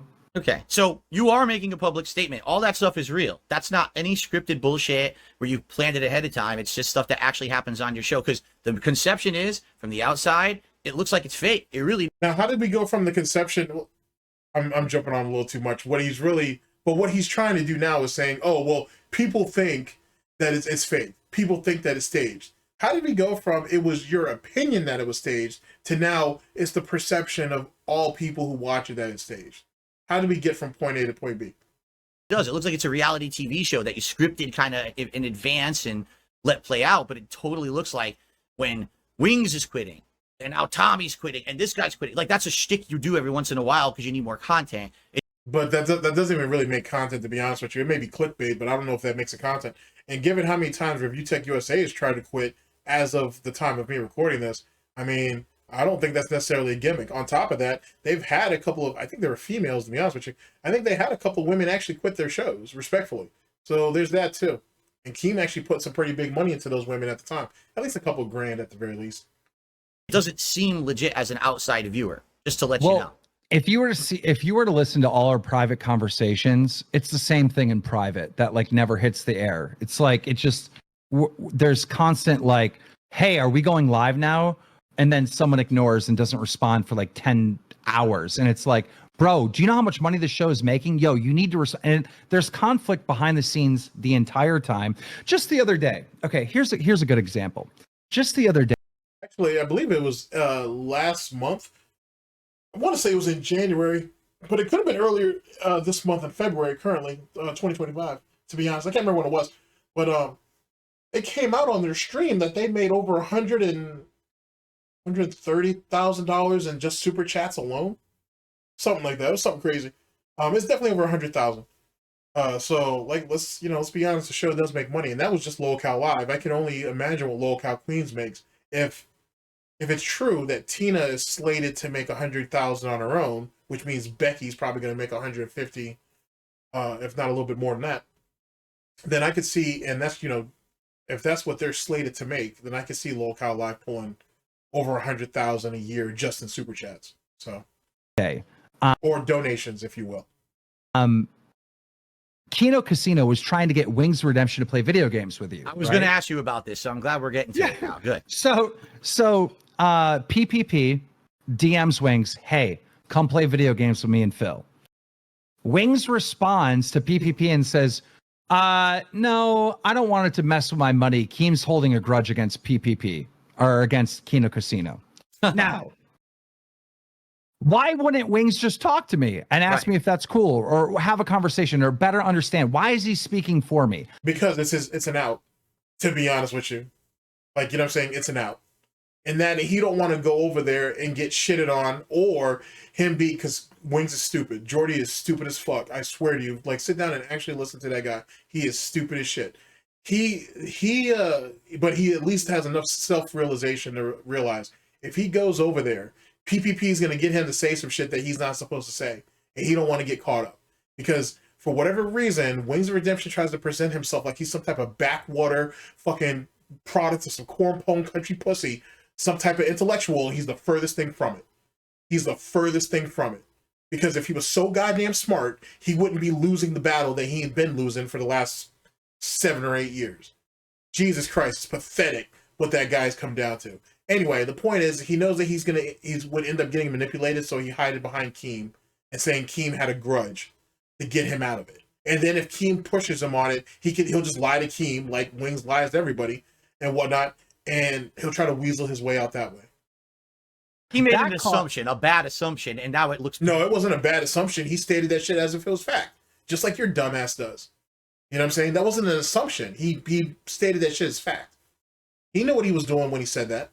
Bad on you because he made a bad assumption. So now I got Kino Casino over here spreading this, propaganda that Keem's garnishing Wings' wages and like all this stuff. Well, that is a punishment that you said, though. You said that, like, hey, if you guys don't show up to this show, I'm going to take, $100 from you or whatever the case may be, or, you're not going to get the full share of the super chats or whatever, which makes sense. You know what I'm saying? If you're slated to be on the show and you didn't tell them in advance that you can't make it, then should you be paid the spoils of that show? Probably not. You know what I'm saying? I mean, if you're a partner in the show, that's different.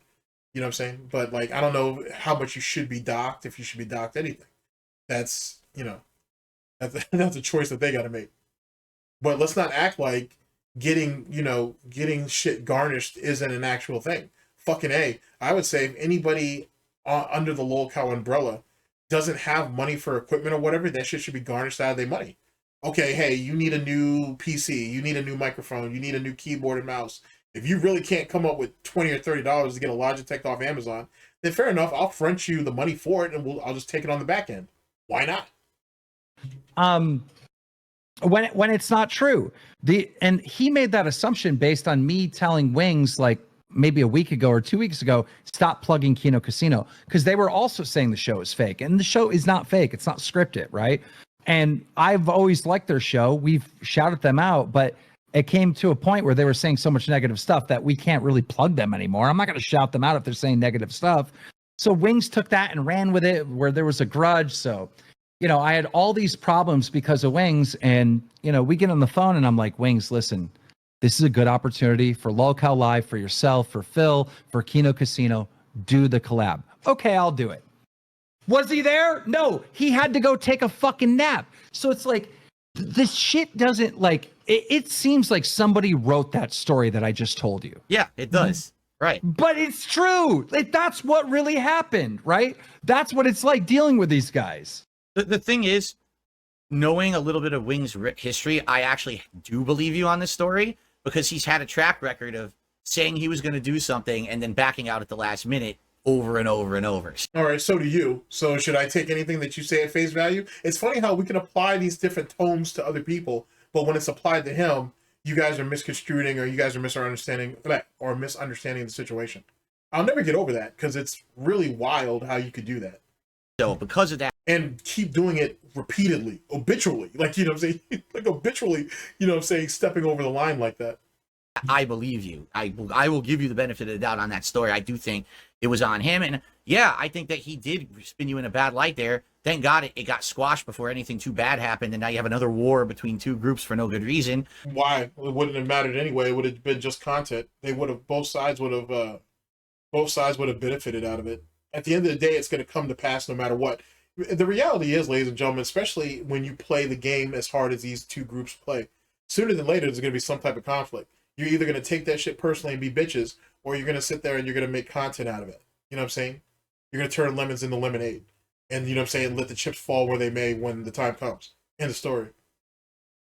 You're not in a position, or you shouldn't be. You shouldn't put yourself in a position where you got feelings involved with some of this shit. You know what I'm saying? Unless someone's outright lying on you. You know what I'm saying? Like, just keep that shit moving. I think that was handled well, actually. So, Phil, listen, I'm on the phone with Wings screaming at him, don't fucking speak for me ever again. Dude, stop saying shit that I'm not saying. Dude, I'm fucking mad at him. And he goes, well, Keem, I just think it would be a good idea if you let me play. I'm like, you should play. I never said you couldn't. And so me and Wings squash it. That does sound like Wings, though. I gotta admit, that does sound a lot like Wings. He's going to play with you that night. And after all that, after this big fight, this big feud of like 20 minutes of me and Wings going back and forth in private, he doesn't show up, right? You can't write that script. Yeah. You can't. This is reality of working with them, Wow. And to be honest with you, I almost feel like I made the right decision, because if I was on that show with those guys and we were going through this shit every day, it'd be like, I don't think I could stand it, man. I'm 42 years old. I'm fucking getting older. I don't have time for this bullshit. Well, see, that's the bullshit part about it. See, because I would say, and I hate doing this. Yeah, I hate doing this. I would say that DSP has a point, because early on there was a lot of fuckboy shit going on between Wings and Boogie and whatever, and the show as a whole. Now, both of them cats are kind of locked in. I feel like Wings is only there like half the time, to be honest with you. I mean, he's physically there, but he's not. His head's not there. He's all doped up and shit.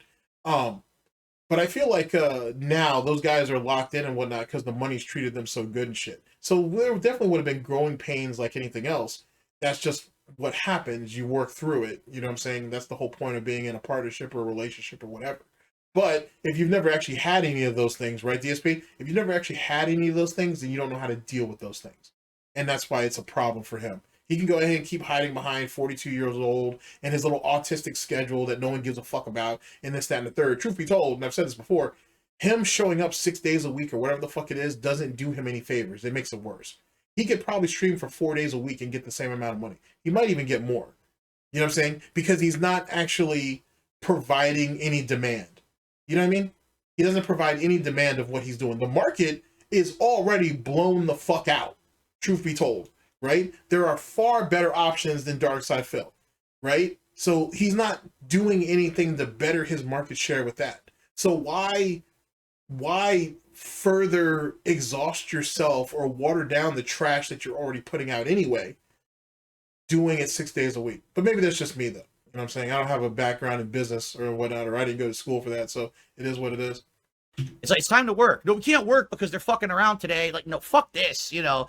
They kick them off the show, I'll just fucking do it myself. I guess that's my attitude, you know? So I gotta give you some props there, too. All right, so now, we've been going for an hour, all right? I want to give you an opportunity.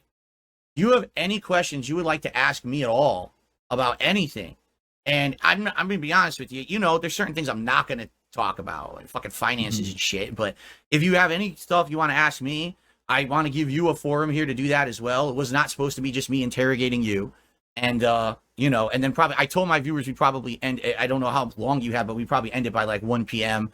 So that way I'm respecting your time. So you scripted the interview to give him the least amount of time possible to address you for anything. Wow, ladies and gentlemen, who couldn't see that coming? Too, but I want to give you a forum here. Is there anything that you would like to talk about? We can end it relatively soon, and I don't really have questions. I more just have advice. All right. Sure. Do not let this opportunity slip. All right. When you get 10, 15 people saying Phil is king, right? It could be 20,000 people. It could be 100,000 people. No, not for him. Anybody else, I could kind of agree on that. Well, to various degrees, I should say, but never Phil.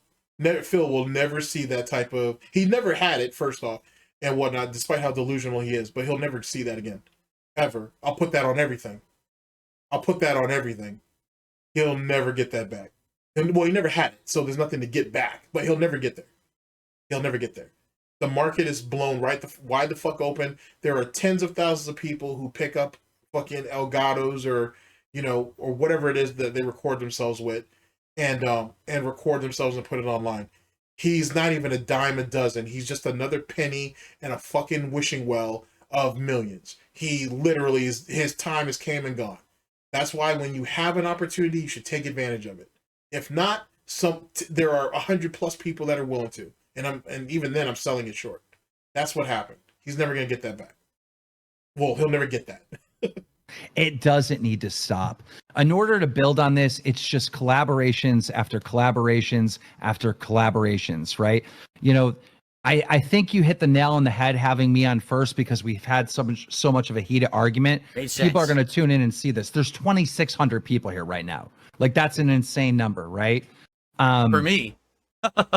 I wouldn't, I feel like over the last decade, you've kind of revert it to like a safe place because you had to, right? It's a defensive mechanism. Like, you go out, you collaborate with people, or you start talking to more people, and you get treated unfairly. So fuck that. Like, you end up turning into a control freak, and it's just your channel, just your viewers, just people that agree with you. And I think that's a natural thing that happens. I don't think that you went out of your way to be this weird control freak, right? I think it happened out of a sense of being on the defense all the time, right? Well, no, he started off doing that, going in and heavily moderating his fucking chat and shit.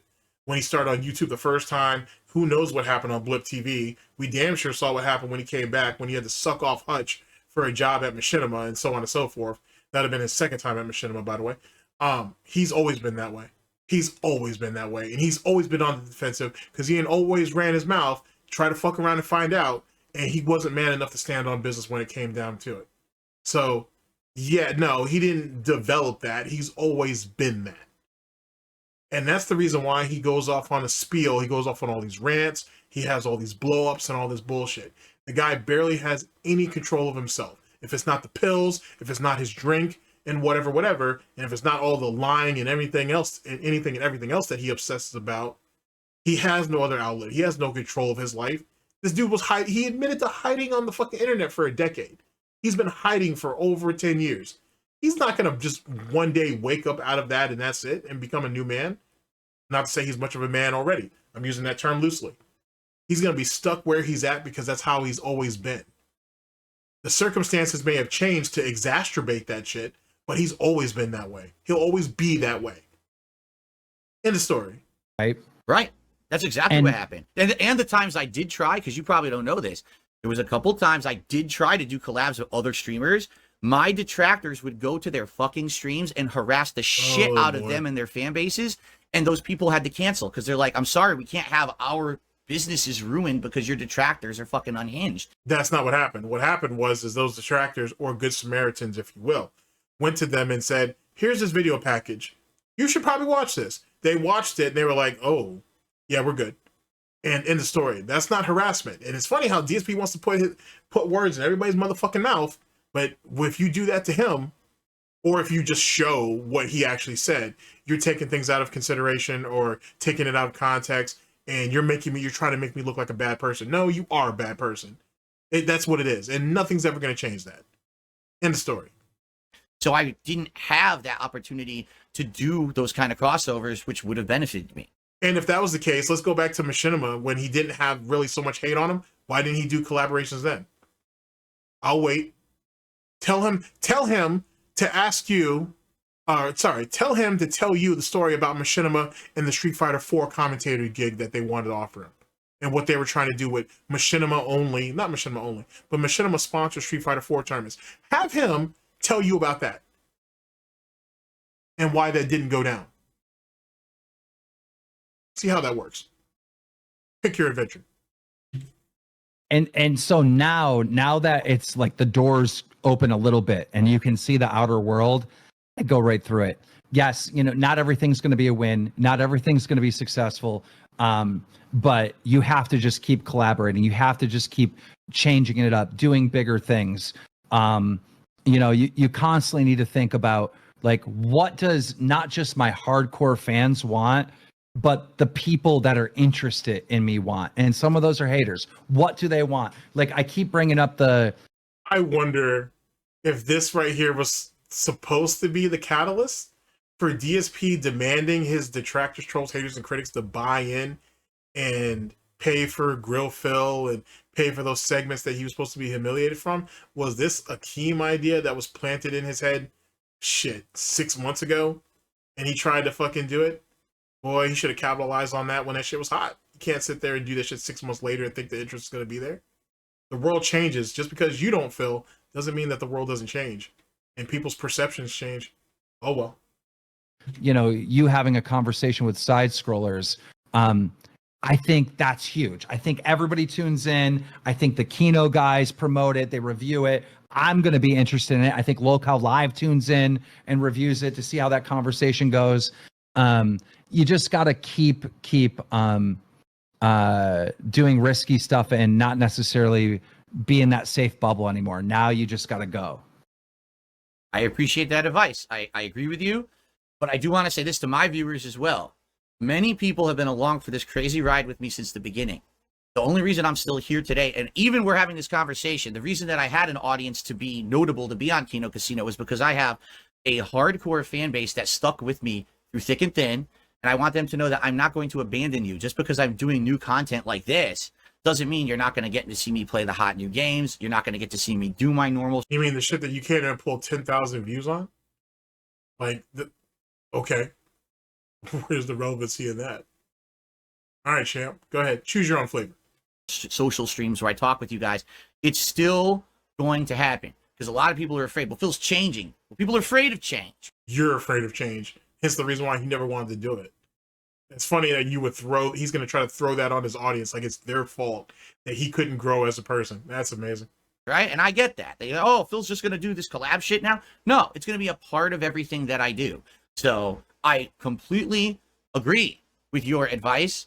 Things have changed. I need to change or else I'm just going to be this little rinky-dink guy making content for 500 people on his channel forever. Obviously, I don't want to be stuck or pigeonholed into that kind of, I want to be able to do cool things. I'd love to do collab streams with different people, talk about different topics, not just be known as the asshole everyone shits on. So, well, you are the asshole that everybody's going to shit on. And what are you going to really talk about being that you don't know anything? Everything you have is like literally surface level. The moment that shell is cracked, there's nothing to you. It's empty on the inside. And it won't take long to figure that out. We're seeing that with fucking Smart Guys 2.0. You don't know jack shit about jack shit. You are lost and whatnot. PPP, in some regards, is the new Chris G. And is like, this guy hasn't been playing Street Fighter for 14 years. What the fuck has he been doing? Same thing as it pertains to wrestling. You're completely and utterly out the fucking loop. That dude fucking PPP runs circles around you, which is probably the most energy he's exerted in a while, outside of going out there to get DoorDash or Grubhub or whatever the fuck delivers out there. But you literally don't have a clue what the fuck is going on, and your opinions come from nowhere. You're just a casual observer at best, and even then I'm probably giving you too much credit. Makes you think. Oh, this is great. Thank you for coming on the show. But I have one final question for you, man, before I let you go. This is an important one, all right? Mm-hmm. Is your beard real? Yeah, it's real, but it's dyed. It's dyed because Oh my God, he admits it's dyed. I can't believe he would say that on the show. yeah, because we're the same age, right? You know, my beard would be fully gray, right? Yeah. Look at me. People used to say to me, Phil, your beard is patchy. I was like, do you not understand what age is, you idiot? My beard is getting white. I'm older now. It's not that I have holes in it. I'm fucking old, dude. Like, people age. So what are you trying to say exactly? Like, what are you trying to say? Like, you're trying to say that you getting old is what's causing the gray to come through? Because if that's the case, then theoretically you are dyeing your hair then, aren't you? But see, you can't say that because then that puts you into a bit of a conundrum. And that in Keem has his head shaved, and that's done for a reason. That's done by design. So are we going to continue to choose our own adventure with this? Where are you going to go with this, Phil? Oh, man. Like I said, you give him enough rope and he'll hang himself. Holy shit. And people choose to do things differently. And there's a reason why he's not going to talk to, like... There's a reason why he's not going to have a one-on-one with a detractor. Not a real one. Not a fair one. And whatnot. That's just not going to happen. That's just not going to happen. I mean, Jesus Christ. Like, I'm looking at this thing here with this Truth Seeker joint and whatnot. And even with the brief amount of time that DSPNEWS, I believe the guy's name is, was up there and shit, he was handing DSP his ass. So how am I supposed to think that this guy's going to ever want to get into a fair one with, you know, another detractor? Jesus Christ. All right, then. I said, I'm not going to cover nothing up. I know I'm losing my hair. I'm not going to fucking shave my head or wear a hat. I'm just going to let it look. And so people criticize my looks. They're constantly on you because you grow the beard out, you dye it. It's your thing, though. It's your trait. It's the thing that... I don't see anybody that calls him that or cares about that. I mean, they call him the bearded gnome because he does look like a bearded gnome. Other than that, I don't even know how that's even a talk. Where did you even get that from? I don't even know that's even a talking point. Notable about you. When you think Keemstar, you think the beard, right? The black beard, and that's why I dye it. And you know, the same thing with the hat. I always wore hats. Like, you know, over the last couple of years, I've been wearing like bandanas and whatnot, and just because they're more comfortable. But I really shouldn't. I should always have a hat on. It should be relatively a black hat, and I should always have a black beard. That's my look. That's how I'm recognized throughout the world. It's on brand. Gotcha. You know, it's part of my costume, if you will, for online. Okay. Any final thoughts or anything before we adjourn here? Dude, you know who you really should talk to? Ooh, Review Tech USA. Oh man. I would love that conversation. Yeah, too bad Duty sat there and cock blocked that shit. But you know, whatever. He was trying to save his in-house lolcow, so that's the thing. Truth be told, though, not to give Duty any credit or nothing, but because Review Tech is his friend and shit, and his in-house lolcow, it was probably a good thing that he did, because if Review Tech, by the way, keep this in mind, if Review Tech USA had taken an L to Darksydephil on Darksydephil's platform, yikes, yikes, that would have been horrible.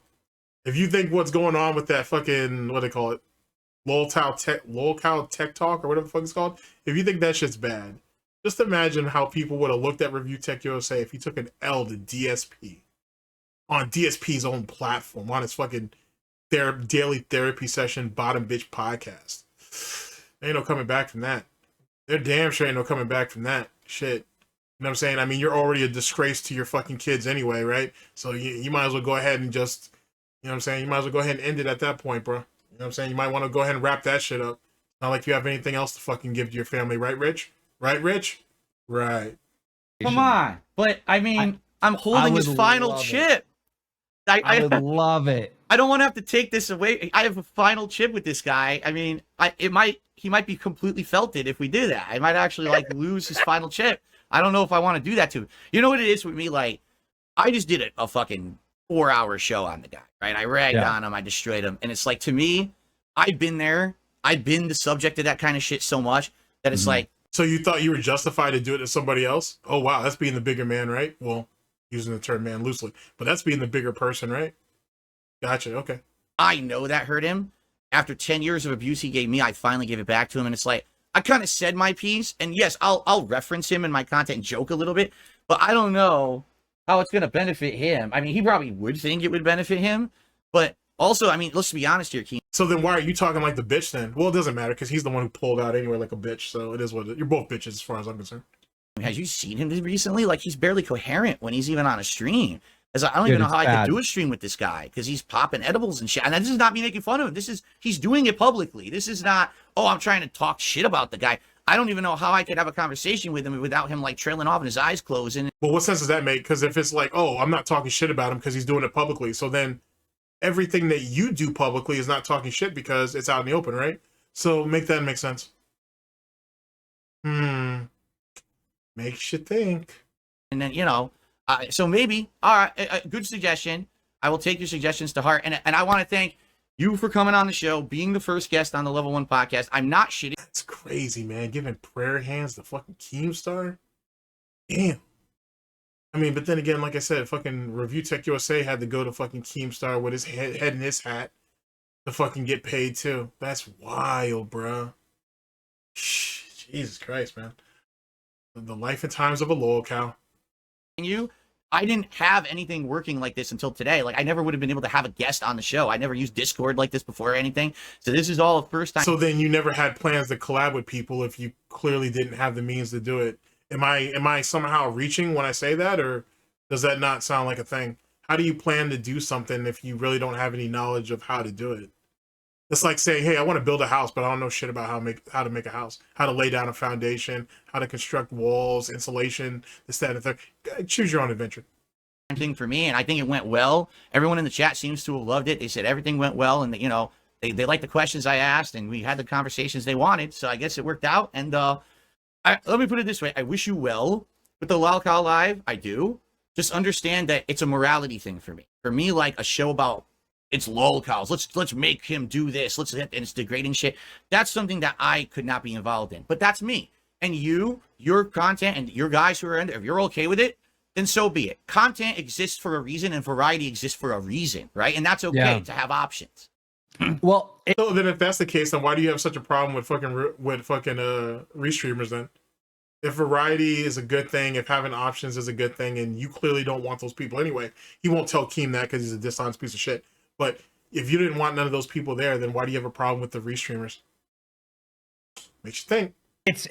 Let me leave with this. Lolcow Live is more than just like, you know, picking on them or whatever. It's really a redemption show. Like, Wings has gotten so much respect from being on the show. Boogie, the complete opposite. He faked cancer. Like, there's no beating that. Yeah. I mean, there's no beating that hurdle, right? But hey, Phil, thank you so much for having me on. Thank you for treating me with respect and all that, and having the convo that you told me we would have. So I appreciate it, man. All right. Wish you well, sir. Have a good day. Take care. Bye-bye. All right, everyone. Well, hey, what happened? So if you enjoyed that, please leave a comment on the video. The chat enjoyed it. Please leave a comment on the video. Let me know what you think. All right. And I would love suggestions for collabs and stuff. Of course, you have to understand that not everyone's going to want to do shit with me just because I had Keemstar on my show. What? Since when is Keemstar a deficit to you? All right, let me bring that back.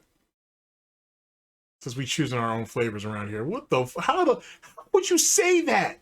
You're going to literally be like, excuse me.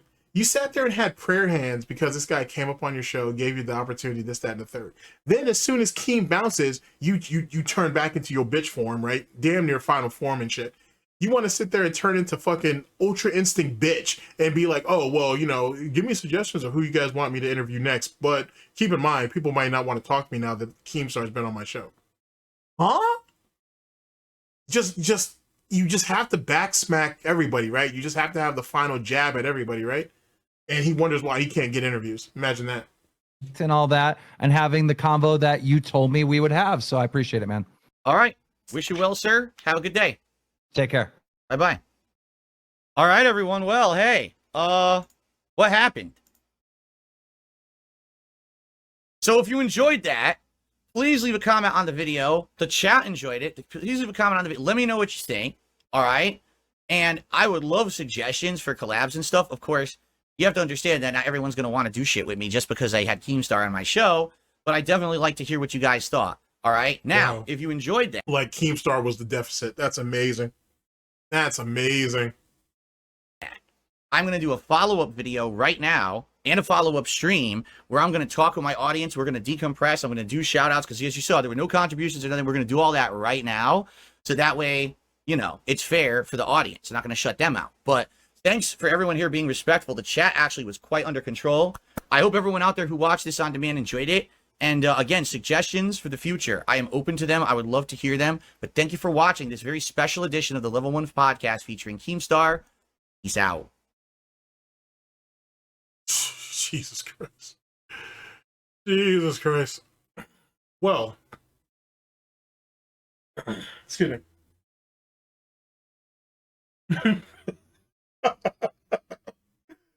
Oh man, I don't even know what to say.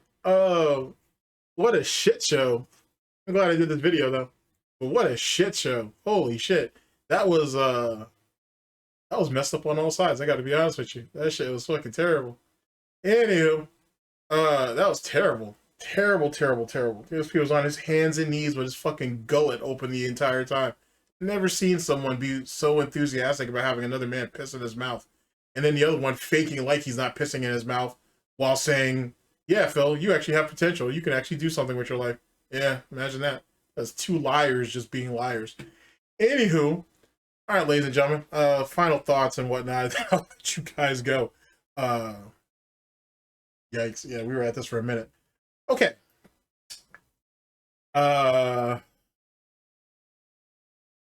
Given how the first interview that he's ever done went out, it only makes sense to me how it all dried up later, to be honest. But there was a lot of lying on DSP's part for sure. A lot of lying and whatnot. A bunch of lying. Holy fuck. Especially about how Lolcow podcast ended up falling apart, and which gave rise to Lolcow Live. DSP was being dishonest as fuck during that shit. Absolutely fucking dishonest. Not surprised though, but it is what it is. To be honest with you, this really did kind of set the standard for why every interview ended up going out the way it did towards the end of it. So I guess I'm not too surprised. I'll continue to go through them because there's Ptolemayo, there's Craig, there's a few others. I'll eventually get through them. I will do them actually. Why not? Because, you know, catching DSP line and shit, putting his baby backs to the grill is always something fun. And, you know, bacon is a staple around these parts. But I gotta tell you, looking back in hindsight, seeing where DSP divulged and where he ended up going, I should say, and seeing where Lolcow Live ended up going, which ended up being the Lolcow Entertainment Group or the Lolcow Universe or whatever. This right here was really kind of the catalyst for it, if you think about it. It just goes to show two people that are highly disliked, one using that hatred and that disdain and that unlikability, I guess, to their advantage, and then the other one depending on other people to do shit and is getting very little to anything out of it. I think it really just kind of tells the story. But you know what I'm saying? We could speak more on that adventure another time. Ladies and gentlemen, this has been the Snort Report. This has been DSP News, always late, never breaking. Unreliable coverage that you can't count on. Oh yes, a GTG Network and Productions. For the Snort Report, SnortBucks Coffee Company, and for everybody here at GTG Network and Productions, I've been your host / anchor, GTG, and I'm signing off. Choose your own adventure, ladies and gentlemen. I love that for some reason. I really do. I love that. Take care of yourselves, people. Later.